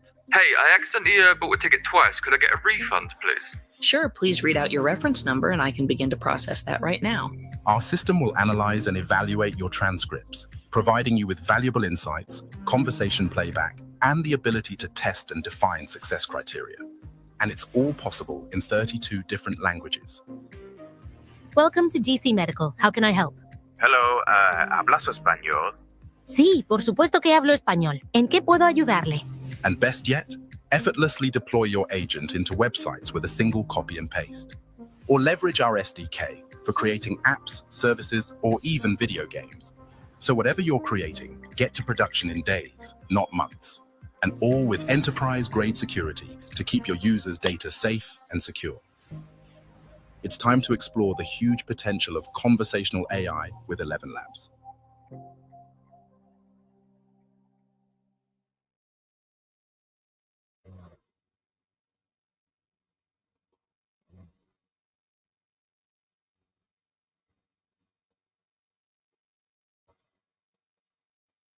CIA-supported drug experiments on unwitting individuals. While Operation Midnight High was primarily focused on urban settings, CIA drug experiments extended far beyond brothels. Across the United States, agents tested hallucinogens and behavior-altering substances on a variety of targets, from ordinary citizens to military personnel. No demographic group was spared: students, office workers, and even children. A particularly disturbing aspect of these experiments was their complete unpredictability.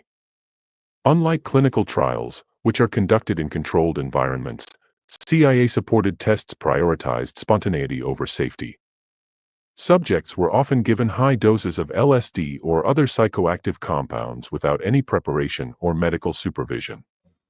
Results ranged from mild confusion to full-blown psychotic episodes. Some victims experienced brief amnesia, forgetting days or weeks of their lives. Others suffered long-term psychological damage, including chronic anxiety, depression, and paranoia. Take, for example, the incident at an artist-in-residence weekend retreat in California. Unknown to them, their cocktails were spiked with LSD. As the drug took effect, chaos erupted.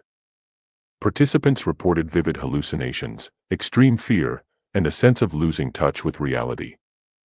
One man reportedly tried to jump from a second-story window, believing he could fly. Another woman spent hours screaming, believing she was being attacked by invisible forces. When the effects finally wore off, none of them understood what had happened, or why.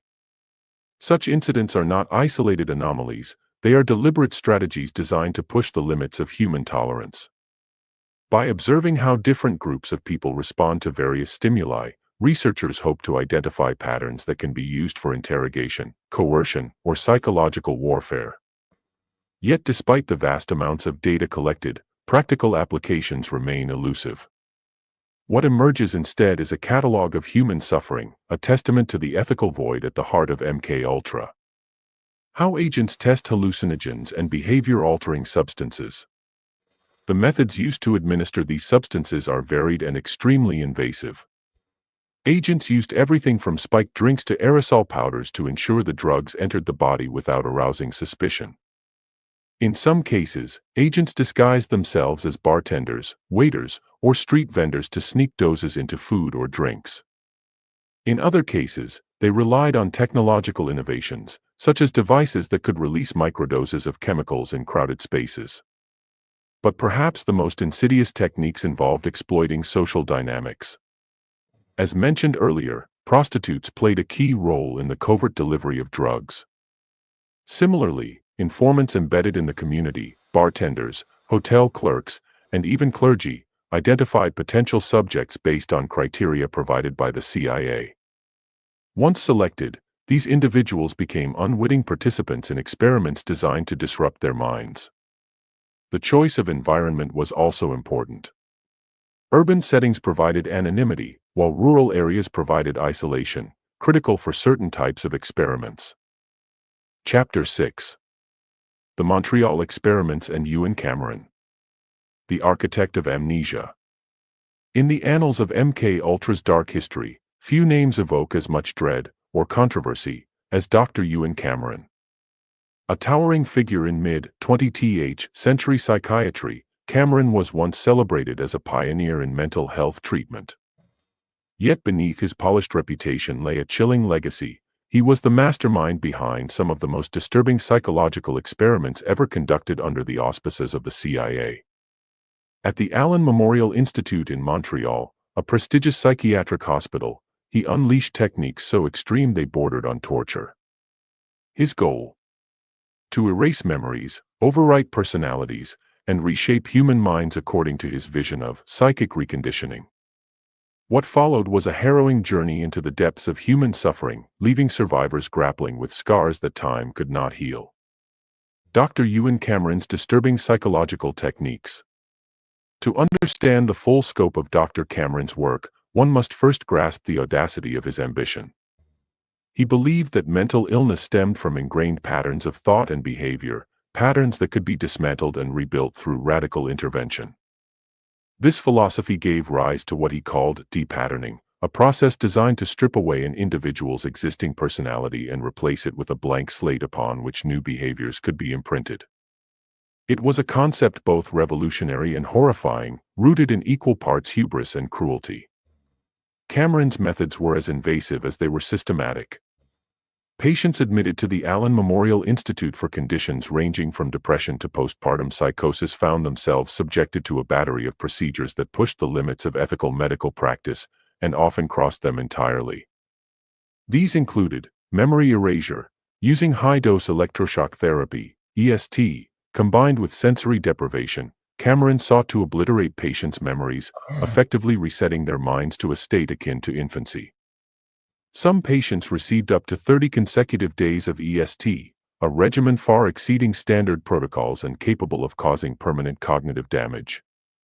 Forced drugging. Patients were administered cocktails of sedatives, barbiturates, and hallucinogens without their informed consent. In some cases, these drugs induced prolonged comas lasting weeks or even months, during which patients were isolated in padded rooms and deprived of external stimuli, extreme electroshock therapy, unlike traditional EST, which involved brief bursts of electricity to induce controlled seizures. Cameron's version used higher voltages and longer durations. The result was catastrophic for many patients, who emerged unable to recognize loved ones, perform basic tasks, or recall significant portions of their lives. Psychic driving, perhaps the most infamous aspect of Cameron's experiments, was his use of repetitive audio recordings, known as psychic driving, to implant new thoughts and behaviors. Patients in drug-induced stupors or sensory deprivation chambers were forced to listen to loops of pre-recorded messages for hours on end. These messages ranged from simple affirmations, "You are a good person," to more complex directives aimed at reshaping identity. The relentless repetition was intended to overwrite old neural pathways and create new ones, but instead, it often left patients disoriented and emotionally shattered. What made Cameron's work especially insidious was its veneer of legitimacy. As president of the American Psychiatric Association and a respected figure in global mental health circles, he wielded immense influence. His research attracted funding not only from the Canadian government but also from the CIA, which saw potential applications for mind control in espionage and interrogation. For the agency, Cameron represented the perfect ally, a brilliant scientist willing to push boundaries others dared not touch. Memory erasure, forced drugging, and extreme electroshock therapy. To witness the full horror of Cameron's experiments is to confront the fragility of human identity. Imagine waking up in a sterile room, your mind foggy and fragmented. You struggle to remember your name, your family, your past. Voices echo around you, repeating phrases you don't understand. Your body feels foreign, disconnected from your will. This was the reality for hundreds of patients who passed through Cameron's care, or rather, his laboratory. One survivor, Janet Merrill, described her ordeal in haunting detail. Admitted to the Allen Memorial Institute in the late 1950s for mild postpartum depression, she expected counseling and support. Instead, she endured months of brutal treatments. First came the electroshock sessions, which left her convulsing violently and unable to speak. Then came the drugs, which plunged her into a coma-like state. Finally, there was the sensory deprivation chamber, where she floated in darkness, listening to endless loops of recorded voices telling her she was worthless. By the time she left the institute, Merrill had lost nearly all memory of her life before admission. She couldn't recognize her husband or children, nor could she return to her job as a teacher. Her recovery took decades, and even then, fragments of her former self remained irretrievably lost. Another victim, Velma Orlikow, became a vocal advocate for accountability after discovering the true nature of her treatment years later. Originally seeking help for anxiety, Orlikow underwent Cameron's depatterning program, emerging with severe memory loss and debilitating emotional trauma. Like many survivors, she spent years piecing together what had happened to her, filing lawsuits against the US and Canadian governments for their roles in funding and enabling the experiments. Though she eventually won a settlement, no amount of money could restore what had been taken from her. These stories are not anomalies, they are representative of the widespread devastation wrought by Cameron's techniques. Survivors describe feelings of profound alienation, not just from others, but from themselves. Many struggled with chronic depression, PTSD, and dissociative disorders long after leaving the hospital.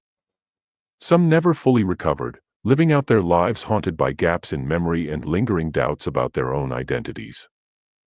The long-term effects on survivors. Decades after the Montreal experiments ended, the scars remain visible, not just in the lives of individual survivors, but in the broader conversation about ethics in medicine and science. For those directly affected, the consequences have been lifelong and multifaceted. Cognitive impairment. Many survivors experience persistent difficulties with memory, concentration, and problem-solving. Simple tasks like reading a book or following a conversation became Herculean challenges. For some, this cognitive decline proved irreversible, forcing them to abandon careers and hobbies they once loved. Emotional trauma. Beyond the physical toll, the psychological impact of Cameron's experiments was devastating. Survivors report feelings of betrayal, anger, and grief, not only for the lives they lost but also for the trust they placed in doctors sworn to do no harm. Trust, once broken, is difficult to rebuild, particularly when the violation occurred at such a fundamental level. Social isolation, the erasure of memories and personality traits, often left survivors estranged from friends and family members who struggled to reconcile the person they knew with the shell that returned from the hospital. Relationships fractured under the weight of misunderstanding and frustration, leaving many survivors feeling profoundly alone. Advocacy and accountability. Despite the odds stacked against them, some survivors have dedicated their lives to exposing the truth about the Montreal experiments. Through legal action, public speaking, and grassroots organizing, they have fought tirelessly for recognition and reparations. Their efforts culminated in a landmark class action lawsuit in the 1980s, which resulted in financial compensation for victims and an official apology from the Canadian government. While symbolic, these gestures fell short of addressing the deeper moral failings that allowed such atrocities to occur. Perhaps the most poignant lesson of the Montreal experiments lies in their enduring relevance. Today, debates over informed consent, patient autonomy, and the ethical limits of scientific inquiry continue to resonate. The ghosts of Cameron's victims remind us that progress, unchecked by compassion and accountability, can easily descend into barbarism. The cost of ambition. As we reflect on the Montreal experiments and the men behind them, let us not forget the human cost of unchecked ambition. Dr. Ewan Cameron may have seen himself as a visionary, a healer striving to unlock the mysteries of the mind. But in his pursuit of knowledge, he sacrificed countless lives, reducing people to mere subjects in a grand experiment. His legacy serves as a stark reminder of the dangers inherent in placing ideology above humanity. For the survivors of Cameron's depatterning program, healing has been a slow and painful process. Yet, in sharing their stories, they have transformed personal tragedy into collective reckoning. They have forced us to confront uncomfortable truths about power, vulnerability, and the thin line between innovation and exploitation. And they have reminded us that the past, however painful, must never be forgotten, for it holds the key to ensuring that such horrors are never repeated. In the end, the story of the Montreal experiments is not just about what was done to these individuals, it is about what we owe them now. Justice delayed is justice denied, but acknowledgement and remembrance can begin to mend the wounds inflicted by history. Let us honor the courage of the survivors by committing ourselves to a future where science serves humanity, rather than subjugating it. Chapter 7. The Exposure and Cover-Up. When Shadows Meet Light. For nearly 2 decades, MKUltra operated in the shadows, a clandestine program hidden behind layers of secrecy, code names, and plausible deniability. Its architects believed they had constructed an impenetrable fortress, one that would shield their activities from scrutiny forever. But history has a way of unraveling even the most tightly woven lies. In the mid-1970s, cracks began to form in the walls of deception surrounding MKUltra, thanks to the relentless pursuit of truth by investigators, journalists, and survivors. This chapter explores how the program was exposed, the lengths to which its creators went to conceal its existence, and the ongoing battle for accountability waged by those who bore its scars. The Church Committee Investigations. If there is a single moment when the curtain began to lift on MKUltra, it came with the formation of the Church Committee, a U.S. Senate Select Committee tasked with investigating abuses within the intelligence community. Named after its chairman, Senator Frank Church of Idaho, the committee was established in 1975 amid growing public outrage over revelations of illegal surveillance, assassination plots, and other covert operations conducted by the CIA, FBI, and NSA. At first, MKUltra was just one thread in a vast tapestry of misconduct. But as investigators dug deeper, they uncovered evidence of a program so extreme it shocked even seasoned politicians. Testimonies from whistleblowers, declassified documents, and internal memos painted a chilling picture of psychological experimentation gone rogue. The committee learned about Operation Midnight Climax, the use of LSD on unwitting civilians, and the involvement of respected institutions like universities and hospitals. They heard stories of shattered lives, ethical violations, and systemic cover-ups that stretched all the way to the highest levels of government. One particularly damning revelation involved the role of Dr. Sidney Gottlieb, the chemist often referred to as the Black Sorcerer of MKUltra. Gottlieb's testimony revealed not only his enthusiasm for pushing the boundaries of science but also his willingness to justify morally questionable actions in the name of national security. When asked whether he believed the ends justified the means, Gottlieb offered evasive answers, leaving many lawmakers deeply unsettled. Despite the gravity of these findings, the Church Committee faced significant obstacles. Unlock a new world of efficiency with Asana. Identify blockers to keep work, projects, and goals on track. Try for free today at asana.com.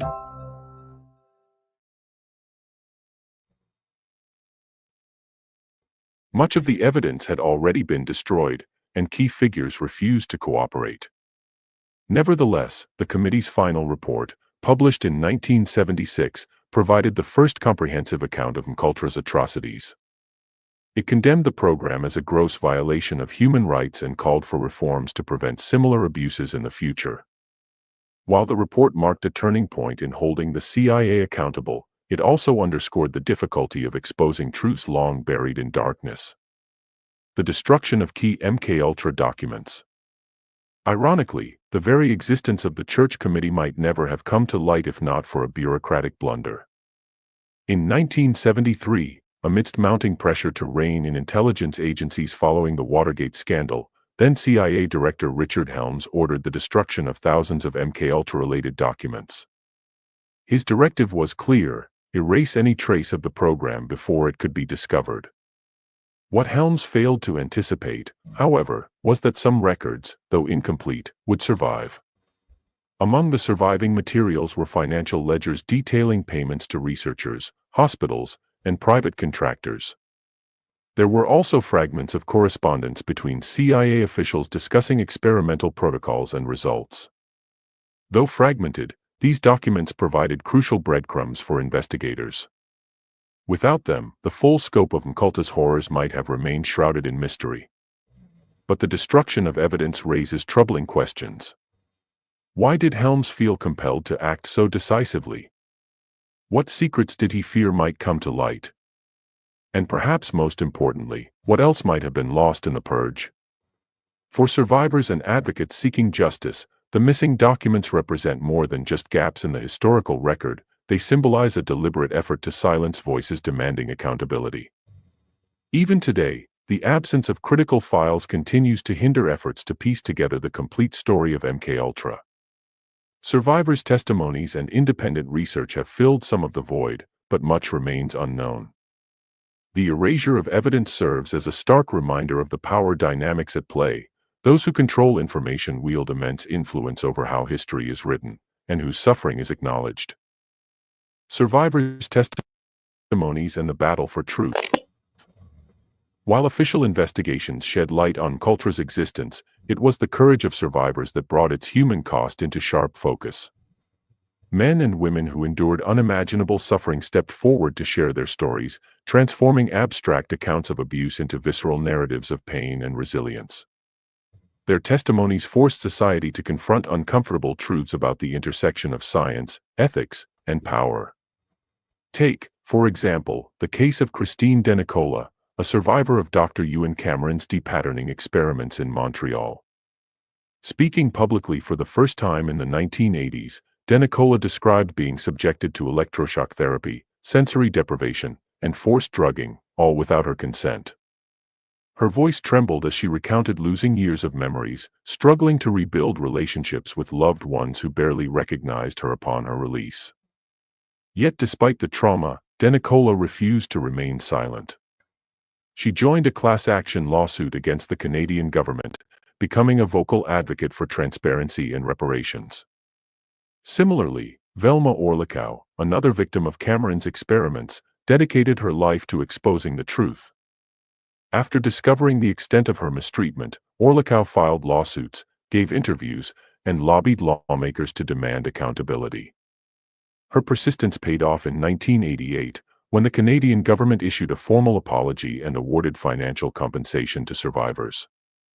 While the settlement brought some measure of closure, Orlikau knew the fight was far from over. "An apology doesn't undo what happened," she once said. "But it's a start."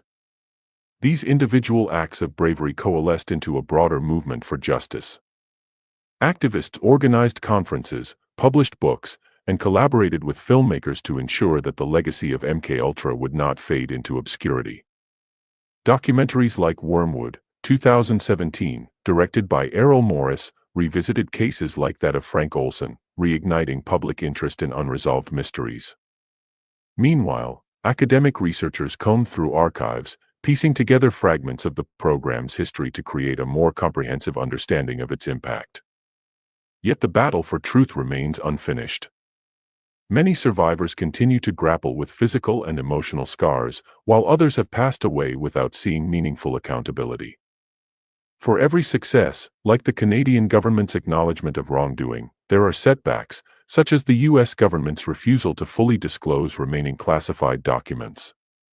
The struggle underscores a fundamental tension: the desire for transparency versus the instinct to protect state secrets. Conclusion: unfinished business. As we reflect on the exposure and cover-up of MKUltra, let us remember that this is not merely a story of the past, it is a living narrative with implications for the present and future. The survivors' testimonies remind us that behind every statistic lies a person, a mother, father, sibling, or child whose life was irrevocably altered by forces beyond their control. Their courage challenges us to confront uncomfortable truths about the systems we trust to safeguard our freedoms. The destruction of documents and the lingering secrecy surrounding MKUltra highlight the dangers of unchecked power. When governments operate in darkness, abuses flourish. Accountability becomes elusive, and justice delayed risks becoming justice denied. Yet the persistence of survivors and advocates offers hope that even in the face of overwhelming odds, the pursuit of truth can illuminate the darkest corners of history. Ultimately, the story of MKUltra is a call to action. It urges us to remain vigilant, to question authority, and to demand transparency from those entrusted with protecting our rights. It reminds us that knowledge, unchecked by ethics, can become a weapon, and that fear, unchecked by reason, can lead to madness. And it compels us to honor the resilience of those who survived by committing ourselves to a future where science serves humanity, rather than subjugating it. For the victims of MKUltra, there can be no undoing what was done. But perhaps, in remembering their stories, we can forge a path toward healing, and ensure that such shadows never fall again. Chapter 8. Beyond MKUltra, other CIA mind control programs. The Hydra of psychological warfare.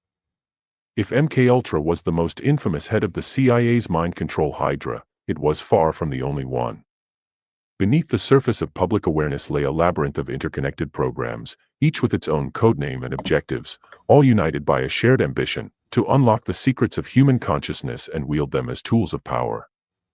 These lesser-known initiatives, MK Search, MK Often, Project Artichoke, and others, reveal the breadth and depth of the agency's obsession with psychological manipulation. Together, they form a chilling tapestry of experimentation, innovation, and ethical compromise that extends well beyond the boundaries of MKUltra itself.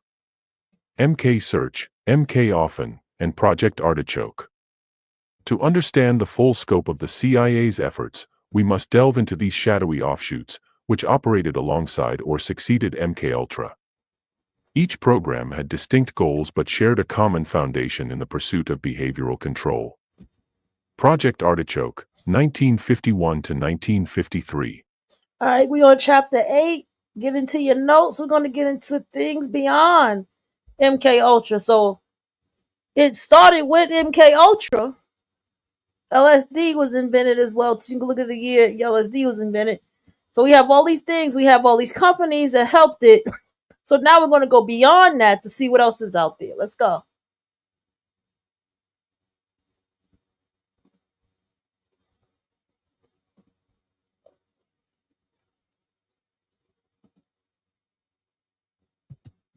Hold on, y'all. Before MKUltra came into existence, there was Project Artichoke, an early foray into the realm of mind control. This is before MKO. Named cryptically after the vegetable, this program explored methods to induce amnesia, create double agents, and extract information through extreme interrogation techniques.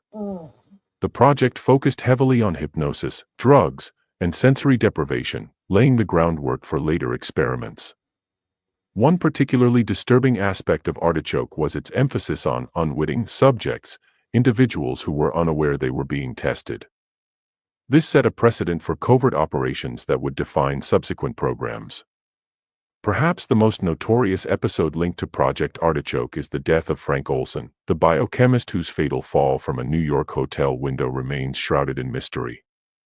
Officially ruled a suicide, Olson's demise has long been suspected as a murder orchestrated to silence him about his involvement in artichoke-related activities. His story serves as a grim reminder of the lengths to which the CIA would go to protect its secrets. MK Search, 1960s. As MKUltra expanded, so too did its subprojects, including MK Search, a program dedicated to exploring new chemical compounds and their potential applications in espionage. Researchers sought substances capable of enhancing memory, inducing sleep, or causing paralysis, all without leaving detectable traces. Among the discoveries attributed to MK Search were non-lethal incapacitating agents designed to neutralize targets temporarily. While some of these chemicals showed promise, none achieved the reliability required for operational use. What made MK Search particularly insidious was its focus on delivery mechanisms.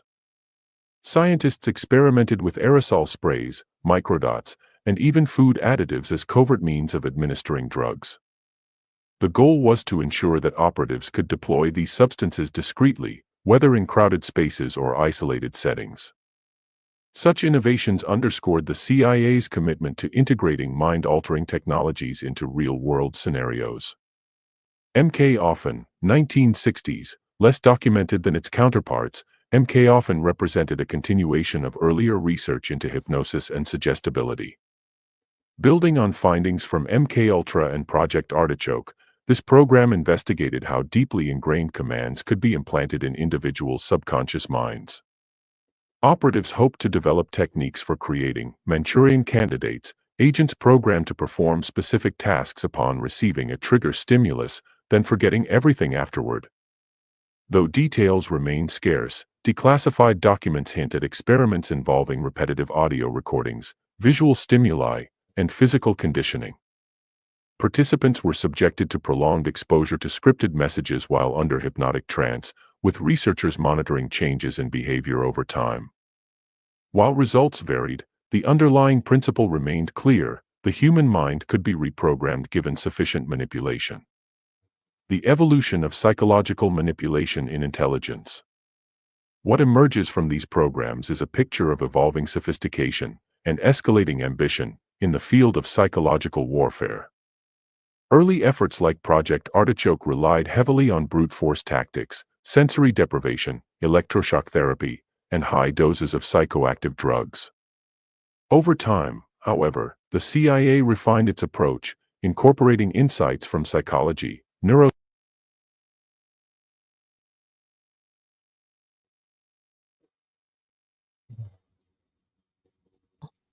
Dialpad's AI Contact Center makes it easy to create the best customer experiences on any channel. It's one beautiful workspace for your calls, messages, meetings, and customer conversations. As a support agent, starting your day is as easy as logging in and updating your status.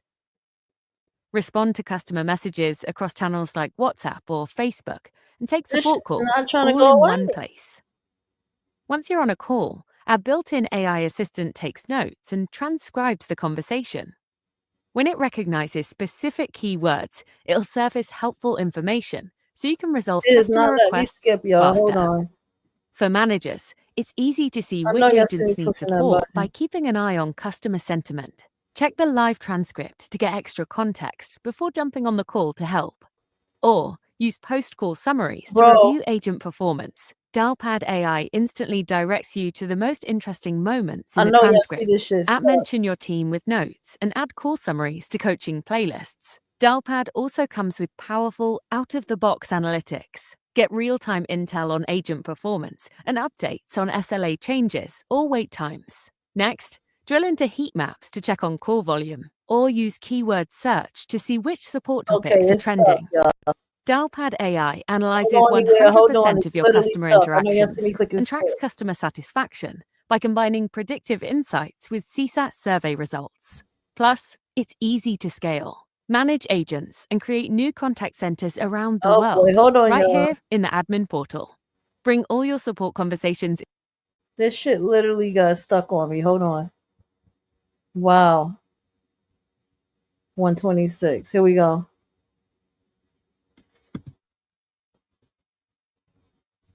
I just wanted to see where I was at. One moment. Tech issues. Set the best part. There we go. It's coming back on. Let's go. Hold on. We remember where we was at. Don't matter. Escalating ambition in the field of psychological warfare. Early efforts like Project Artichoke relied heavily on brute force tactics, sensory deprivation, electroshock therapy, and high doses of psychoactive drugs. Over time, however, the CIA refined its approach, incorporating insights from psychology, neuroscience, and behavioral science to achieve subtler forms of influence. One notable shift involved the integration of propaganda and mass media into mind control strategies. Recognizing the power of narrative to shape perception, operatives began experimenting with ways to manipulate public opinion on a large scale. This included planting false stories in newspapers, broadcasting disinformation via radio, and leveraging cultural icons to promote pro-American sentiment. By targeting entire populations rather than individuals, the CIA expanded the reach of its psychological campaigns, turning nations into unwitting participants in their experiments. Another significant development was the use of advanced technology to enhance interrogation and surveillance capabilities. Devices capable of recording brain activity, tracking eye movements, and analyzing vocal patterns allowed researchers to gather unprecedented amounts of data on human cognition. Combined with machine learning algorithms, these tools offered tantalizing possibilities for predicting and influencing behavior. For example, operatives could identify stress indicators in suspects during interrogations, tailoring questions to exploit vulnerabilities in real time. Yet despite these advancements, fundamental challenges persisted. No matter how sophisticated the methods became, achieving consistent, reliable control over the human mind proved elusive. Subjects often resisted programming, memories proved difficult to erase completely, and unintended side effects frequently undermined intended outcomes. Nevertheless, the pursuit continued, driven by the belief that mastery of the mind was within reach, if only the right combination of techniques could be found. The use of drugs, propaganda, and advanced psychological techniques. At the heart of these programs lay three core pillars: drugs, propaganda, and advanced psychological techniques. Each played a critical role in shaping the CIA's approach to mind control, reflecting both the agency's ingenuity and its moral compromises. Drugs, from LSD to truth serums, psychoactive substances formed the backbone of many experiments. Researchers believed that altering brain chemistry could bypass conscious resistance, making individuals more susceptible to suggestion. However, the unpredictable nature of these compounds often led to disastrous consequences, ranging from temporary psychosis to permanent cognitive impairment. Propaganda. In addition to direct intervention, the CIA recognized the value of indirect influence. By controlling narratives and disseminating carefully crafted messages, operatives could sway opinions, instill fear, or foster loyalty without resorting to overt coercion. This strategy proved especially effective in Cold War-era conflicts, where ideological battles were fought as much in the realm of ideas as on the battlefield. Advanced psychological techniques, hypnosis, sensory deprivation, and conditioning protocols represented the cutting edge of psychological manipulation. These methods aim to exploit the brain's natural processes, rewiring neural pathways to produce desired behaviors. While scientifically intriguing, they also raised profound ethical questions about autonomy, consent, and the limits of human endurance. Together, these elements created a multifaceted toolkit for psychological domination, one that blurred the line between science and sorcery.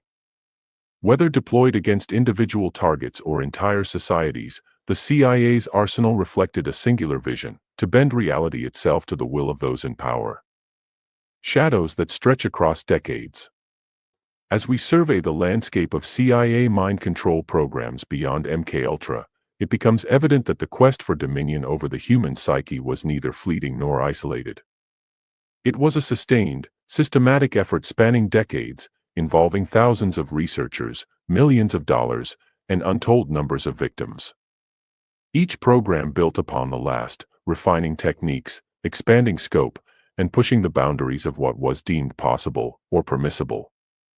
But perhaps the most unsettling aspect of these endeavors is not their technical complexity but their enduring legacy.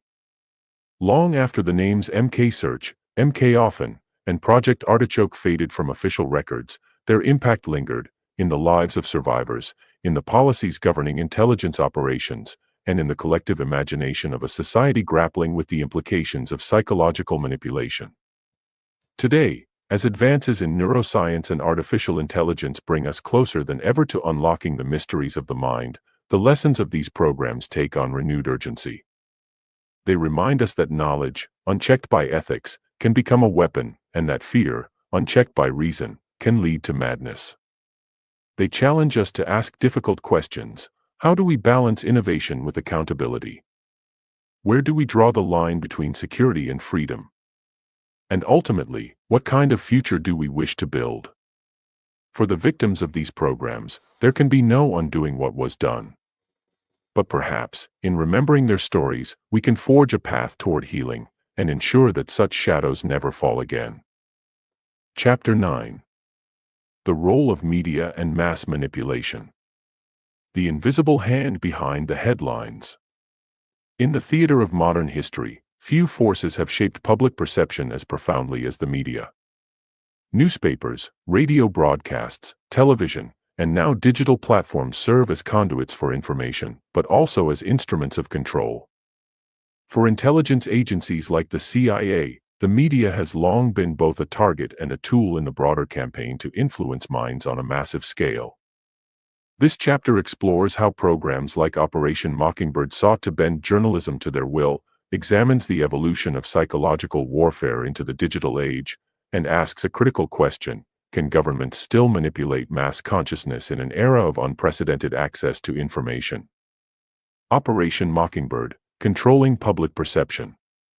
To understand the intersection of media and mind control, we must begin with one of the most audacious operations ever undertaken by the CIA, Operation Mockingbird. Launched in the late 1940s and continuing through much of the Cold War, this clandestine initiative aimed to infiltrate major news outlets, recruit influential journalists, and shape narratives favorable to U.S. interests. Its architects understood that controlling what people read, hear, and see is tantamount to controlling what they think, and ultimately, how they act. At its height, Operation Mockingbird involved hundreds of reporters, editors, and publishers covertly working as assets for the CIA. Some were paid directly, others received funding funneled through front organizations or grants. Prominent publications such as the New York Times, Time magazine, and Newsweek reportedly collaborated, knowingly or unknowingly, in disseminating propaganda crafted by the agency.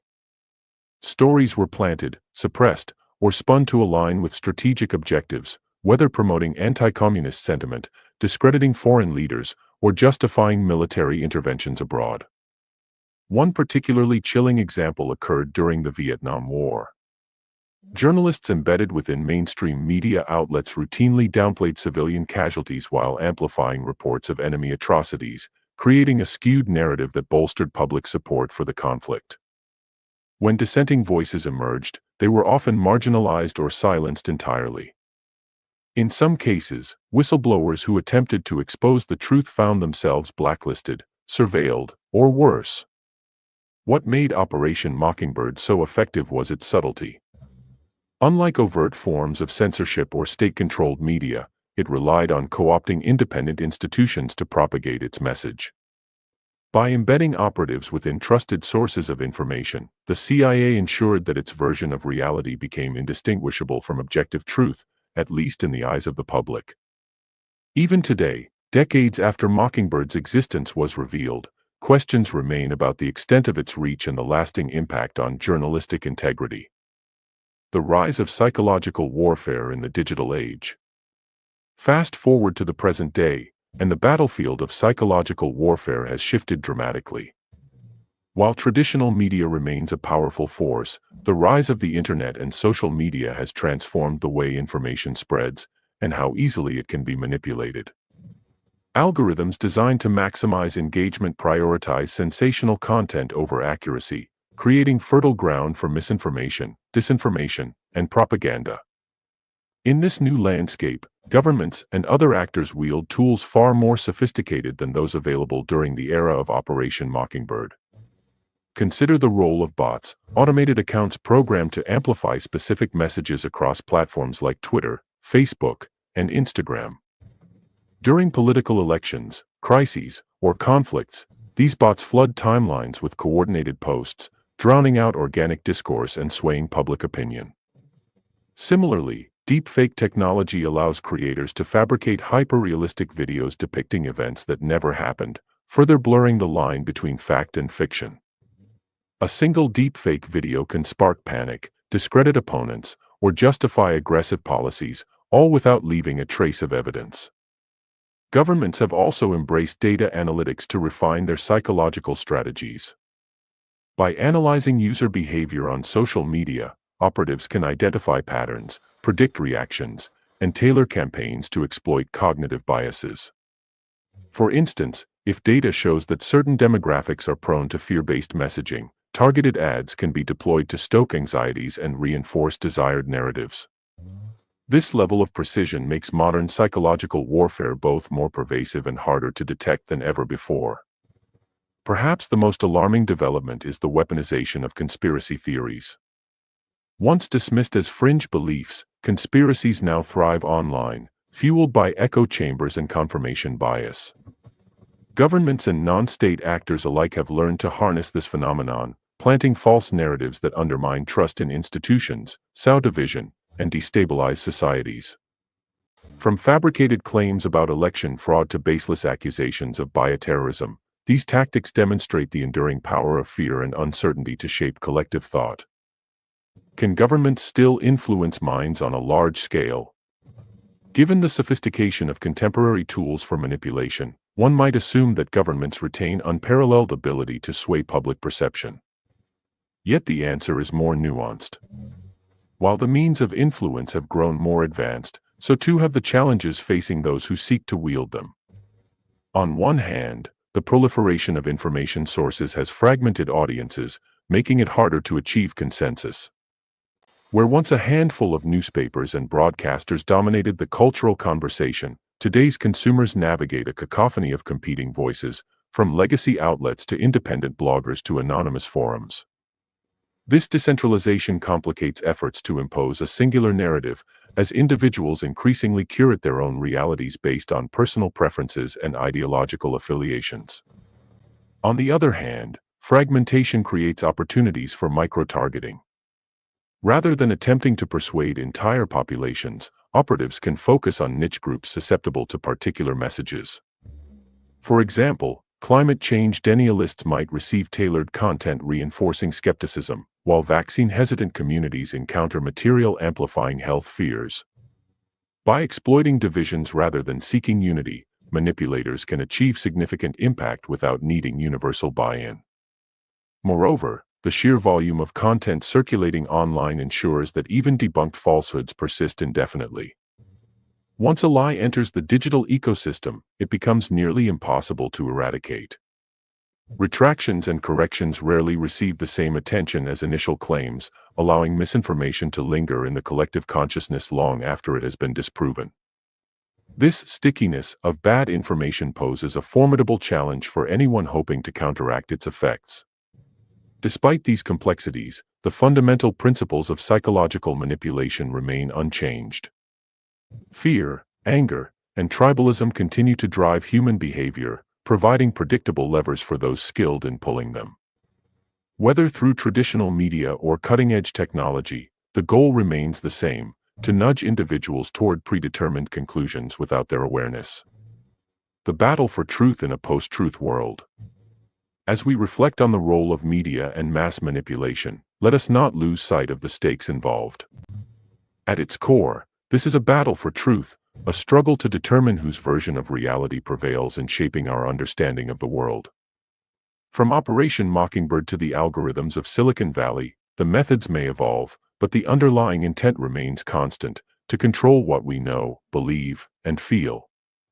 For citizens navigating this treacherous terrain, vigilance is paramount. Critical thinking, media literacy, and a healthy dose of skepticism are essential defenses against manipulation. We must demand transparency from institutions, hold platforms accountable for spreading falsehoods, and resist the temptation to retreat into ideological silos. Only by fostering open dialogue and shared inquiry can we hope to reclaim agency over our collective consciousness. Yet the responsibility does not rest solely with individuals.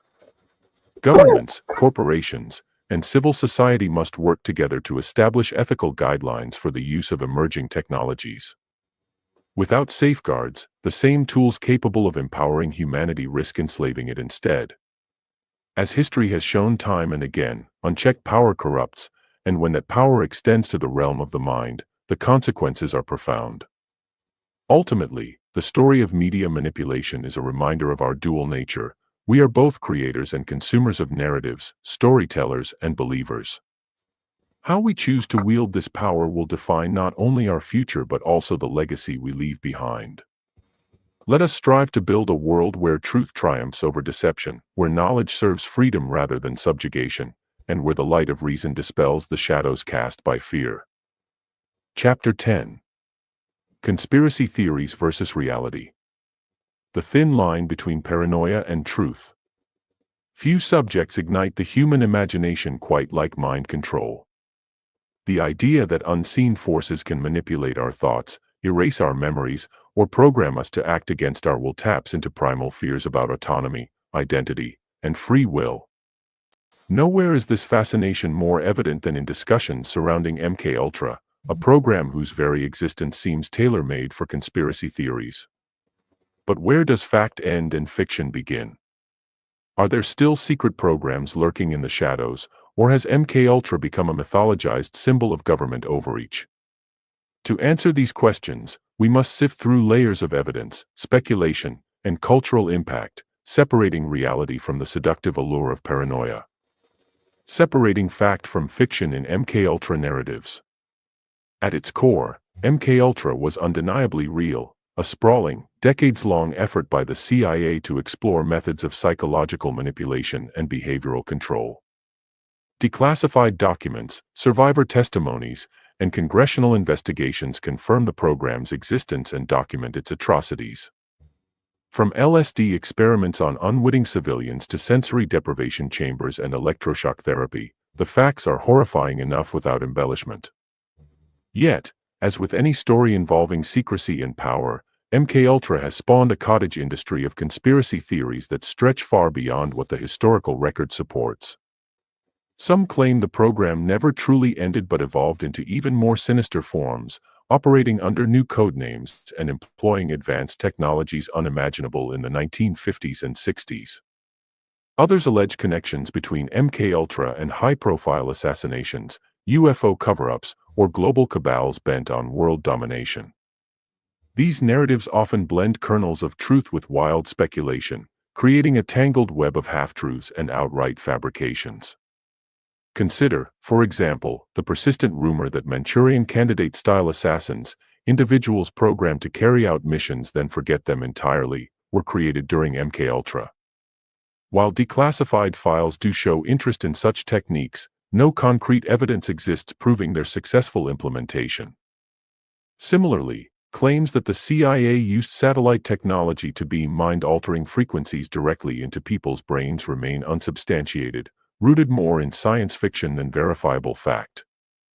The challenge lies in distinguishing legitimate concerns from baseless conjecture. For every whistleblower who steps forward with credible allegations, there are countless others peddling pseudoscience or exploiting public mistrust for personal gain. This ambiguity leaves room for doubt and fuels the proliferation of conspiratorial thinking. Allegations of ongoing secret mind control programs.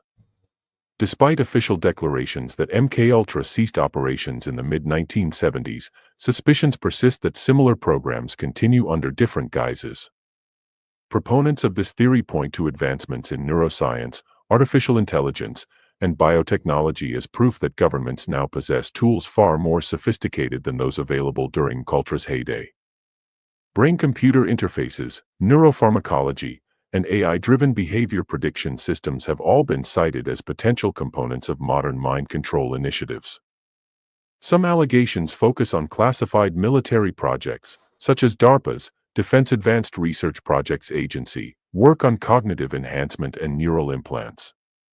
Critics argue that while these programs ostensibly aim to heal wounded soldiers or improve human performance, they could easily be repurposed for darker objectives. After all, history shows that technologies developed for benign purposes often find applications in surveillance, warfare, and psychological manipulation. Others highlight the rise of non-lethal weapons designed to incapacitate targets without causing permanent harm. Directed energy devices, acoustic weapons, and chemical agents capable of inducing confusion or compliance represent a new frontier in crowd control and interrogation. While proponents frame these innovations as humane alternatives to traditional force, skeptics see them as stepping stones toward full-scale mind control. Perhaps the most pervasive claim involves the use of mass media and digital platforms to shape collective consciousness. As explored in previous chapters, algorithms, bots, and targeted advertising already enable unprecedented levels of psychological influence. Could these tools evolve into mechanisms for direct mental programming? While current capabilities fall short of sci-fi fantasies, the rapid pace of technological advancement makes such scenarios plausible, if not inevitable. That said, it's important to approach these allegations with caution. Without hard evidence, accusations of ongoing mind control programs risk devolving into unfounded paranoia. Governments undoubtedly engage in psychological operations, but equating these efforts with the dystopian visions propagated by conspiracy theorists requires a leap of logic unsupported by available data. The impact of MKUltra on modern conspiracy culture. Regardless of whether MKUltra continues in some form today, its legacy looms large over contemporary conspiracy culture. Few events in recent history so perfectly encapsulate the public's distrust of authority and fear of hidden agendas. By exposing the lengths to which intelligence agencies will go to achieve their goals, MKUltra planted seeds of suspicion that continue to sprout in fertile ground. One notable effect is the normalization of skepticism toward official narratives. When revelations about MKUltra first emerged in the 1970s, many dismissed them as Cold War hysteria or anti-government propaganda. Over time, however, mounting evidence forced even skeptics to confront uncomfortable truths. This pattern, initial denial followed by reluctant acceptance, has repeated itself across numerous scandals, reinforcing the belief that powerful entities routinely conceal wrongdoing behind walls of secrecy. MKUltra also helped popularize tropes that dominate conspiracy discourse today.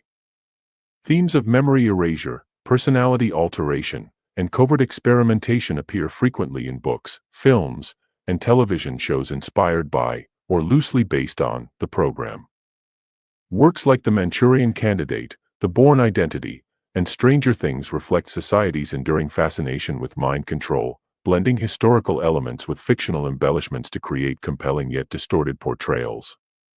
Beyond entertainment, MKUltra has influenced how individuals interpret ambiguous events.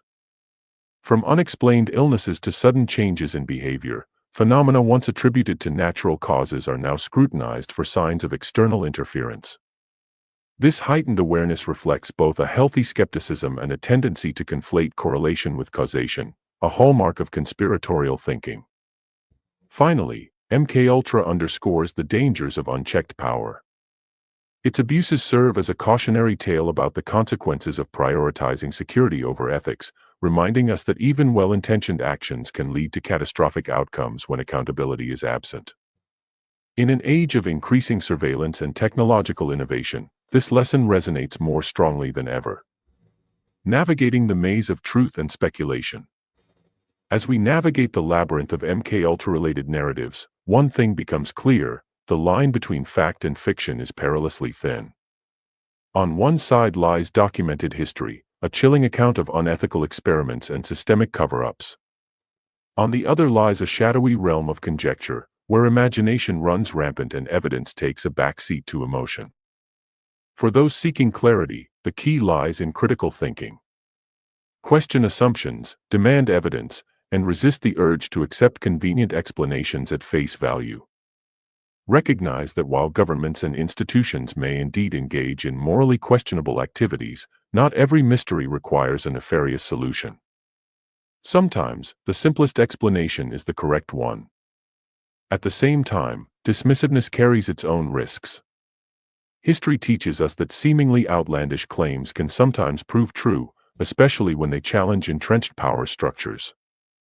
Watergate, COINTELPRO, and yes, MKUltra itself, all began as whispers before becoming undeniable realities. Ignoring red flags because they sound implausible risks perpetuating cycles of abuse and impunity. Ultimately, the story of MKUltra transcends its historical context, serving as both a warning and a mirror.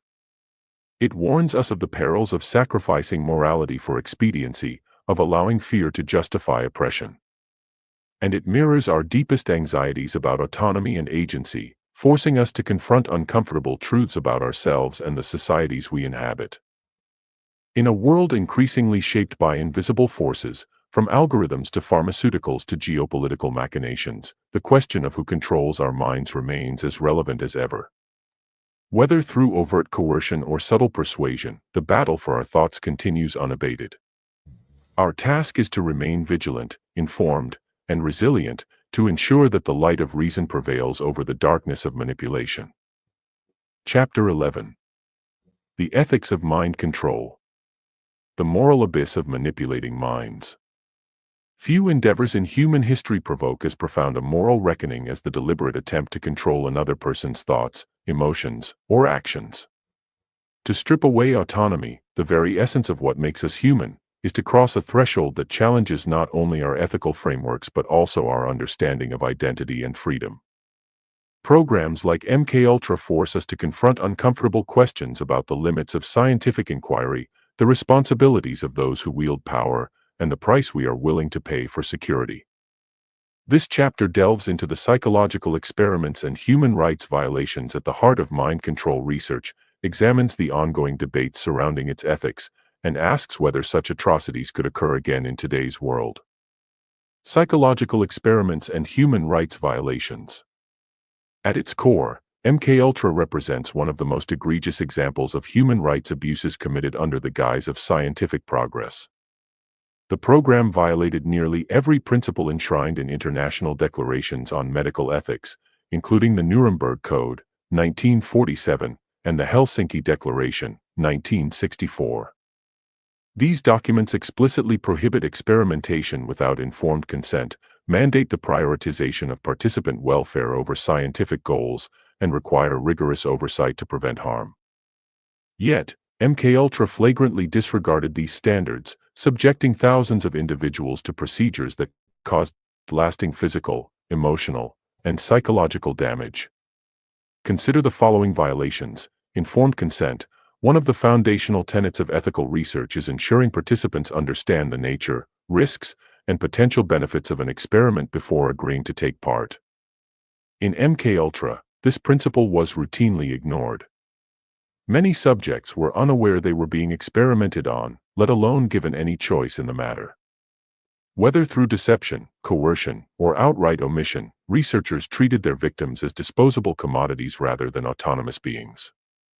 Do no harm. Another cornerstone of medical ethics is the obligation to avoid inflicting unnecessary suffering. MKUltra experiments often resulted in severe trauma, memory loss, cognitive impairment, and even death. Survivors describe feeling like guinea pigs in a laboratory where their humanity was secondary to the pursuit of knowledge, or worse, political advantage. Accountability and oversight. Ethical research requires transparency and accountability, with independent bodies reviewing protocols to ensure compliance with established guidelines. MKUltra operated in near-total secrecy, shielded by layers of bureaucracy and classified funding. Even when evidence of wrongdoing surfaced, efforts to destroy documents and silence whistleblowers underscored a systemic disregard for accountability. These violations did not go unnoticed. When details of MKUltra came to light during the Church Committee hearings in the 1970s, public outrage prompted calls for reform. Lawsuits filed by survivors led to settlements and apologies from governments, though many felt justice remained incomplete. More broadly, the scandal contributed to the development of stricter regulations governing human experimentation, including the establishment of institutional review boards, IRBs, in the United States to oversee research involving human subjects. Yet, while legal and institutional safeguards have improved since the days of MKUltra, the scars left by these abuses serve as a stark reminder of what happens when science operates unchecked by morality. They challenge us to ask, how do we balance the pursuit of knowledge with respect for individual dignity? And how do we prevent history from repeating itself? The scientific and ethical debates around mind manipulation. The legacy of MKUltra continues to fuel heated debates within both scientific and philosophical circles. On one side stand proponents of advancing neuroscience and psychology, arguing that breakthroughs in these fields hold immense potential for improving lives, from treating mental illness to enhancing cognitive abilities. On the other side are critics who warn that such advancements carry inherent risks, particularly when misused by those seeking to exert control over others. From a scientific perspective, the allure of mind manipulation lies in its promise to unlock mysteries of the brain.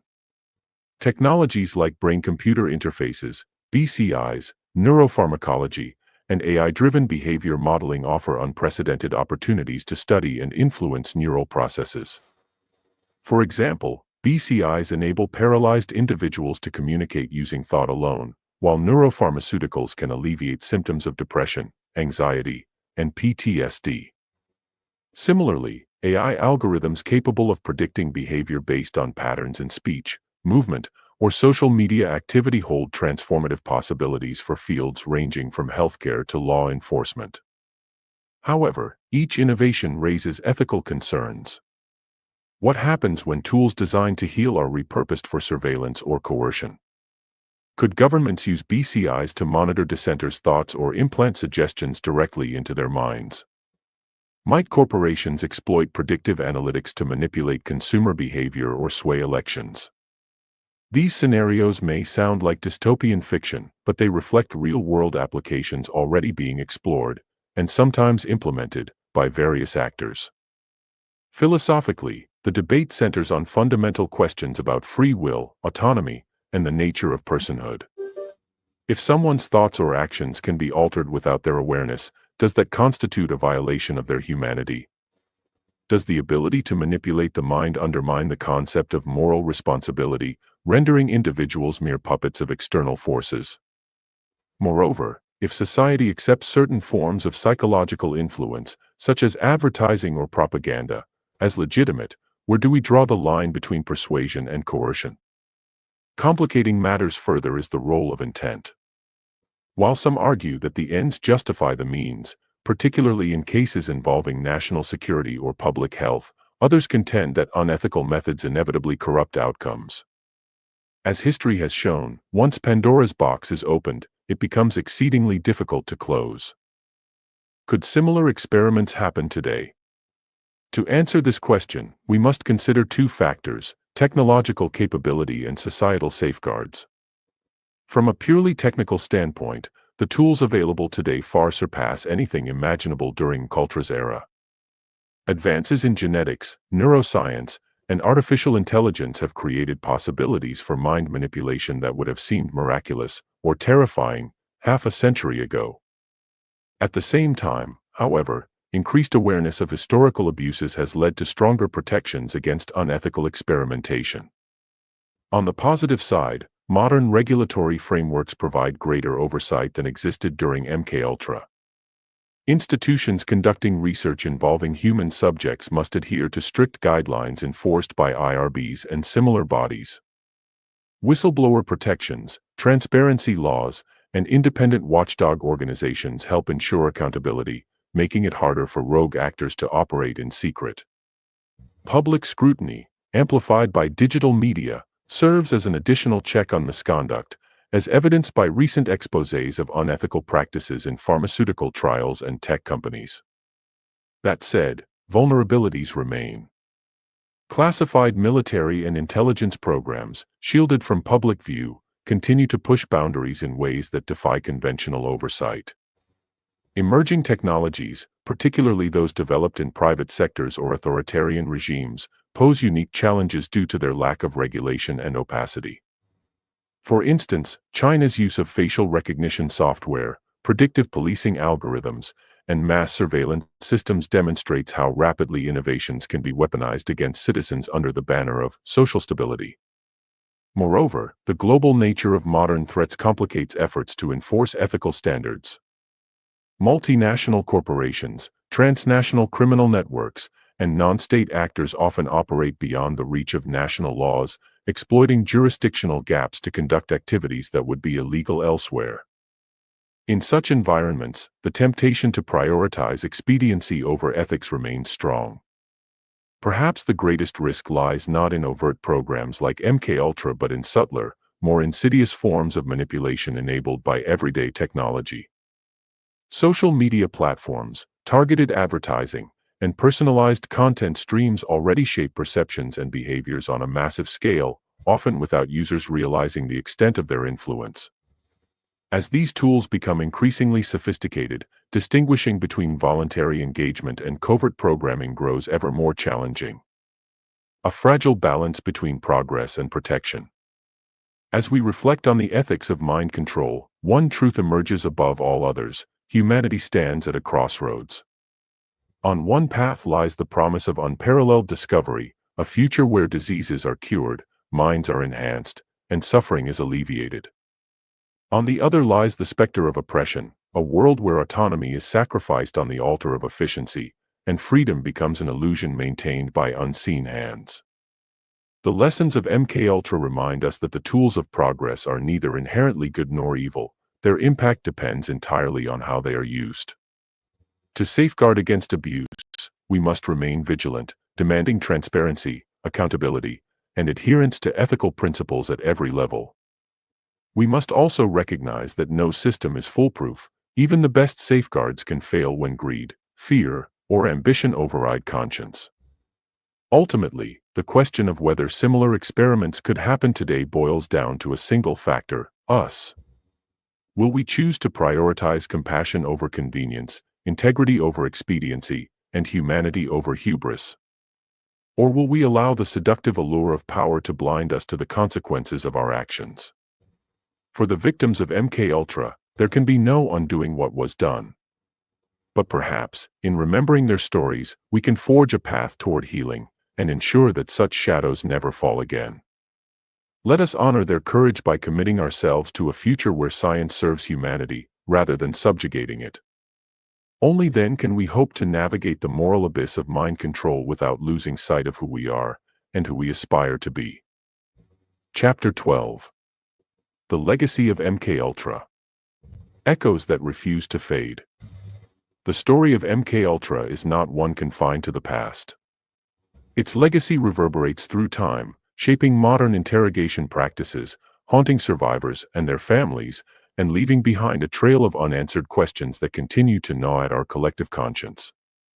While the program officially ended decades ago, its influence persists, in the shadows of intelligence operations, in the lives forever altered by its experiments, and in the mysteries still buried beneath layers of secrecy.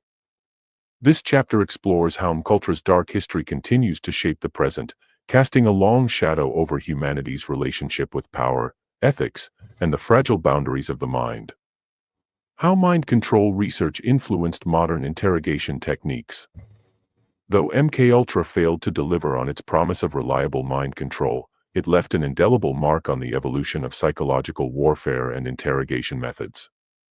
Many of the techniques pioneered, or at least refined, during the program have found their way into contemporary practices, albeit often stripped of their most egregious ethical violations. These include sensory deprivation. Once dismissed as experimental excess, sensory deprivation has become a cornerstone of modern interrogation strategies. By isolating detainees from external stimuli, through hoods, blindfolds, or soundproof cells, interrogators aim to induce disorientation, anxiety, and heightened suggestibility. Though now subject to stricter regulations, at least in theory, this method remains controversial, with critics arguing that it constitutes psychological torture. Sleep deprivation, another hallmark of MKUltra. Sleep deprivation continues to be used as a tool for breaking resistance during interrogations. Prolonged wakefulness impairs cognitive function, lowers inhibitions, and increases susceptibility to suggestion. While international law prohibits extreme forms of sleep deprivation, reports persist of its use in detention facilities around the world, raising concerns about compliance and accountability. Pharmacological manipulation. Although direct drugging of detainees has largely fallen out of favor due to legal and ethical constraints, the concept of using substances to alter mental states endures. For instance, so-called truth serums like sodium thiopental have been employed in high-profile cases, despite widespread skepticism about their efficacy. More recently, debates have emerged over the potential use of psychoactive drugs in therapeutic settings to treat trauma or enhance cooperation, a development that echoes earlier aspirations of MKUltra researchers. Behavioral conditioning. Perhaps the most insidious legacy of MKUltra lies in its emphasis on conditioning individuals to comply with authority. Techniques such as repetitive questioning, controlled environments, and strategic rewards/punishments mirror principles explored during the program. While these methods are ostensibly designed to elicit truthful information, they can easily veer into coercion if misapplied. It is worth noting that many of these tactics gained renewed attention and notoriety following revelations about post-9/11 detention practices at sites like Guantanamo Bay and CIA black sites. Documents released by whistleblowers revealed the use of enhanced interrogation techniques, EITs, that bore striking similarities to MKUltra experiments. Whether coincidental or deliberate, this continuity underscores the enduring appeal of psychological manipulation as a tool of statecraft. The long-term consequences for victims and their families. For those who endured MKUltra's experiments, the scars run deep, both visible and invisible. Physical injuries, memory loss, emotional trauma, and fractured identities represent just the tip of the iceberg. Survivors describe feeling like strangers in their own bodies, unable to reconcile the person they were before with the fragmented version that emerged afterward. Many struggle with chronic health issues, including migraines, seizures, and cognitive impairments, which doctors attribute to the extreme procedures inflicted upon them. Equally devastating are the psychological wounds. Depression, anxiety, PTSD, and dissociative disorders plague countless victims, compounding the challenges of rebuilding shattered lives.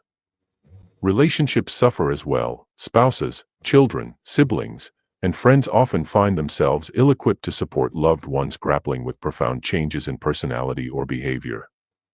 In some cases, entire families unravel under the strain, leaving survivors isolated and adrift. Take, for example, the case of James Stanley, a U.S. Army sergeant unwittingly dosed with LSD during military experiments in the 1950s. Decades later, he sued the government, alleging negligence and violation of his constitutional rights. Though his lawsuit ultimately reached the Supreme Court, which ruled against him, Stanley became a symbol of responsibility of preserving their family's history, ensuring that sacrifices made by previous generations are neither forgotten nor ignored. Despite efforts to secure reparations and recognition, many survivors remain embittered by what they perceive as inadequate responses from governments and institutions. Official apologies and financial settlements, while meaningful gestures, cannot undo the damage done. What survivors crave most is acknowledgement, not merely of individual suffering but of the broader moral failure that allowed such abuses to occur in the first place. What remains unknown? The unanswered questions about CIA mind control. Perhaps the most unsettling aspect of MKUltra's legacy is how much remains unknown. Despite congressional investigations, declassified documents, and survivor testimonies, significant gaps in the historical record persist. Key files were destroyed, key players refused to testify, and key details remain classified. As a result, we are left with more questions than answers, a void ripe for speculation and conspiracy theories.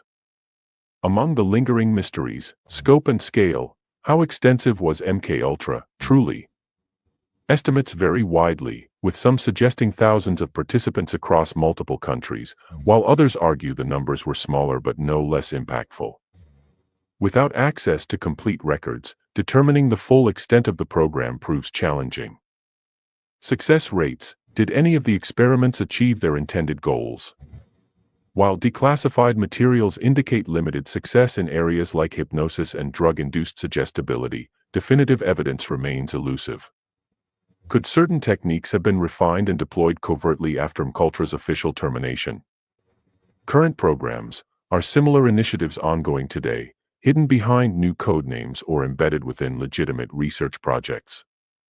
Advances in neuroscience and artificial intelligence raise troubling possibilities, particularly given the lack of transparency surrounding classified operations. Collateral damage. Beyond direct victims, how many others were indirectly affected by MKUltra? From family members struggling to cope with loved ones' transformations to communities exposed to untested chemicals, the collateral consequences may extend far beyond initial estimates. Accountability. Who bears ultimate responsibility for MKUltra's atrocities?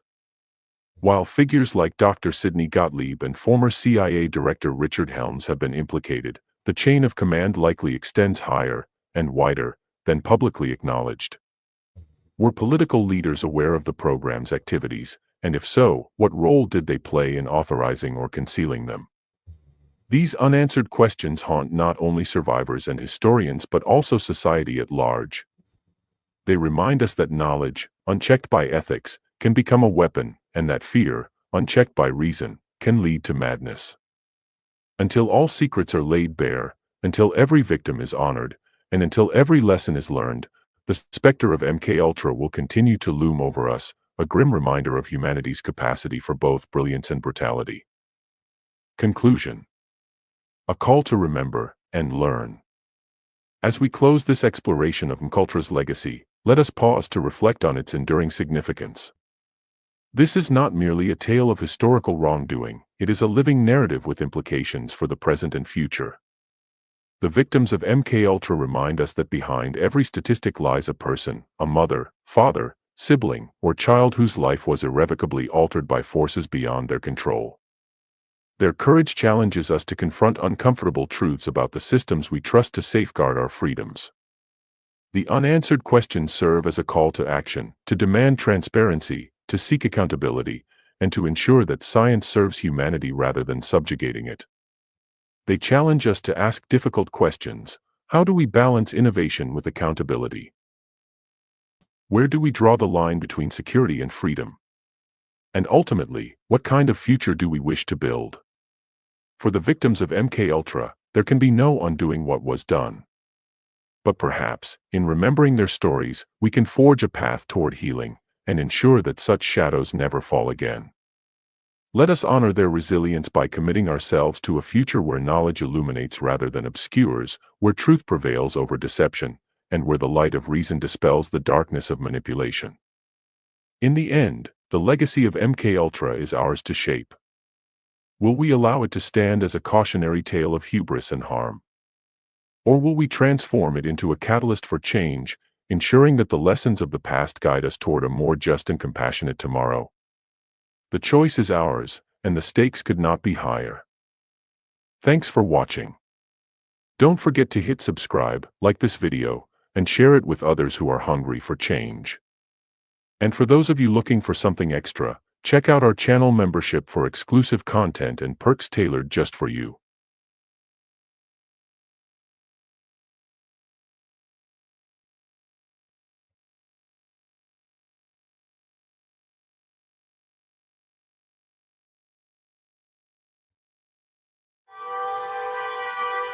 Siggy's.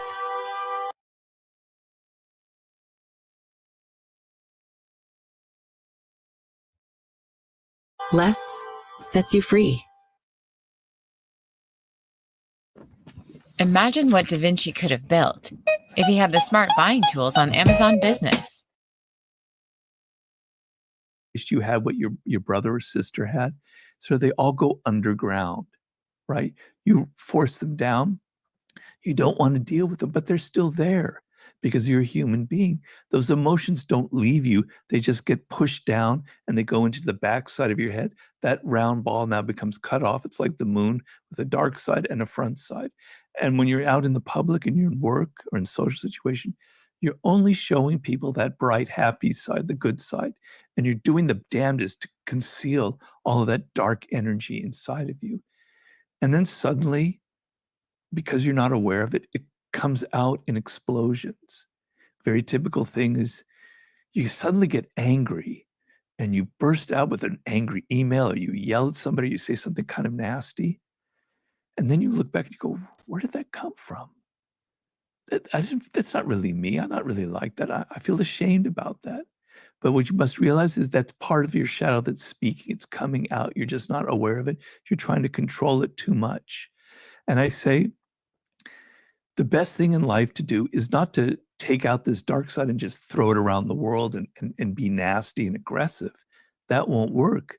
But you have to find ways to take that energy, because that dark side contains a lot of energy, a lot of power, and use it and channel it into ways that are productive. So I happen to be someone who has a fair amount of aggression, I have to admit. I'm extremely competitive, right? Even in card games, I don't like losing. So I've channeled it into my books. I take all of that energy and I put it into making the best books that I can, into ambition.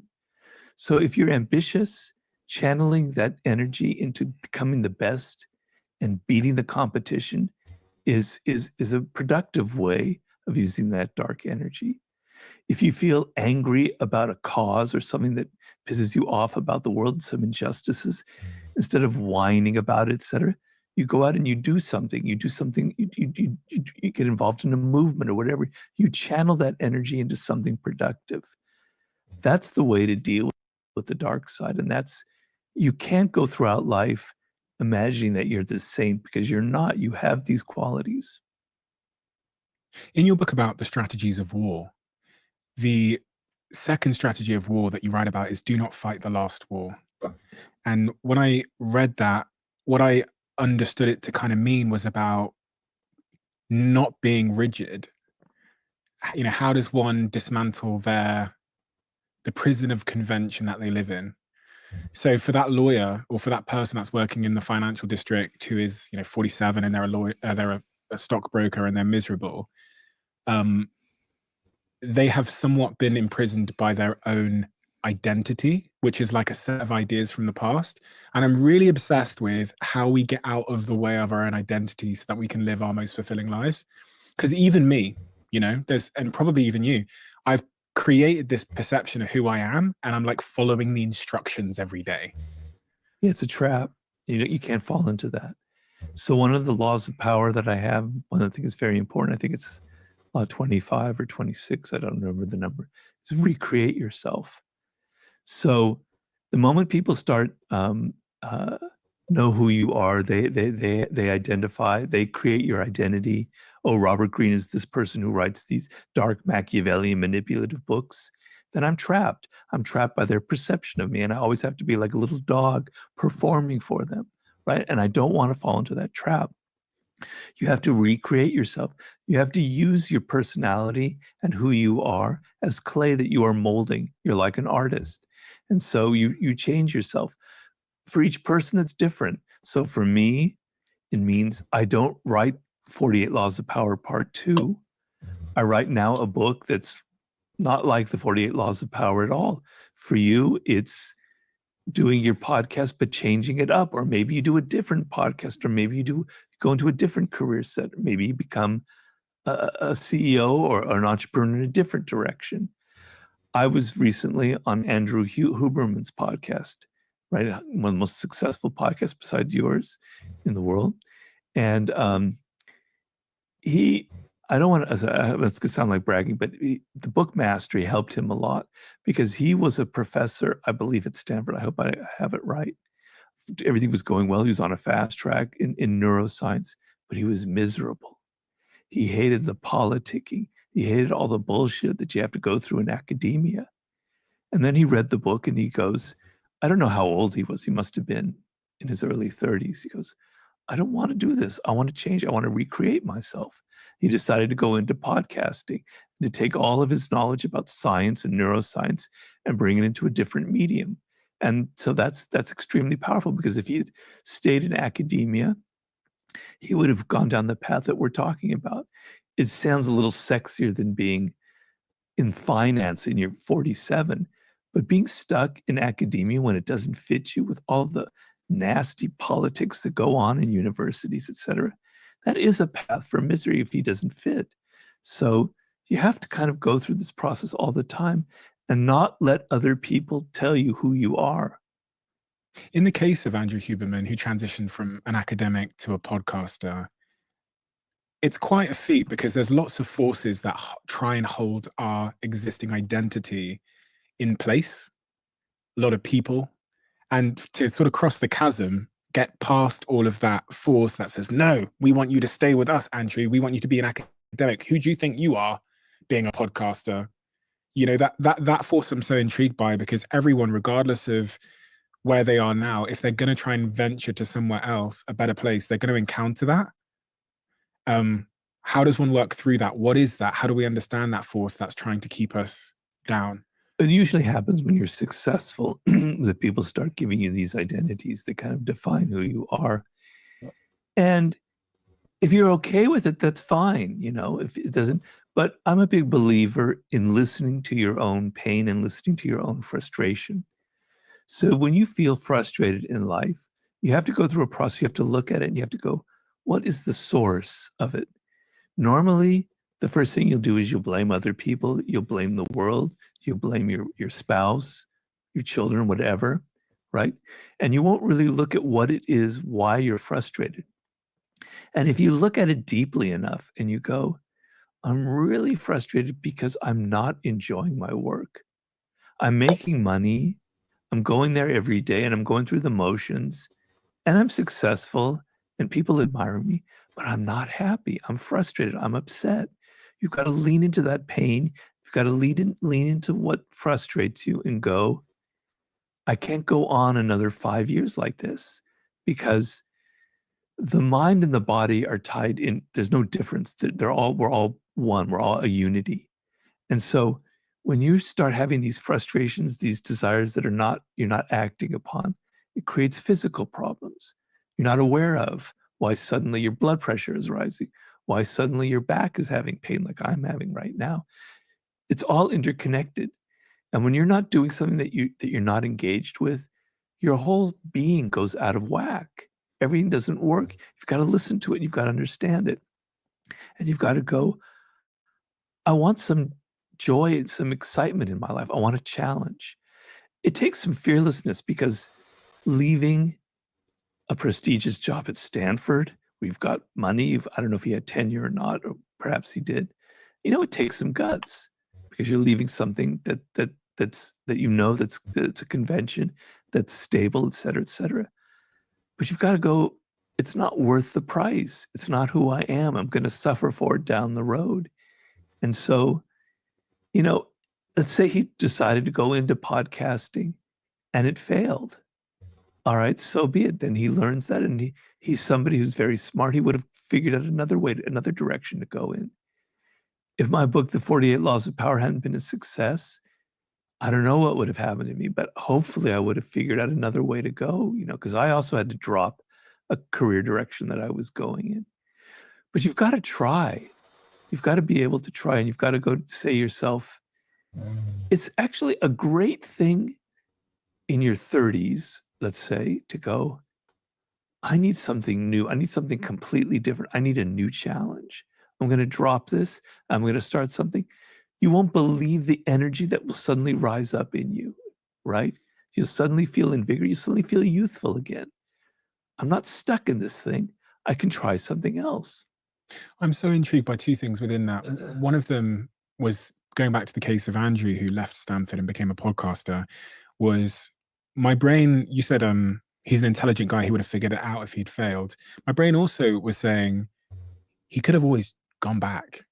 And there's a real illusion sometimes, I think, in most of our lives where we don't realize that if we mess up in this thing, as I think Jeff Bezos calls it, this is probably a type 2 decision where we can walk back through the door.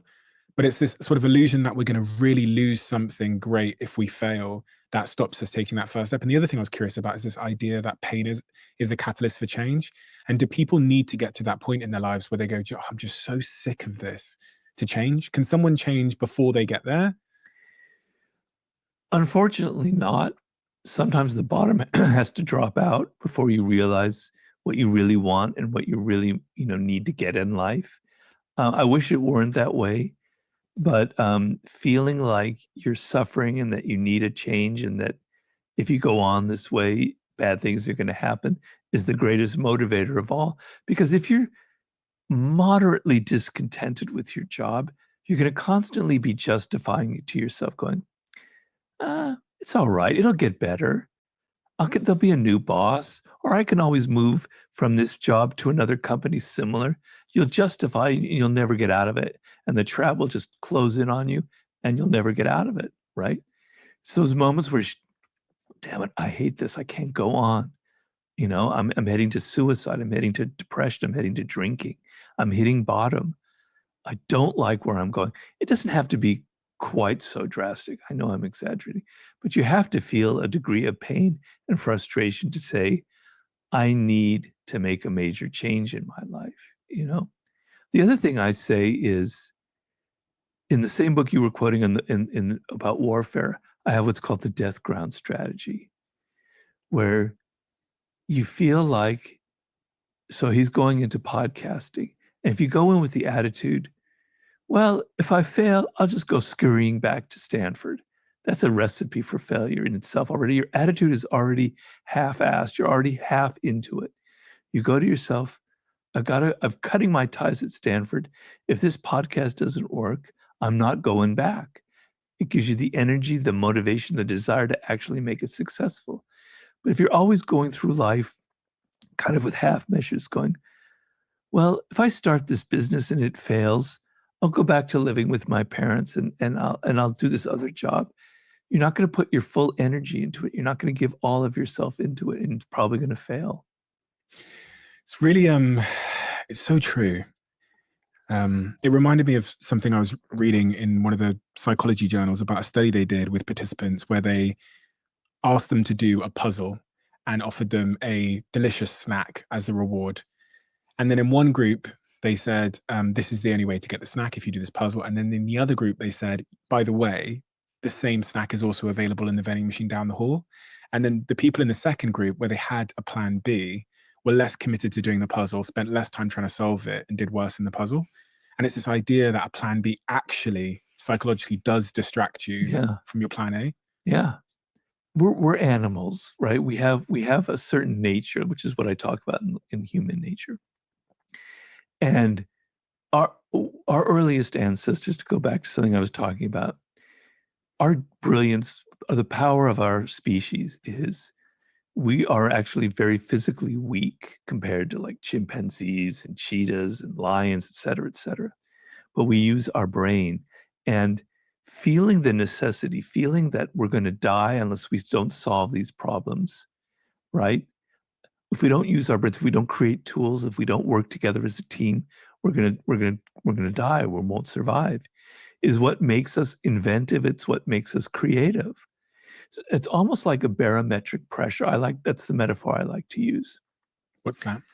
When you feel that pressure inside of you and it's very heavy, like weather that's very, heavy and thick, you're motivated. You feel it. I've got to get up in the morning. I've got to do this. I've got to accomplish this. When that pressure goes away and you don't feel any pressure in your life, you can do anything and there's no consequences for it. You'll just waste time. You'll waste years. You'll waste months.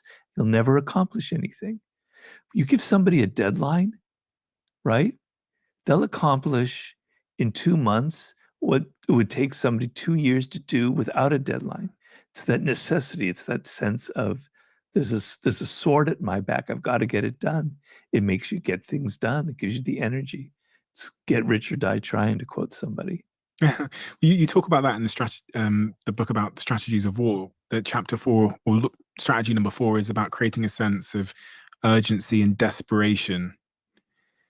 And when I was reading that, I was thinking, to be fair, I don't know any great leader that isn't a little bit urgent and a little bit desperate. And even if they feign that desperation to galvanize people, there's something about creating urgency and desperation in your life that is an incredible tailwind. Is there any practical ways that you think the average person can create the required sense of urgency in their life so they can get things done? Well, it's kind of like a level here. So you need challenges in your life. That's sort of what the death ground is about. You're challenged. You better rise up to it.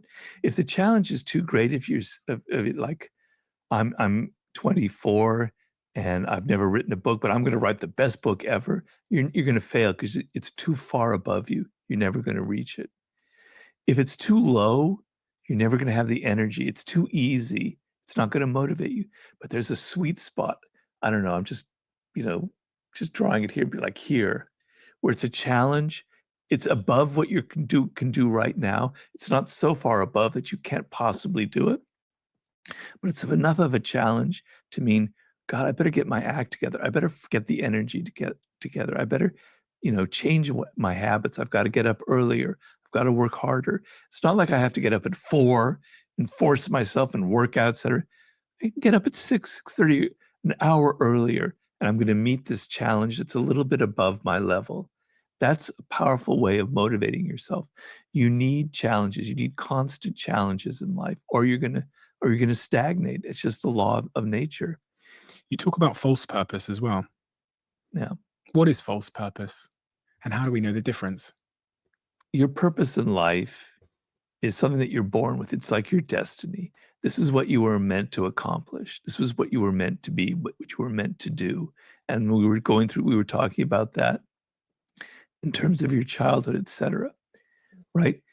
But we humans are not born with that purpose engraved in our heads. We don't wake up when we're 7 and go, that's my purpose. If it were that easy, it would be that simple, right? But because we don't have any direction, animals don't wake up in the morning if they're not nocturnal and go, what am I going to do today? I can go here. I can hunt for this animal. I can hunt for that animal. I could eat this. No, they don't. They operate by instinct. They have a purpose. It's automatic almost. Okay, we don't have that. We have to find our purpose. And because it's so deep and it's so important, that if we don't find it through this authentic process I'm talking about, we'll find it somewhere else, because we need a purpose in life. We need something to live for. What will that be? It will be drugs. It'll be some kind of cult that I have to join. It will be some kind of political movement where I can get out all of my anger and vent all of my frustrations. It'll be on and on and on. It's something that has nothing to do with who you are personally, but it's something that you can believe in and can give you a sense of purpose. But it's not really who you are. It's like a drug. It's drugging you into believing that you have a purpose. But it's not the real purpose that you were born for. That's what I mean by false purpose. And when we find our purpose, if we are able to and lucky enough to discover it, what's the variance in what someone's capable of that's found their purpose versus someone that hasn't, do you think? Like, what's the difference in how they show up, how they deliver, the results they create, the impact they have? When you find your purpose, it's like everything falls into place. Right? You don't need to almost do anything. You'll find whatever you need to find. Good things will come to you. I know that sounds woo-woo. I know that sounds mystical, but I definitely believe it. Right? And so it's not like you have to try so hard. Yes, you have to learn skills. Yes, you have to apply yourself. Yes, you have to work hard, et cetera, et cetera, et cetera. But things just go so much more smoothly when you have it. So, for instance, one thing that happens when you have a sense of purpose, and I hate to, it's something that I feel So I know my narcissism is coming out again. I know what I don't want. You don't know the power of that. You can't imagine how powerful that is. So people come to me all the time with, Robert, we can make a lot of money doing this. We could try this. Let's make a TV show out of the 48 laws of power. Let's do this. Let's do that. Let's make a game. I'm not interested. It's not my purpose. No, I don't want it. If I didn't have that radar, I'd be spreading myself out into 8 different venues, and I'd be, all of my energy would be scattered. I wouldn't have that focus, and I'd probably end up being pretty miserable because I would have lost my purpose. But when you have a sense of purpose, it's like, no, I don't want to do that. I don't want to do that. I want to do this. Yeah, it can be rigid. You have to be a little bit flexible. So if somebody comes to me and goes, Robert, what about this? I'm open to it. That sounds moderately interesting. All right, maybe I'll try it, And I do open things like that. I'm going to be doing, in a month, I'm going to be recording a French version of, the master class. Mm-hmm. There's a French version of that. So, I'm not so rigid where I can only write books. I can try other things because I can see value in it and it interests me. It's a challenge. Being able to say no is so important and it's so empowering. And that's what a sense of purpose will give you, among other things. There's a quote that says something like, distractions come dressed up as opportunities. And to even know what a distraction is, you first must understand what your goal and what your purpose is, or else it's impossible to distinguish between a distraction, Robert, let's go start a game, or an opportunity, which sounds much more like that mastermind thing. And I think about this all the time. The more clear I am on the goal and what my purpose is, the much easier it is to understand what a distraction is versus an opportunity, because they do look the same when they come into my inbox. Yes. Well, the other thing I do is I kind of game it out. So somebody comes to me and they go, let's do a television show, The 48 Laws of Power. And believe me, I've been through that about 85 times, people coming to me that, and we have even attempted it. But I go, I've worked in Hollywood. I've worked in television before I had my books. I know the process. I know how miserable it can be. I know how you have no power.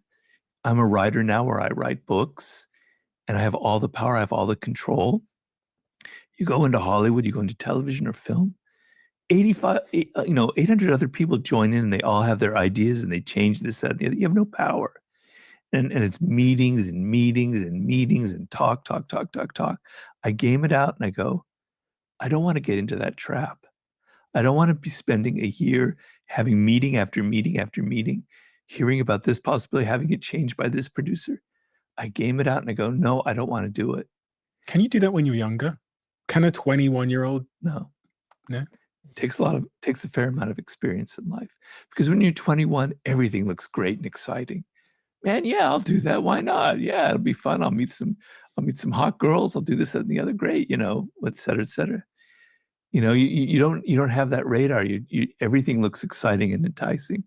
It takes the pain. I keep going back to that, of things that you wasted your time in and things that failed, the things that you didn't like, to teach you the ability to say no and to save your energy for what you really love. Should a young person just be saying yes to everything? The problem that we have is everything has to be this way or that way, has to be black or white. And it's not like that. It's kind of in between. You can learn to dance in life. You don't have to go this way or that way. You can kind of do both. So the best advice I give people is your 20s are the best years of your life. Actually, I think the 30s are, but let's just say for argument's sake, your 20s. You're young. You probably look pretty good. You're healthy. You've got all these things going on for you. I want you to have some fun and I want you to have adventures. I don't want you to be 22 and go and get a job at Goldman Sachs for the rest of your life. So you need fun, you need adventure, you need some looseness. You want some experiences. But it has to have some direction to it. It can't just be, I'm going to write poetry, I'm going to do rock and roll, I'm going to go and learn chemistry, I'm going to, become, this, that, and the other. No connection at all between all of these things, just trying everything for the sake of novelty. That's a recipe for not being successful, because what you want to happen is you're 30 years old now. You've let your 20s are behind you. It's usually a time of reckoning where you go, shit, I'm not so young anymore. Okay. I'm getting older. All right. I've had my fun. I've had adventure. I'm ready for something serious. And I've learned some real skills in life. For me personally, I learned how to write, or whatever it is. You didn't just go try 80 different things. You kind of had 4 or 5 that you experimented with. All right, now I know what I love. Now I can go down that path. And in mastery, I often tell the story to people of one of the masters I interviewed was Paul Graham, who is the man who started Y Combinator. You probably heard of Y Combinator. He was somebody who got into AI when he was like 18, 19 years old. He was like at MIT, I believe, right? Back in the late 70s when nobody was even thinking about it. Okay. He was a hacker because his father was a scientist who had computers back in the 70s, and he learned how to hack early on. Okay. So he went down the process of going into academia, of going into programs of computer programming, et cetera, et cetera. And he was on a track, just like Huberman at MIT, to become a professor, to become proficient in it. And he hated it. It was soul-sucking. He didn't like the politics. He didn't like dealing with the people. He didn't like academia. So he quit and he became a painter because he loved design and he loved visuals. He comes back to New York. He's living in a loft. He's painting. He's happy in it, but he's not making any money. And then he hears an advertisement on the radio for, I think it was maybe Netscape, one of the earliest, internet, whatever you call it. And they're saying the future for computers is being able to buy and sell products on the internet. He ends up creating the first, I think, the prototype for all the things that we have now. Yahoo ended up buying it for like $5 million. And then the rest is history.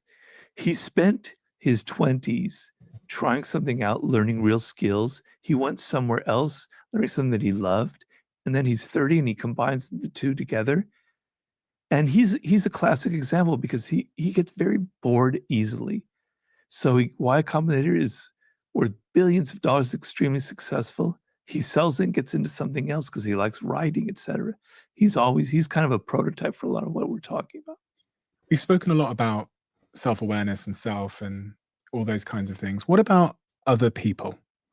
The only thing that seems to stand in the way of all of our goals in life are other people. So if I want to become exceptional at understanding the human nature of other people and using it in my favor, where do I start there? What are the sort of foundations of being great at using other people's human nature to my advantage? That sounds very narcissistic and very awful, but it is what it is. Yes, it is what it is, exactly. People, as I said, the main mistake we make in dealing with other people, and it's a common mistake that I make as well, is we take the appearances for reality. We take their masks for how they appear to us, for their politeness, for their smiles, for their saying, oh, I loved you, etc., for the reality. And we have to learn to look behind people's masks. We have to learn what's really, really going on behind them. And we have to learn some basics about human nature. People like to believe that they're essentially good, saintly, virtuous, however you want to do it. People want to believe that they're intelligent. You never want to feel like, I'm not stupid, I'm intelligent. And the other third thing is that they're willpower, that they're in control of their lives. They do things because they decided to do it. To make people feel insecure about their intelligence, right? To make them feel like they're not moral or they're not good. To make them feel like they do things not because they choose to, but because they were forced to, or because they're not aware of themselves. They hate that. They're going to hate you. They're going to resent you. They're going to resist you. Knowing some basics about people like that gives you the power to use that for influence, for persuasion, okay? Understanding envy in the human world. And on social media, envy is just is like a nuclear bomb. It's just exploded. Our tendency to feel envy, to compare ourselves to other people. You've got to use that for power. There's great power in that, in a marketing publicity sense. Virality. getting other people to be interested in what other people are doing. That's how things sell themselves. If you try and tell people what they should buy, as opposed to look at what other people are doing, I want to join in on that, right? Knowing about these basic qualities in human nature, about how we like to compare ourselves, how we have these certain opinions about ourselves, et cetera, gives you all of this power to take that human nature and use it for whatever purposes you want, for good, or unfortunately, some people use it for bad. Do we have to lie to be successful? And I say this because through reading some of your work, I heard sentences such as, you should keep your true intentions hidden in social situations. You say a lot about like kind of cloaking yourself in various ways. You talk about showing up as an actor, that sometimes we do need to show up as an actor in our lives. Hold on, y'all. In order to be truly successful, I know it's a little bit of a difficult question, but do we have to lie? Look, Stephen, being a human being means we lie, right? The moment you open your mouth and you speak, you are essentially not telling the truth. You know what doesn't lie? Body language, nonverbal communication, the way you smile, the look in your eyes. You can't lie about that. But children, 3 or 4 years old, are already learning to craft what they say to mommy or daddy to get what they want. They're very clever. They're very strategic, right? They know that if they say that what they exactly want, they won't get it. I am literally having a problem here. My mouse is not clicking things off. Like my mouse is literally not clicking anything.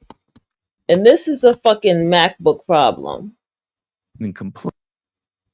Because I'm sitting here clicking shit. And it's not working. And the last time I've been through this, oh fuck. Oh, for fuck's sake.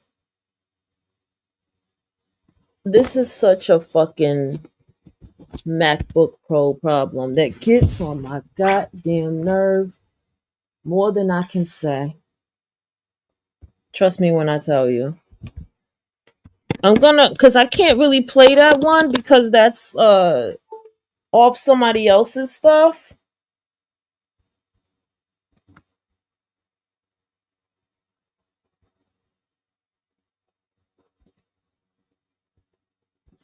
One second, y'all. 1 second. We're gonna go ahead and get into something while I'm doing all of this. Hold on, let me make sure because I know I'm not muted. I really don't want to look like a damn dummy out here. Okay, great. I'm not muted. All right, listen. All right, the notes from the CIA. I hope you guys took some notes. And I hope you took some good ones. The CIA created, and I gotta pee. I'll be back. 1 second. Plain and put a certain tone in their voice, and to be an actor. A social animal like we are actors in life. Get over this idea about guilting about it. I'm so sick of that. We are actors. We are descended from chimpanzees. Chimpanzees are consummate actors. Read the literature on that. They know how to deceive incredibly well, and they don't even have language to deceive, right? So we are actors. The moment you go out in the public, you're not telling people, oh, you're fat, you're ugly, your riding sucks, I don't like what you're wearing. You never do that. You're an actor. When you see your father, you act a certain way. When you see a little kid, you act a certain way. When you see a little kitty cat, you have a certain tone in your voice. When you deal with your boss, the person who pays for your podcast, I don't know if there is such a person, you act a different way. You're constantly changing who you are and how you are. One moment you're Robert De Niro, the next moment you're, I don't know what other actor you are, but you're changing your roles depending on who you're dealing with. I'm so tired of people not recognizing this fact that we are all actors, that we are constantly deceiving. Yes, there are differences, there are qualities of lying. You know, I understand that. There's Donald Trump lying, and there's the lying of the everyday white lies in which we have to say certain things to get ahead. So there are degrees, I understand that. And some lying can be very harmful and very counterproductive in the end. But the moment you enter the world and the moment you open your mouth, you are in some ways already an actor, and you are already using forms of deception. Why can't we be our true selves? Because it would irritate people, because it would grate, you know? I don't know about you, but I appreciate politeness, right? I go somewhere and I know someone's being polite. I know that they're not necessarily meaning it, but it's nice, right? It's kind of smooth. It kind of makes everything sort of smooth. If people weren't polite, it'd all be grating and like two pieces of metal constantly hitting each other. It'd be so annoying. You'd want to kill yourself, or you'd want to kill people. You'd become a murderer, you know? Social life depends on that kind of smoothness, those interactions. So we need that to some degree. If we were just always telling people what we really thought, our world would collapse tomorrow. What about showing our weakness? I've got this quote from you that says, if you are weak and ask for little, little is what you will get. But if you act strong, making firm, even outrageous demands, you will create the opposite impression. People will think that you are confident and that it must be based on something real. You will earn their respect, which in turn will translate to real leverage. Well, it's about certain situations. So I don't want you to apply that idea to everything in life. And some people make the mistake when they read the 48 Laws of Power, they think, wow, I'm going to use that everywhere. No, it applies to certain situations. So let's say you're negotiating.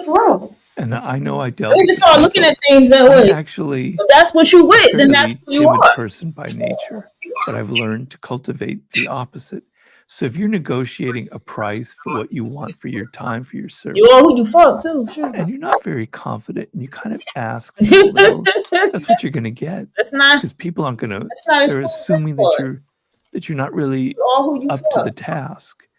You say, all right, $20,000 is enough. That's what they'll give you.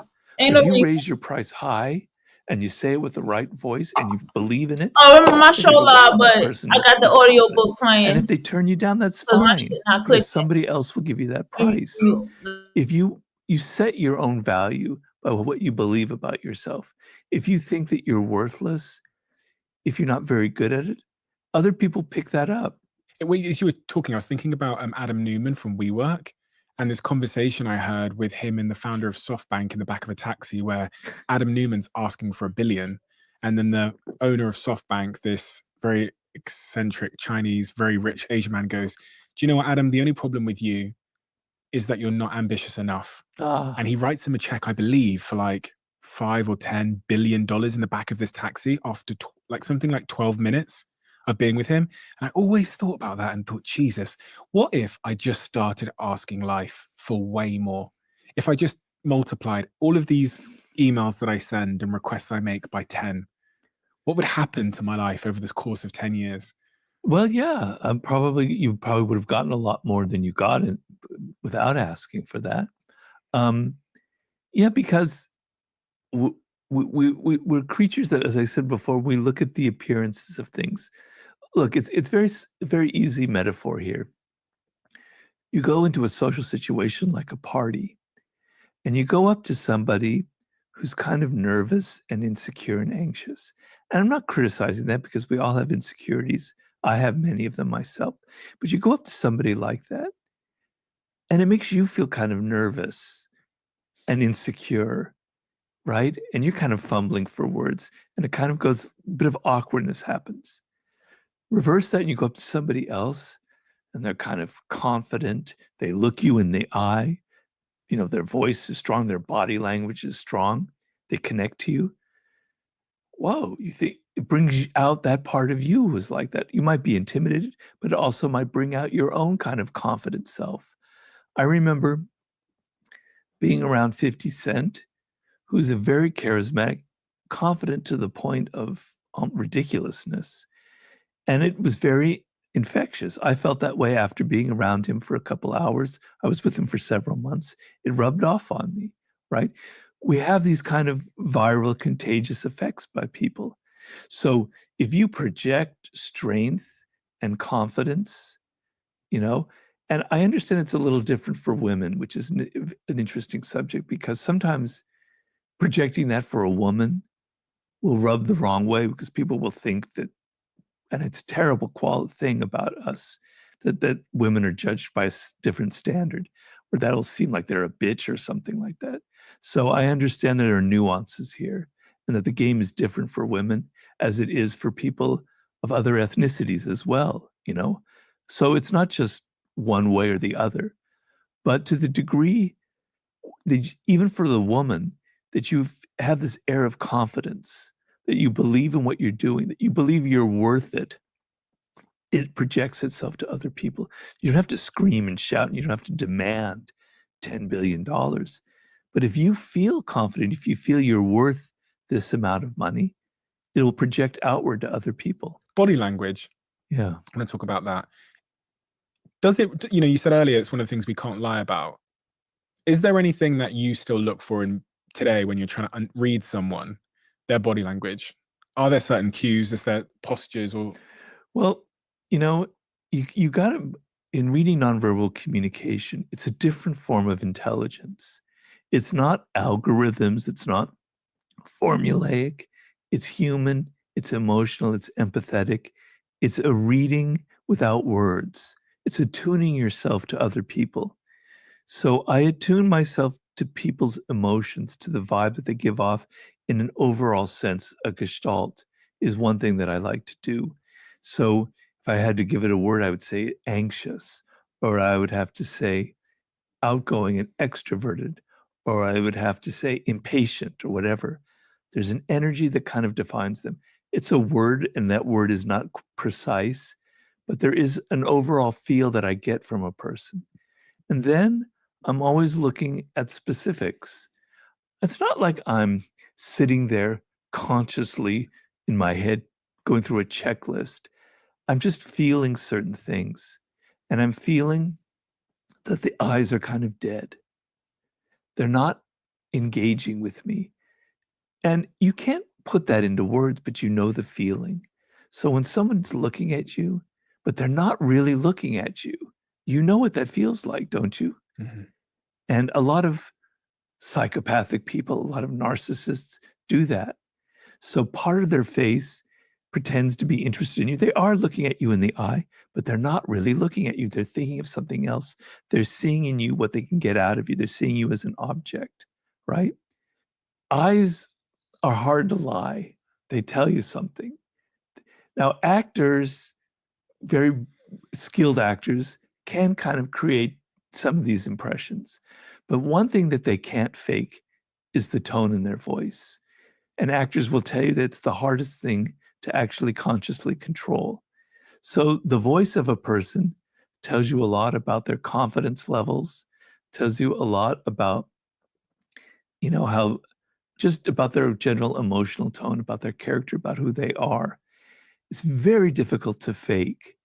And when it's hesitant, when it's like stammering, when it's not, you know, you can kind of sense something from people's voice, and it's very hard to fake. And then the smile tells you 100 different things if you know how to read it. There's the authentic smile, which I'm not going to fake right now, but well, it lights up the whole face, you know, like you really feel joy.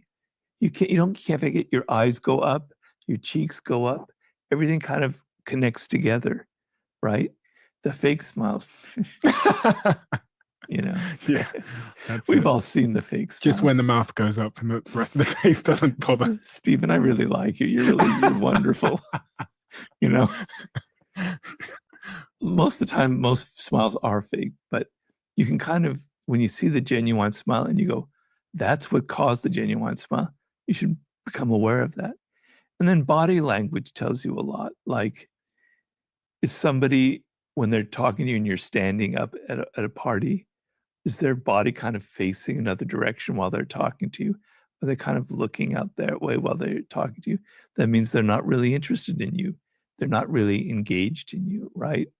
Also, when you catch people by surprise and they don't have the time to put on a fake smile, I often tell people to do this. Like, there's somebody in your office and you don't know whether they're a snake or whether they're actually genuinely your friend. You suspect it could go either way. You kind of approach them from an angle, right? And you surprise them and you come up to them and you go, they look at you. And for a second, you detect what we call a micro expression of disdain. And then they put on the smile. That micro expression, which scientists, psychologists have studied, lasts for like less than a second, much less than a second. You have to be able to read it, but it reveals whether they actually like you or they're totally false. They can't fake it. So if you come straight on, they'll, oh, hi, Stephen, I love it. Great to see you. They come in, oh, they kind of pretend, then they try and act, and you can get clues like that. There's so many ways to read body language. It's such a fascinating subject. I could go on for hours about it. How important is it, you're talking about colleagues and team members there, and earlier you said that people are contagious. How important do you think it is to the success of our lives? And I pause there because success means it's a personal thing, it's a professional thing, to surround ourselves with the right group of people and to be intentional about that. It's very important. I have a chapter in, in the 48 Laws of Power about infection. And I think it's an experience many of us have had where you're around somebody who seems at first glance to be very interesting. And they become your friend, maybe. They're very dramatic. And they have all these stories to tell. And they seem almost slightly larger than life. And you engage with them. And then you become friends. And then slowly, it becomes clear that they're a little bit nuts, right? They're always talking about how this person screwed them, how that person screwed them, how this boyfriend or girlfriend was so awful and so nasty. You begin to realize, is this true? Or is it maybe they are the problem? But now they're your friend, and now you're emotionally attached to them. And now they have room to play all these kind of games on you, and all of their drama starts infecting you. And it's like, God damn it, I want to get away from this person, but I can't. They've infected you with their negative energy, and it gets under your skin. And so you have to avoid people like that. You have to read before you get involved with them that they are a drama queen or a drama king, because there are just as many men out there who have this quality. You have to see that they play the victim of everybody else, but actually they kind of bring it onto themselves. Some people are genuinely unfortunate. Bad things have happened to them, and it's not their fault. I'm never saying it's a misconception about that chapter, that you should avoid everybody who's unfortunate. There are people, and a lot of people out there, whose circumstances have made them, in their what's going on. It's not their fault, right? But then there are other people you have to recognize that the bad things that happen to them are things that they have brought on because they have this infecting power. It comes from a deep insecurity. You don't want them in your life. Being around insecure people will make you insecure. Being around confident people who kind of know what they're doing, who've got their act together, who are trying to make things and accomplish things. Because there's so many people out there who talk and talk and talk, but never do anything. Being around people who do things, who get things done, who've made a business, who've made this, that, or the other, they're gold to be around because they'll infect you with their positive energy. Frenemies. Yeah. Do we all have frenemies, and how do we spot frenemies? Well, hopefully we all don't have them. But in the Laws of Human Nature and in several of my books, I talk about the phenomenon of envy, which is very, very powerful human trait. It has roots, very ancient roots. We know that in hunter-gatherer societies from thousands of years ago, envy was a real problem. And so they create all kinds of rituals to avoid envy, where the moment somebody in a tribe received a gift, they had to give it to other members so they wouldn't face envy, because facing envy, you could be murdered for it. So you learned all of these rituals. And we've noticed that chimpanzees feel envy. You give one of the higher up chimps, because they're very hierarchical, a grape, and all of a sudden all the other chimps are very wanting that grape as well, and they feel envy, and et cetera, et cetera. So it's an extremely human emotion. The thing that we don't realize, though, that the people most likely to feel envy, first of all, we all feel envy. We're all comparing ourselves to other people. I feel it all the time. Right now, I envy Ryan Holiday because he's, so 30 years younger. He's sold so many books. He's got all this great stuff. I know what envy is like. I feel it. We all feel small degrees of envy. But there are people, I call it passive envy, but active envy means people act on it. They do something to hurt you. They sabotage you in some way. Frenemies are the classic scenario. So somebody who feels envious of you ends up befriending you. And consciously, they may not be even aware of that. They think, well, I do want to like them, but unconsciously they feel envy. They think that you have success that you don't necessarily deserve, that you have what they want, right? They become your friend and they charm you, et cetera, et cetera. And then lo and behold, you start noticing all kinds of behavior that's very ugly that you weren't expecting because they're your friend. They start saying bitchy comments that get under your skin, that make you feel insecure. They take things from you. They act in ways that are hurtful. But because they're your friend, your first instinct is to blame yourself. Well, maybe it's my fault that they've done this. Maybe I'm actually to blame for what they're saying, et cetera, et cetera. So I believe behind the frenemies phenomenon is this phenomena of envy, where the person secretly wants what you have and they're becoming your friend so that they can wound you. And what's best to do is to recognize that. And one common sign of a frenemy, of somebody who's befriending you out of envy, is they're in a rush to be your friend. Normally, we like to take it a little bit slow. We just don't let anybody into our lives. We like to vet them a little bit beforehand, right? We don't trust everybody. But the person who feels envy is like, I love you. You're fantastic. I want to be your friend. We got to hang out. Let's go out for dinner the next night, et cetera, et cetera. They're in a hurry. That's a sign that something else is going on, because that's not natural. What about when friends become frenemies? Because sometimes through the process of us changing, Yes, we might inspire that envy. Yes, like your status changes. We've all had to deal with that. I've had to deal with that as well. You have success, and you came from a background where you weren't so successful, and your friends are still there, and they envy you, and they're not very nice to you. And it's not a good quality. And I understand the quality. I understand where it comes from, and I wrote about it in Human Nature, where we're all aware of the what we call Schadenfreude. Schadenfreude means you take pleasure in other people's pain. So you hear a friend didn't get the job that they wanted to get, and you go, "Oh, I'm sorry," but deep down inside, you're kind of happy. We all go through that, right? The opposite is Mitfreude. It's an expression that Nietzsche coined, which means you feel joy for other people. I like to try and cultivate some of the higher qualities in life. So if something good happens to somebody, my first thing is I might feel a twinge of envy, but then I go, it's great for them. I'm actually very happy. I'm excited. I share their joy in what has happened, right?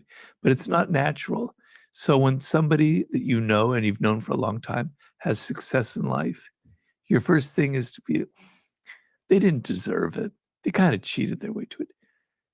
Okay, as we talked about in the very beginning, you confront that ugly emotion yourself and you go, that's not who I want to be. And you go, I'm going to make myself feel the opposite. I'm going to make myself feel happy for their success. It's not natural, and most people don't go through that. And I know personally from people I knew before I had any success in life, they're the ones that give me the fewest amount of compliments for my books. They never read my books in the first place. They're very spare with what they say. They've got a pinched look on their face. Whereas people I've never met before in my life give me all kinds of compliments. Why is that? Because they're envious. They're upset. Are you threatening them because they see themselves like you because they knew you and you're from where they were from, so you're even more threatening? You're holding up a mirror to them in a way that makes them feel even more uncomfortable. Well, they're not going to feel that way. So what people will go through in that sense is, and this is how I think it through. Oh, Robert sold himself out. He wrote a book that's evil, that's nasty, that's manipulative. I didn't think he was like that. I thought he was this nice person. Oh, I don't like his book is ugly. They'll go through that process. They'll stay my friend because we've had years and years together. It's very, very common. At least I know that. They do that with my books. Even though my later books aren't like the 48 Laws of Power, they still have it in the grain that this guy who used to be so sweet and nice wrote these nasty, evil, manipulative, Machiavellian books. He sold out. What is it at the heart of the 48 Laws of Power that some people are triggered by? Like, what was the single most triggering concept, or the most controversial, or the concept that people just had a surface level allergic reaction to on sight without even really reading it? They just, they don't know. Yeah, they read the back of the book, they read the names of the laws, and they go, oh, that's ugly. And a lot of times they've had to deal with ugly people in their lives. And so that's when I see the authentic disgust reaction. I understand it, that they had to deal with someone who's very manipulative and they find it disgusting. Of course, when I get to have a rational discussion with them and I calm down their emotional reaction, I said, look, if you had the 48 Laws of Power before this person manipulated you, they would have never been able to manipulate you. That book is the best defense you could ever have in your life. It's like a shield. Once you've read it, you know all the tricks people are playing on you, right? They know they're posing as a friend and acting like a spy, right? They're concealing their intentions, et cetera, et cetera, et cetera. It's showing you all of these tricks. Okay, but that's when they calm down and are able to say that. But the idea that we're not angels, that we don't all have the best intentions in life, that I'm writing a manual, they think, for how to manipulate, how to deceive, how to con people, triggers people very much. A lot of people who've suffered in life, who've had a lot of pain, understand that there's irony in the book. They don't read it the same way. They read it knowing, yeah, I've had this happen. This is what people are like. I'm okay with it. I'm cool with it. And I must say, I don't know if this will come off wrong, but a lot of the readers who responded most positively to the 48 Laws of Power early on were African Americans, people like 50 people in the hip hop business, etc. They didn't have any illusions about human nature, about how good we are, because they've seen this side all throughout their lives, right? 50 said when he got into the record business, he was shocked at how political people were, how manipulative they were. So they weren't having that same reaction. They weren't having the guilty reaction, like, oh, that I don't want to read about that. Why do we even have to discuss that? That's not positive. That's not helpful. That's, I think, a lot of what triggered people. It's funny because I was speaking to a CIA agent recently, and he said something at the end of our conversation to me. He said, one of the things I've come to learn from being in the CIA is that I no longer believe that equality is possible. And he said equality, yeah, because that's just not the way that the human world works. And we all pretend we want equality. We all pretend we want everyone to be equal. But if you look at every game we play, whether we're politicians or we're business people or whatever, it's all about hierarchies and power and getting ahead. Even the sheer nature of being a politician is campaigning to get into a position of objective power. And I wanted to know what you thought about that. Well, I mean, there's some truth to it in the sense of there's something in our nature that is hierarchical, that has deep roots in us. But I do believe in one form of equality, and that is everybody at their birth has the possibility for following the path that I talk about in Mastery, for being great, for fulfilling their destiny, for being the unique individual that they are at birth. So everybody is born with a DNA that will never be replicated in the past or in the future, right? There is a uniqueness about every person. And there's a uniqueness about your parents, about your background, about your early years, right? And that uniqueness is a seed that if you cultivate it and you use it and you know your purpose and you mine it for power. In mastery, one of the master I interviewed was a woman named Temple Grandin, who was born with severe autism. At the age of 2, she was about to be committed to a hospital for the rest of her life. She was like almost like in a walking coma. So for some reason, they got her a teacher to teach her language, and she started emerging a little bit. And then slowly she blossomed, and she realized, because it was something common to a lot of autistic people, that she had an incredible connection to animals. And a lot of autistic people have that. She couldn't connect to people. They were so tricky and deceptive. She didn't know how to deal with them. But animals, give her a horse, a dog, a cow, she felt like she was one of them. She ended up following that path and becoming a high-level animal behavioral scientist who, she was born with autism, about to be committed for a hospital, and yet she achieved incredible success in life as a scientist. I do honestly, and I'm not faking, I do honestly believe that everyone has that potential. But it's not equal in the outcomes of that. There are a lot of people, the majority of people don't follow that path. But I do believe everybody has that potential. Is that potential like objective greatness, or is it our own subjective greatness? I can become the greatest version of Stephen, or do you believe that everyone could become great in the context of, you know, the very best in the world, like, you know, Steve Jobs? Or no, they're not going. You don't have to be the very best in the world. I mean, when Mastery came out, we were the New York Times wanted to do a story about my house in the home section. Okay, well, why? But all right. I never get any publicity from mainstream media, so okay, fine. So I had to quickly upgrade my house because they were going to come over with photographers. And we got a man over to do the tile work on my patio, which looked like hell.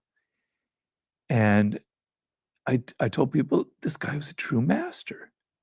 He wasn't like making 6 figures.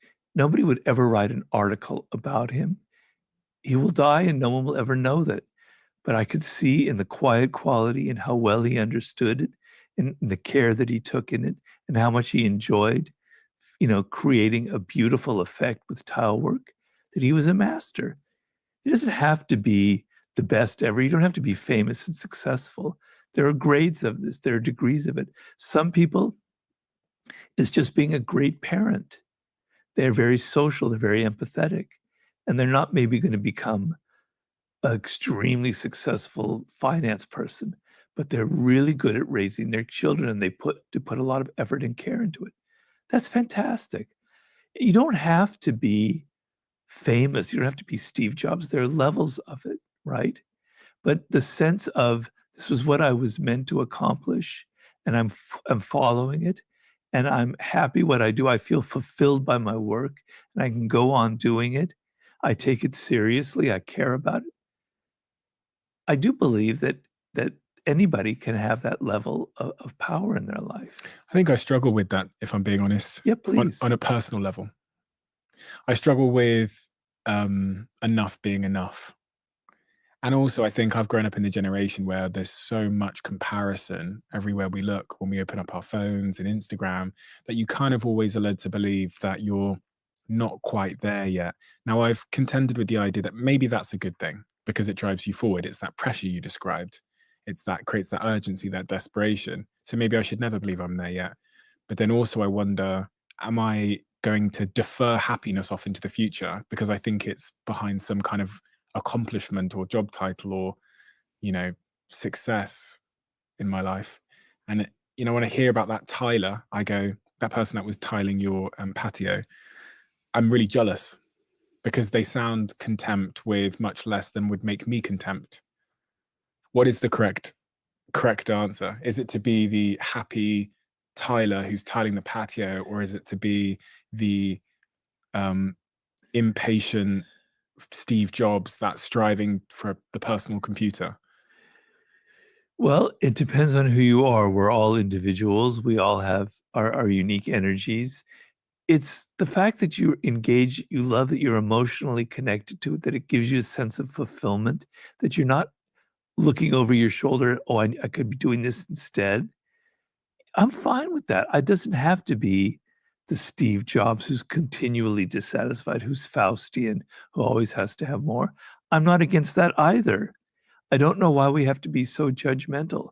If people are following the path and they are in love with what they do and they have a genuine connection to it, I'm not going to judge it because they're not famous or because they're not trying to be the greatest, the Michael Jordan of tiling or whatever, et cetera. I think it's fine. And you're not happy. You want to crush it. You want to have the #1 podcast. That's fine as well. Why can't we have, that kind of diversity in our world? The most important thing for both those types of people, the people that have that sort of insatiable sense of ambition, but also the people that are content with whatever they're doing in their lives, from what I heard there, is they both love what they're doing, and they both have those core components that you described earlier. Like, they both feel the challenge in their work still. And that challenge might be, okay, I'm going to do a bigger patio today, or it might be, I'm going to launch $1 billion business tomorrow for someone else. And it's really about those core components of like challenge, meaning, purpose. Yeah. Yeah, because what you don't want is you don't want to be in your 50s, in your 60s facing death, because your days are numbered. Who knows how long you're going to live? And you're going to go, damn it, I could have done something with my life. When I was a child, I had these dreams. I thought I was going to be really great at it. And I never realized it. I went off on these other paths. I was lost. I thought I was happy, but I never really fulfilled any of those childhood dreams or those fantasies. It's a terrible, terrible feeling. And I want people to avoid that. As long as it's something that engages you, that's connected to that child that you were, it's something that you love, and that you can create these challenges for you. Is death a motivator for you? President's Month savings are here at Lee Hyundai in Fayetteville. Drive a new Tucson for just $2,700. Well, it certainly is now, because my days are literally numbered. You reach a certain age and you can literally count the numbers of the days that might be left to you. And I nearly died several years ago with my stroke. Came this close to dying. I was driving my car, and if my wife hadn't suddenly seen something, I wouldn't be talking to you here right now. Either I would have crashed and died, or I would have had such bad brain damage that I'd be a vegetable. So I know about death. I feel it in my body. Every day I wake up, I do my morning meditation. I'm aware. There's a practice that I have in my meditation where this could be my last thought. I could die 10 seconds from now. What do I want in my head in those last seconds? Do I want to have some petty little thought about somebody who did this or said that? Or do I want to have something else greater in my head? I'm constantly aware of my mortality. And with the book that I'm writing, it's always in my mind, because frankly, I'm aware that I might die before I finish the book. So now I've written 2/3 of it. If I die tomorrow, the book can be published, and that's okay. I can live with that. But I'm in a hurry to get it done because I know it could happen at any moment. And it almost happened to me. So I'm continually aware of it, but not in a bad sense, in a way of, it kind of gives meaning to my life. It makes me aware of how, valuable each moment is, and how things that I look out my window, I see people doing things that I can't do anymore. And I go, they take it all for granted. They walk around unaware of their mortality, of how their body could break down at any day now. I'm aware of it. So I'm not going to feel envy, because my mind is at a different level. I'm aware of the ephemeral nature of life, and it makes everything kind of beautiful to me. Makes me appreciate everything around me. I don't mean to be too saccharine about this because it could come off that way, because there is a dark side to it, and I definitely, in my dreams and in my thoughts, I have a lot of that darkness. But I believe the awareness of death is a beautiful, beautiful thing. It makes everything intense and makes everything aglow. With that awareness, if you were my age, I've just turned 31. Wow, you're a kid. Jesus Christ, man. I hate you. I was 31. I was the biggest loser. That's amazing. If I could transplant that awareness from your head to my head, it's hard, that you've got from the life you've lived, but also from that stroke incident and the perspective of your mortality that it gave you and the ephemerality of life that it showed you, how do you think I would live my life differently? How would you have lived your life differently when you were 31? I make a point of I never go through that exercise because I believe in something called amor fati, which means love of your fate. Everything happened for a purpose. I wouldn't have done anything differently if I had to go back because it all led to the right things. So if I had been in a hurry when I was 22 to be successful as a writer, I would have never been able to write the books that I wrote. It would have all gone askew. Who knows where I would have ended up. I'm very, very happy I don't regret anything. But if you're young, what often happens is, because your life, the pattern of your life, if you think of it as a weaving, is only like, for you, is only like a third woven, right? For me, it's like 2/3 woven. So I can see all of these patterns that you can't see in your life. But at your stage, you tend to think, I've got all of this time ahead of me. I'm so young. I can do this. I can go travel here. I can do this business and that business, et cetera, et cetera. You don't feel that sense of urgency.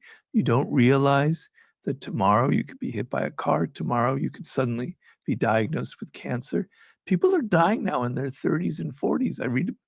Unfortunately, when you get older, a bad habit is you start reading the obituary pages. I don't know why. And you start reading about people, a lot of people who are in their 40s and 50s are dying left, right, and center today for various reasons. It can happen. And what it does to you is it says, I only have so much time. I wanted to accomplish this one thing that I've been putting off. Okay, you wrote your book. Maybe there's something else that you've always wanted to do, but you have never done. And you're kind of putting it off. A sense of urgency, a sense that your time is relatively short, is a good thing. The other thing is, it makes, as I said, it makes everything a little more intense, a little more aglow is the word I like to use. So I used to swim like 3 days a week, and I would swim long distances, and I loved it. It was my greatest therapy. I just loved getting out of my head and just being in the water, okay? But I never appreciated it until now when I can't do it. So I want you to appreciate you going to the gym, to having your health, to being able to do these things. Don't look at it like take it for granted. And it pisses me off that young people take all this stuff for granted. They think that I'm privileged because I have this success center. No, when you're young, you have all these privileges. You have your health. You have other things that could be taken away from you. Don't take for granted these things in your life that you have that are not going to last forever. Think in those terms and think of how more intense everything around you becomes when you have that mindset. One of the things I think I worry that I take for granted is my romantic relationship with my partner. And, hearing your story of being in that car that day, it's literally evident that your romantic partner can save your life. She did. And we've been together for a while. I'm not going to say how many years because she doesn't like hearing that. So, we have a deep, rich past, and it's a wonderful thing. And she saved my life. And saving someone's life, man, it really is important. It really means a lot. It kind of changes things. And in my book that I'm writing now, I wrote a chapter on love, which is something I've never written about, obviously. I've written about seduction, etc., but I've never written about love. And I wrote about the incredible, the sublime quality that you can have when you allow yourself to go deeper and deeper and deeper into that falling process, where you get rid of your ego, you get rid of your defenses, you get rid of all the resistance, and you just let yourself fall, fall, fall, fall, fall, and you connect to someone on that deeper, deeper level. It's, as I say, it's a chapter on the sublime because it is a very sublime experience. And the reason I wrote it is I feel like people are missing that now because they don't want to be vulnerable. They don't want any pain. And falling for another person and letting go of your defenses opens you up to pain, right? And we don't want to experience that. We want to be invulnerable. And it's like cutting off all the richest experiences in life. And so I wrote that chapter addressing that and say, let go of your defenses, let go of your resistance, let yourself go into that process of falling. Feel what it feels like to have your ego dissolved in the presence of another person and care more about them than you care about yourself. You mentioned a second ago dark thoughts and dark dreams. We all have dark thoughts. Our dark thoughts are our own. How do you go about dealing with dark thoughts, and what are those dark thoughts that you're able to share? Well, in my dreams, I'll be doing all kinds of weird things. A lot of times there'll be guilt. Like, did I actually murder that person? Are the police actually after me? Damn it, what's going to happen? What's going to happen to my reputation? Then I wake up, So all that kind of stuff happens. But also doubts about myself and depression and I've dealt my whole life with feelings of like not being very worthy. Like even doubting my success, doubting that my work is any good, doubting that I deserve it.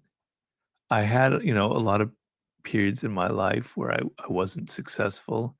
And I kind of had it ingrained in me that I could do better, I could do better, I could do better. I wasn't a good parent to myself. I was very tough on myself. And a lot of my dark thoughts are I'm still very tough on myself. And it's like, the other dark thoughts that I have is I can't do the things that I used to be able to do. Is life even worth living when you can't like hike, when you can't swim, when you can't go out on your bicycle, when you can't travel normally? Is it really worth it? Maybe death wouldn't be so bad compared to that. I go through that and then I go, yeah, I talk myself out of it again and again and again.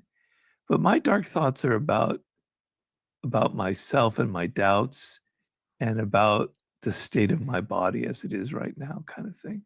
If I said to you that I had those same doubts about, if we were identical in every way, and I said, Robert, I'm having a lot of doubts about, I can't go out on my bicycle, I can't do the things I used to do, I'm wondering if life is worth living.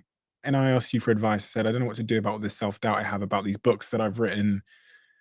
What would you say to me? Well, I would say there's a lot of people who talk a lot in life who bullshit their way, who say they've accomplished this, that, and the other, and they've never done anything. You have a book out there that you can be very proud of, that you can die tomorrow, and it's like a memento that will live on forever. And you've accomplished it. You've accomplished this stuff with your podcast. You've actually made things. So focus on that. Focus on the fact that so many people never get out of bed and amount to anything. So you've built things, you've accomplished things. Focus on that. And then about your body, well,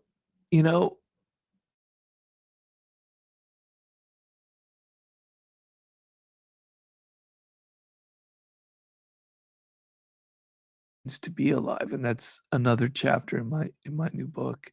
The odds against you, Stephen, of ever being born are absolutely insane. And I describe those odds in the book.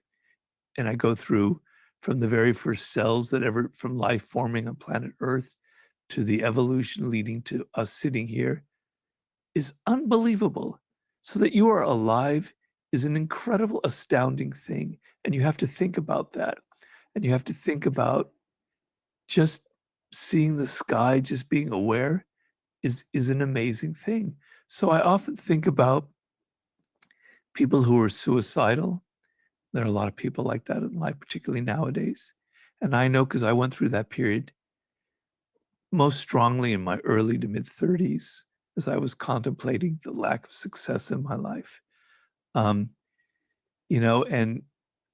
what kept me going was I still believed that I could accomplish something. So even in my darkest moments, I managed to pull myself out. But then I think of people who maybe don't have that energy, who are kind of going down that hole. And I know from my own experience that hearing somebody tell them that life is incredibly amazing fact won't have any effect on them, right? Because it doesn't connect to them emotionally. And I often think, how could I connect to them emotionally? How can I make it clear to them that there's something there that's worth preserving? I don't have the answer here today, but I think about that all the time. Like, how would I deal with somebody who is suicidal? And I get people writing me like that. And I've had relatives in those situations before. So that's something I think a lot about. It's a difficult question to answer. What you have to say to that person in that situation to get them to believe in the sublime, to get them to believe that life is worth living. I ponder whether what maybe you need to do is to get them to take the first step to create evidence for themselves somehow, whatever that small first step is. I think that's great. I think that's spot on. That's exactly what you have to do. They have to come to the realization themselves, and through some action that you get them to do, which gives them a little bit of an ounce of belief in themselves, then the spiral can turn around. So I think you're right. It has to come from them, and it has to come through something that they actually do. All the talk in the world won't really help them. What that is something that I would like to think about, and it depends on the individual. But I think that is the way to do it. You're writing this book at the moment called The Sublime, right? Are you writing that book because of the situation you found yourself in after having the stroke and going through that journey of saying, why is life worth living?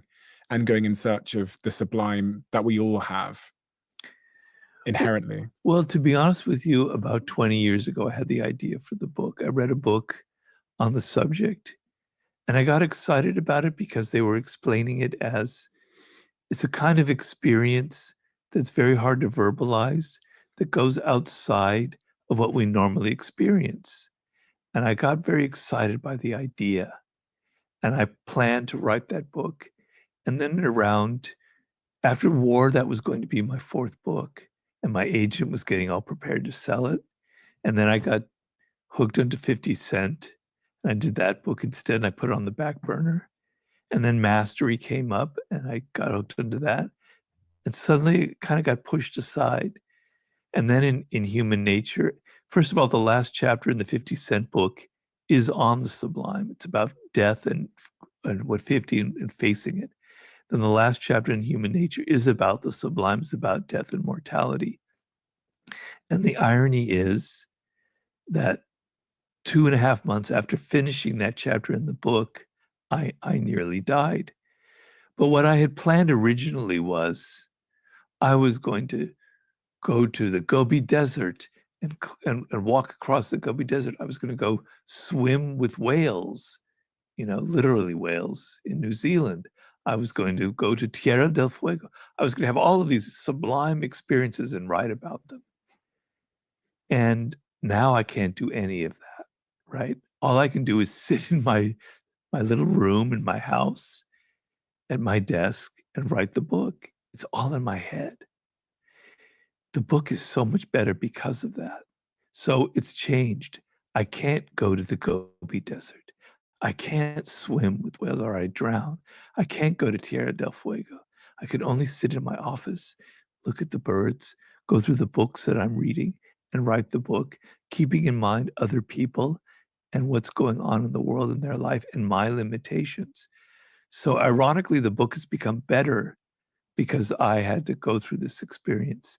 But nearly dying was going, little bells were going off in my head. All right, it's time to write that book. You're not putting it off any longer. And has it forced you to find the sublime in the everyday life? Well, obviously, I mean, I'm writing right now a chapter on what I call the daemon, which is an ancient Greek concept that all of us are born with like a guardian spirit, right? I know it sounds very mystical, but a lot of psychologists, contemporary psychologists, have written about the daemon phenomena, the idea that you have a second self, a kind of higher self that in some way is guiding you. And it has a lot to do with some of the things we've talked about, purpose, etc. And I have to think about it. I have to think about it in terms of my own life. I have to think about, is there something else inside of me that's communicating to me? What does that mean? How does that connect with other ideas about the universe? I get to read books about it. It's a very, very exciting process. It's keeping me alive right now. And then, I write a chapter about animals and what's sublime about interspecies communication. And now I get to look at my cat. I don't look at my cat, or I don't look at the birds the same way as I did before I wrote that chapter. So it's changing me, and it's lifting me out of the kind of people who have strokes. We all have to go through terrible diseases, all of us, unfortunately, unless we die by an accident, cancer, etc. Strokes, the number one thing that happens is terrible depression, to suddenly lose your body and what you can do. And so this has kept me out of that depression, I have to say.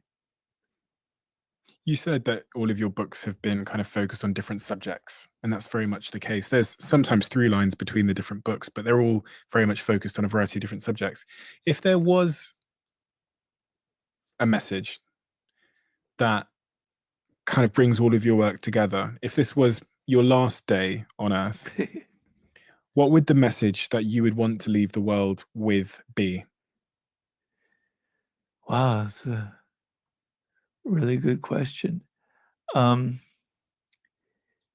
lot of my books have to do with the reality of our life and what not what we want to believe, not our fake ideas about it, not our illusions, etc., but what life is really, really like. This is the human animal. This is how they behave. This is what will seduce them. This is what will turn them off. This is how strategies will get us what we want in life. This is how you can master your subject, not the bullshit thing that people tell you about mastery, where you can take a drug, where you can hack your way to mastery. This is the truth. This is the reality. So all of my books, the through line is, this is what the world is really like. It's not ugly. It's not beautiful. It just is. And it's great to just relate to the world as it is, to see things as they are. It kind of is liberating. And in a way, it is kind of beautiful to just connect to the reality and not being inside of your wishes about, why can't people be more like this? Why can't somebody tell me this? Why can't they give me this? Why can't I be successful? Blah, blah, blah, blah, blah. Getting rid of your illusions and just looking at the way life is sort of, I guess, would be the through line of all of my books. Do you see life as a bit of a game? And is that a healthier way to view life? A game where we need to learn the rules and then play the game versus fight against the injustice of the rules of the game? Yeah, it's all a game. Definitely. There was a great man on the left named Saul Alinsky who wrote a book called Rules for Radicals. He was a strategist for union organizing. And he would hate the world today with people with all of their virtue signaling and everything. He said, if you want to change life, if you believe that there's injustice, you have to be a strategist. It's warfare. You have to organize. You have to understand the rules that will lead to actual change in this world. And whenever you enter the realm of rules and strategy, it is like a game, And so, yeah, I believe that. And I believe people with all their moralistic ideas who think just because they believe something is right, that it will get what they want, they're just living in it. They're fools. You have to strategize. If you don't, you're just bullshitting. You just pretend. You just virtue signaling. You want people to see you as a saint.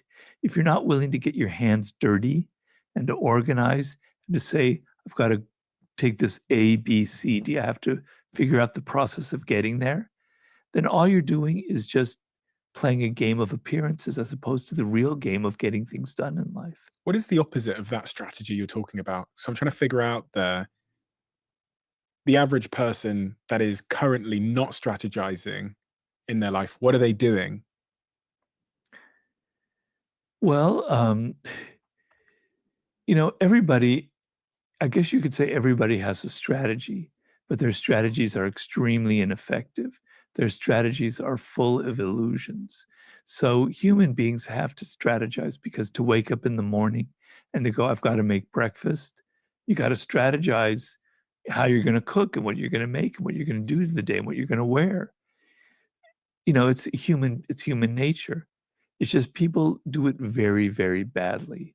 And they do it badly because they're so emotional. Now, I'm not against emotions, and emotions play a huge role, and I'm writing a lot about it in my new book. But the ability to get things done, you have to be in control of your emotions. You have to take a step back and you have to go, I'm not going to react. This person is pressuring me. They're saying these things. My natural tendency is to react, get my back up and bite back. No, I'm going to step back. I'm going to go, what's going to make them shut the fuck up? What's going to make them get out of my life? What's going to get rid of them? What's going to defeat them if they're an adversary? All right. I made that decision not to react, to get emotional. All right. Now I have to think. If I do this, they're going to react this way. But if I surprise them with this angle, they won't know what to do. And then they'll react in a different way. And I'll be in control of the situation. I strategize. I go through a process of gaming out the possibilities here. And that's to be a strategist. The opposite is a book that I meant to write after Seduction, which is a book about human stupidity. To not be strategic is to be stupid. And stupid people create more damage in this life than anybody else with their bad strategies, their bad wars, the bad things they lead people into, their bad politics, etc. So that's the opposite of strategy, is stupidity. I also had within there that sort of emotion. Being emotionally driven is very much, it doesn't allow you to have effective strategies, because you'll get caught up in, you'll get personal things and things that probably don't matter. That ability to rise above, though, I think we all want to master that. I would love to master the ability to rise above in all situations at all times. Well, you can. How? When you're younger, it's harder because you've got your hormones, you've got all that energy, you've got all that adrenaline. It's harder. As you get older, it gets a little bit easier. Do you have a system that you use just to detach yourself from the emotion sometimes? Well, I'm not always good at it.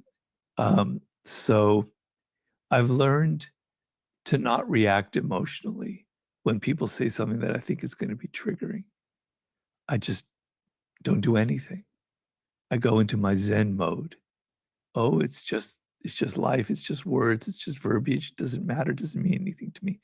I'm neutral. I'm unaffected. I'm in my citadel.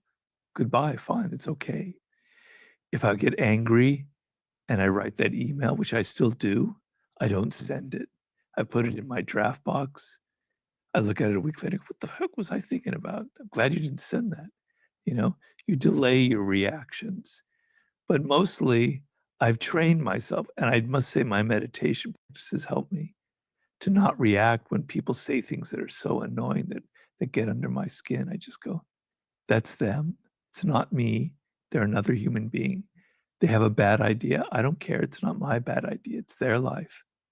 As you know, Whoop are a sponsor of this podcast, and I'm an investor in the company. And last month, I had the chance to sit down with Kristen Holmes. She's the VP of Performance at Whoop, and I learned so much from our conversation about circadian rhythms and things like sleep. Studies show that for every 45 minutes of sleep debt that you accrue, that your decision-making ability will drop by up to 10%.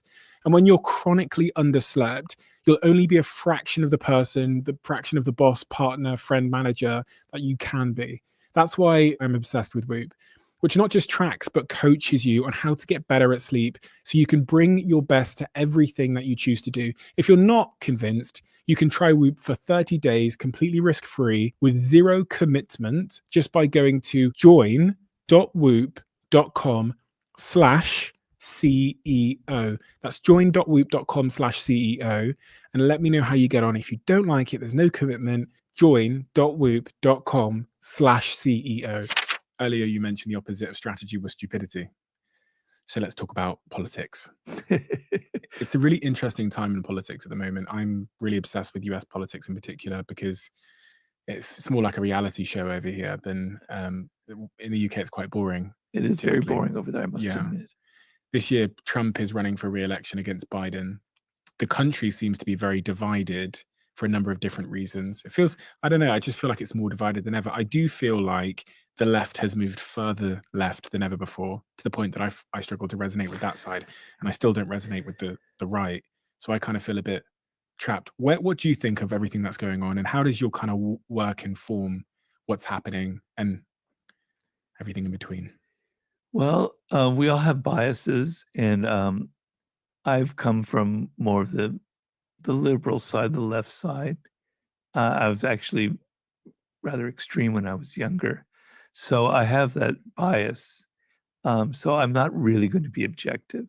So let's get that out of the way, right? You know, I have my emotional reactions, my triggering by what I see. But I'm very concerned about the overall spirit, the overall zeitgeist. So I worked as, I know this will sound like I'm going in a tangent, but bear with me. I was on the board of directors of a publicly traded company, American Apparel. And I was brought on there because I was friends with the CEO, but he thought of me as a strategist because he loved the 48 Laws of Power. And I started seeing that things were kind of going downhill. And I sort of had my finger on what the problem was. The problem was our demographic was basically young women at the ages 18 to 24. And it's a very difficult demographic to deal with because their tastes change very quickly. They're very viral, et cetera, et cetera. And so what worked early on with American Apparel, it was slowly becoming a cliche, right? And it wasn't going to translate well to a new generation coming up, which ended up being Gen Z. So I had the idea of like, we need to have these retreats, these yearly things where we step back from the day-to-day business and we think about the brand, where we're going, how we're going to adapt. We're not going to change it, but we're going to adapt, et cetera, et cetera. I presented to the CEO. Well, no, we don't need any of that. Blah, blah, blah. What I came away with was that the reason businesses are so awful, large businesses, why they suck, why they're never successful, why they're so damn annoying, is because they're always dealing with the quarterly report, at least for publicly traded businesses, right? They can't have a long-term vision because they can't afford it. They have to deal with what Wall Street will say to that quarterly report, and you know what the investors are, how they're going to react. To sit there and step back and think about where you're going to be in a year or two, we might not even exist in a year or two, so forget it. Well, politics is the same thing. You've got to win elections. You're facing every couple of years, every 4 years. You don't have the luxury of thinking of the larger picture. And that's what we're suffering from right now. Because if you look at the political situation in America, nobody has any loyalty to anything. So in my age, when I grew up, you were a Democrat, you were a Republican, and you had kind of roots, and you believed in that because, well, the Democratic Party was for the working class. We were for the unions. We were for the common guy, the little guy, the FDR mentality. even to some extent Kennedy and Johnson. The Republicans, we were for big business, for lower taxes, blah, blah, blah, blah, blah, blah, blah. You had a sense of connection to it. Now people have no connection at all to any particular party, which is fine. I don't, but what that means is it's so volatile. So somebody will vote for Obama, then they'll vote for Trump, then they'll vote for Biden, and then they'll vote for Trump again. And there are plenty of people in that situation. They have no roots. They're not connected to anything. And it's not people's fault. It's our politics' fault. They're not creating a sense of what it means to be an American. What is it? Can you give us a story, a myth about what it means to be an American in 2024 that will connect us, that will kind of give us a sense of what is beautiful about our country? Because there are beautiful things about it. It's possible. It's very possible to create that kind of a vision if you can step back and you can think in longer term. All right, maybe it's hard to do that for America, but what is it for the goddamn Democratic Party? What does it mean to be a Democrat? What does it mean to be a Republican? It just means to be a lapdog for Donald Trump, to believe everything he does. But the Democrats have their own problems, their own issues. You can't have a party that's just against everything. What are you for? I often tell people, I'm sick of hearing what you hate. I'm sick of hearing what you're against. I'm sick of hearing what you're complaining. Tell me what you want. Tell me what you're for. Tell me your vision of what a great country would be like. But they can't do that because they're only in this bubble of what I hate, what I'm against, it's what I'm trying to protect, et cetera, et cetera. So there's got to be a politician that rises up at some point that has a vision, that's not just a demagogue, that's not just a charismatic that's looking out for themselves, that can connect the dots, that can say, this is what it means to be in this party. This is our vision. This is what connects. This is the glue. Yeah, they're going to be little separate parts of it, okay? But we're the party of the working class, right? We're the party that's going to protect people, make life easier for them. Or we're the party of business, et cetera, et cetera. I don't care what it is, but create a vision, a sense of who you are, of what it connects to.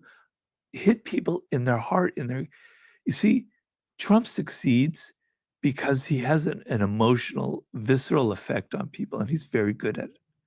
The Democrats can't learn that. It's always about a laundry list of we're going to do A, B, C, D, and E. We're going to hit the numbers. We're going to reduce inflation. We're going to create this amount of jobs, et cetera. It's all in the head. It's not in here. You've got to connect to people viscerally, emotionally. You have to create a myth that will connect people even within their disparate little niches. And it's possible, because to believe it's impossible goes against the grain of history. Somebody will emerge. I might be dead when it happens, who will go through some process for that, because otherwise everything will fall apart. Robert, we have a closing tradition on this podcast where the last guest leaves a question for the next guest. Oh, I remember. Not I didn't prepare. It's okay. I'm sure you can come up with one about the sublime, maybe. I don't know. We'll see.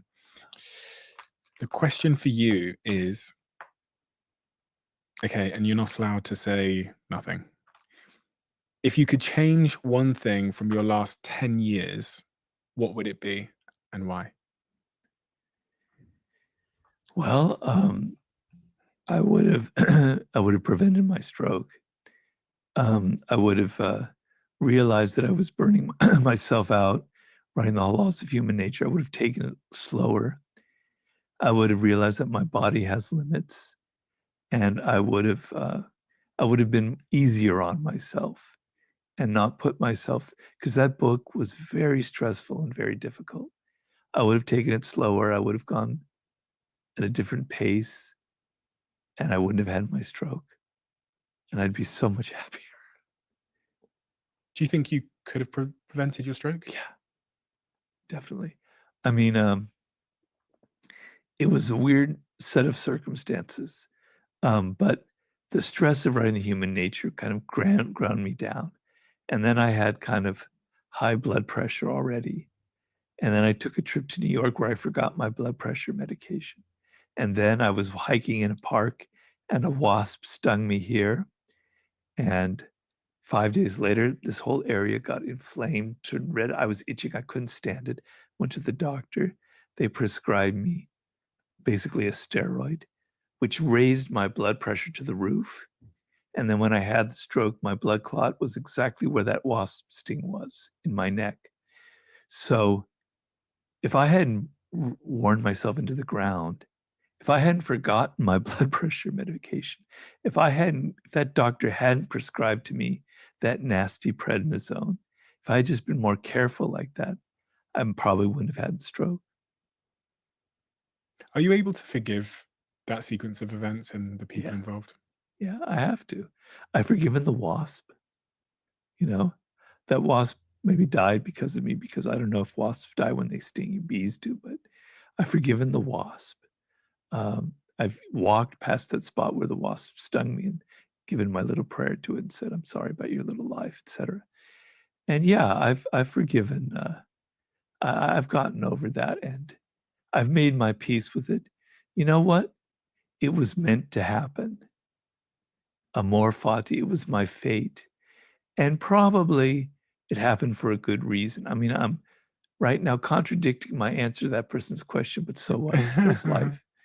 Because the way I think about it is, I was kind of reckless with what I thought I could do.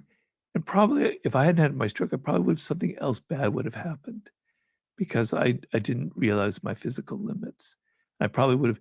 And so I'm alive. I have my brain, and I'm writing this next book. So it happened for a reason. If that bee wasn't there that day, wasp. Sorry, it's my correction. If that wasp, no prejudice against bees, please. If that wasp wasn't there that day, and I say this because I've been reading a few books recently about how throughout human history, these tiny little events, like the Nagasaki where they dropped the bombs, and all of these tiny little events with a cloud that flew over a The city, butterfly effect. all of the little butterfly effect things. Is there anything from how these tiny, seemingly insignificant chance events can have massive consequences? You're going to make me cry. Because what if there was like a little bit of wind and the wasp didn't come directly in my path? Yeah, I know. It's horrifying. But is there anything, because that's the nature of the world we live in, where tiny little things that we cannot predict can determine our lives in huge ways, can sway our lives in huge ways. Is there anything that we can do about it? No, there's nothing you can do about it. You know, it's Ryan Holiday will talk to you about it. What you can do is the Stoic philosophy is how you react to it mentally. You can't change the physical circumstance, but you can change how you think about it and how you react.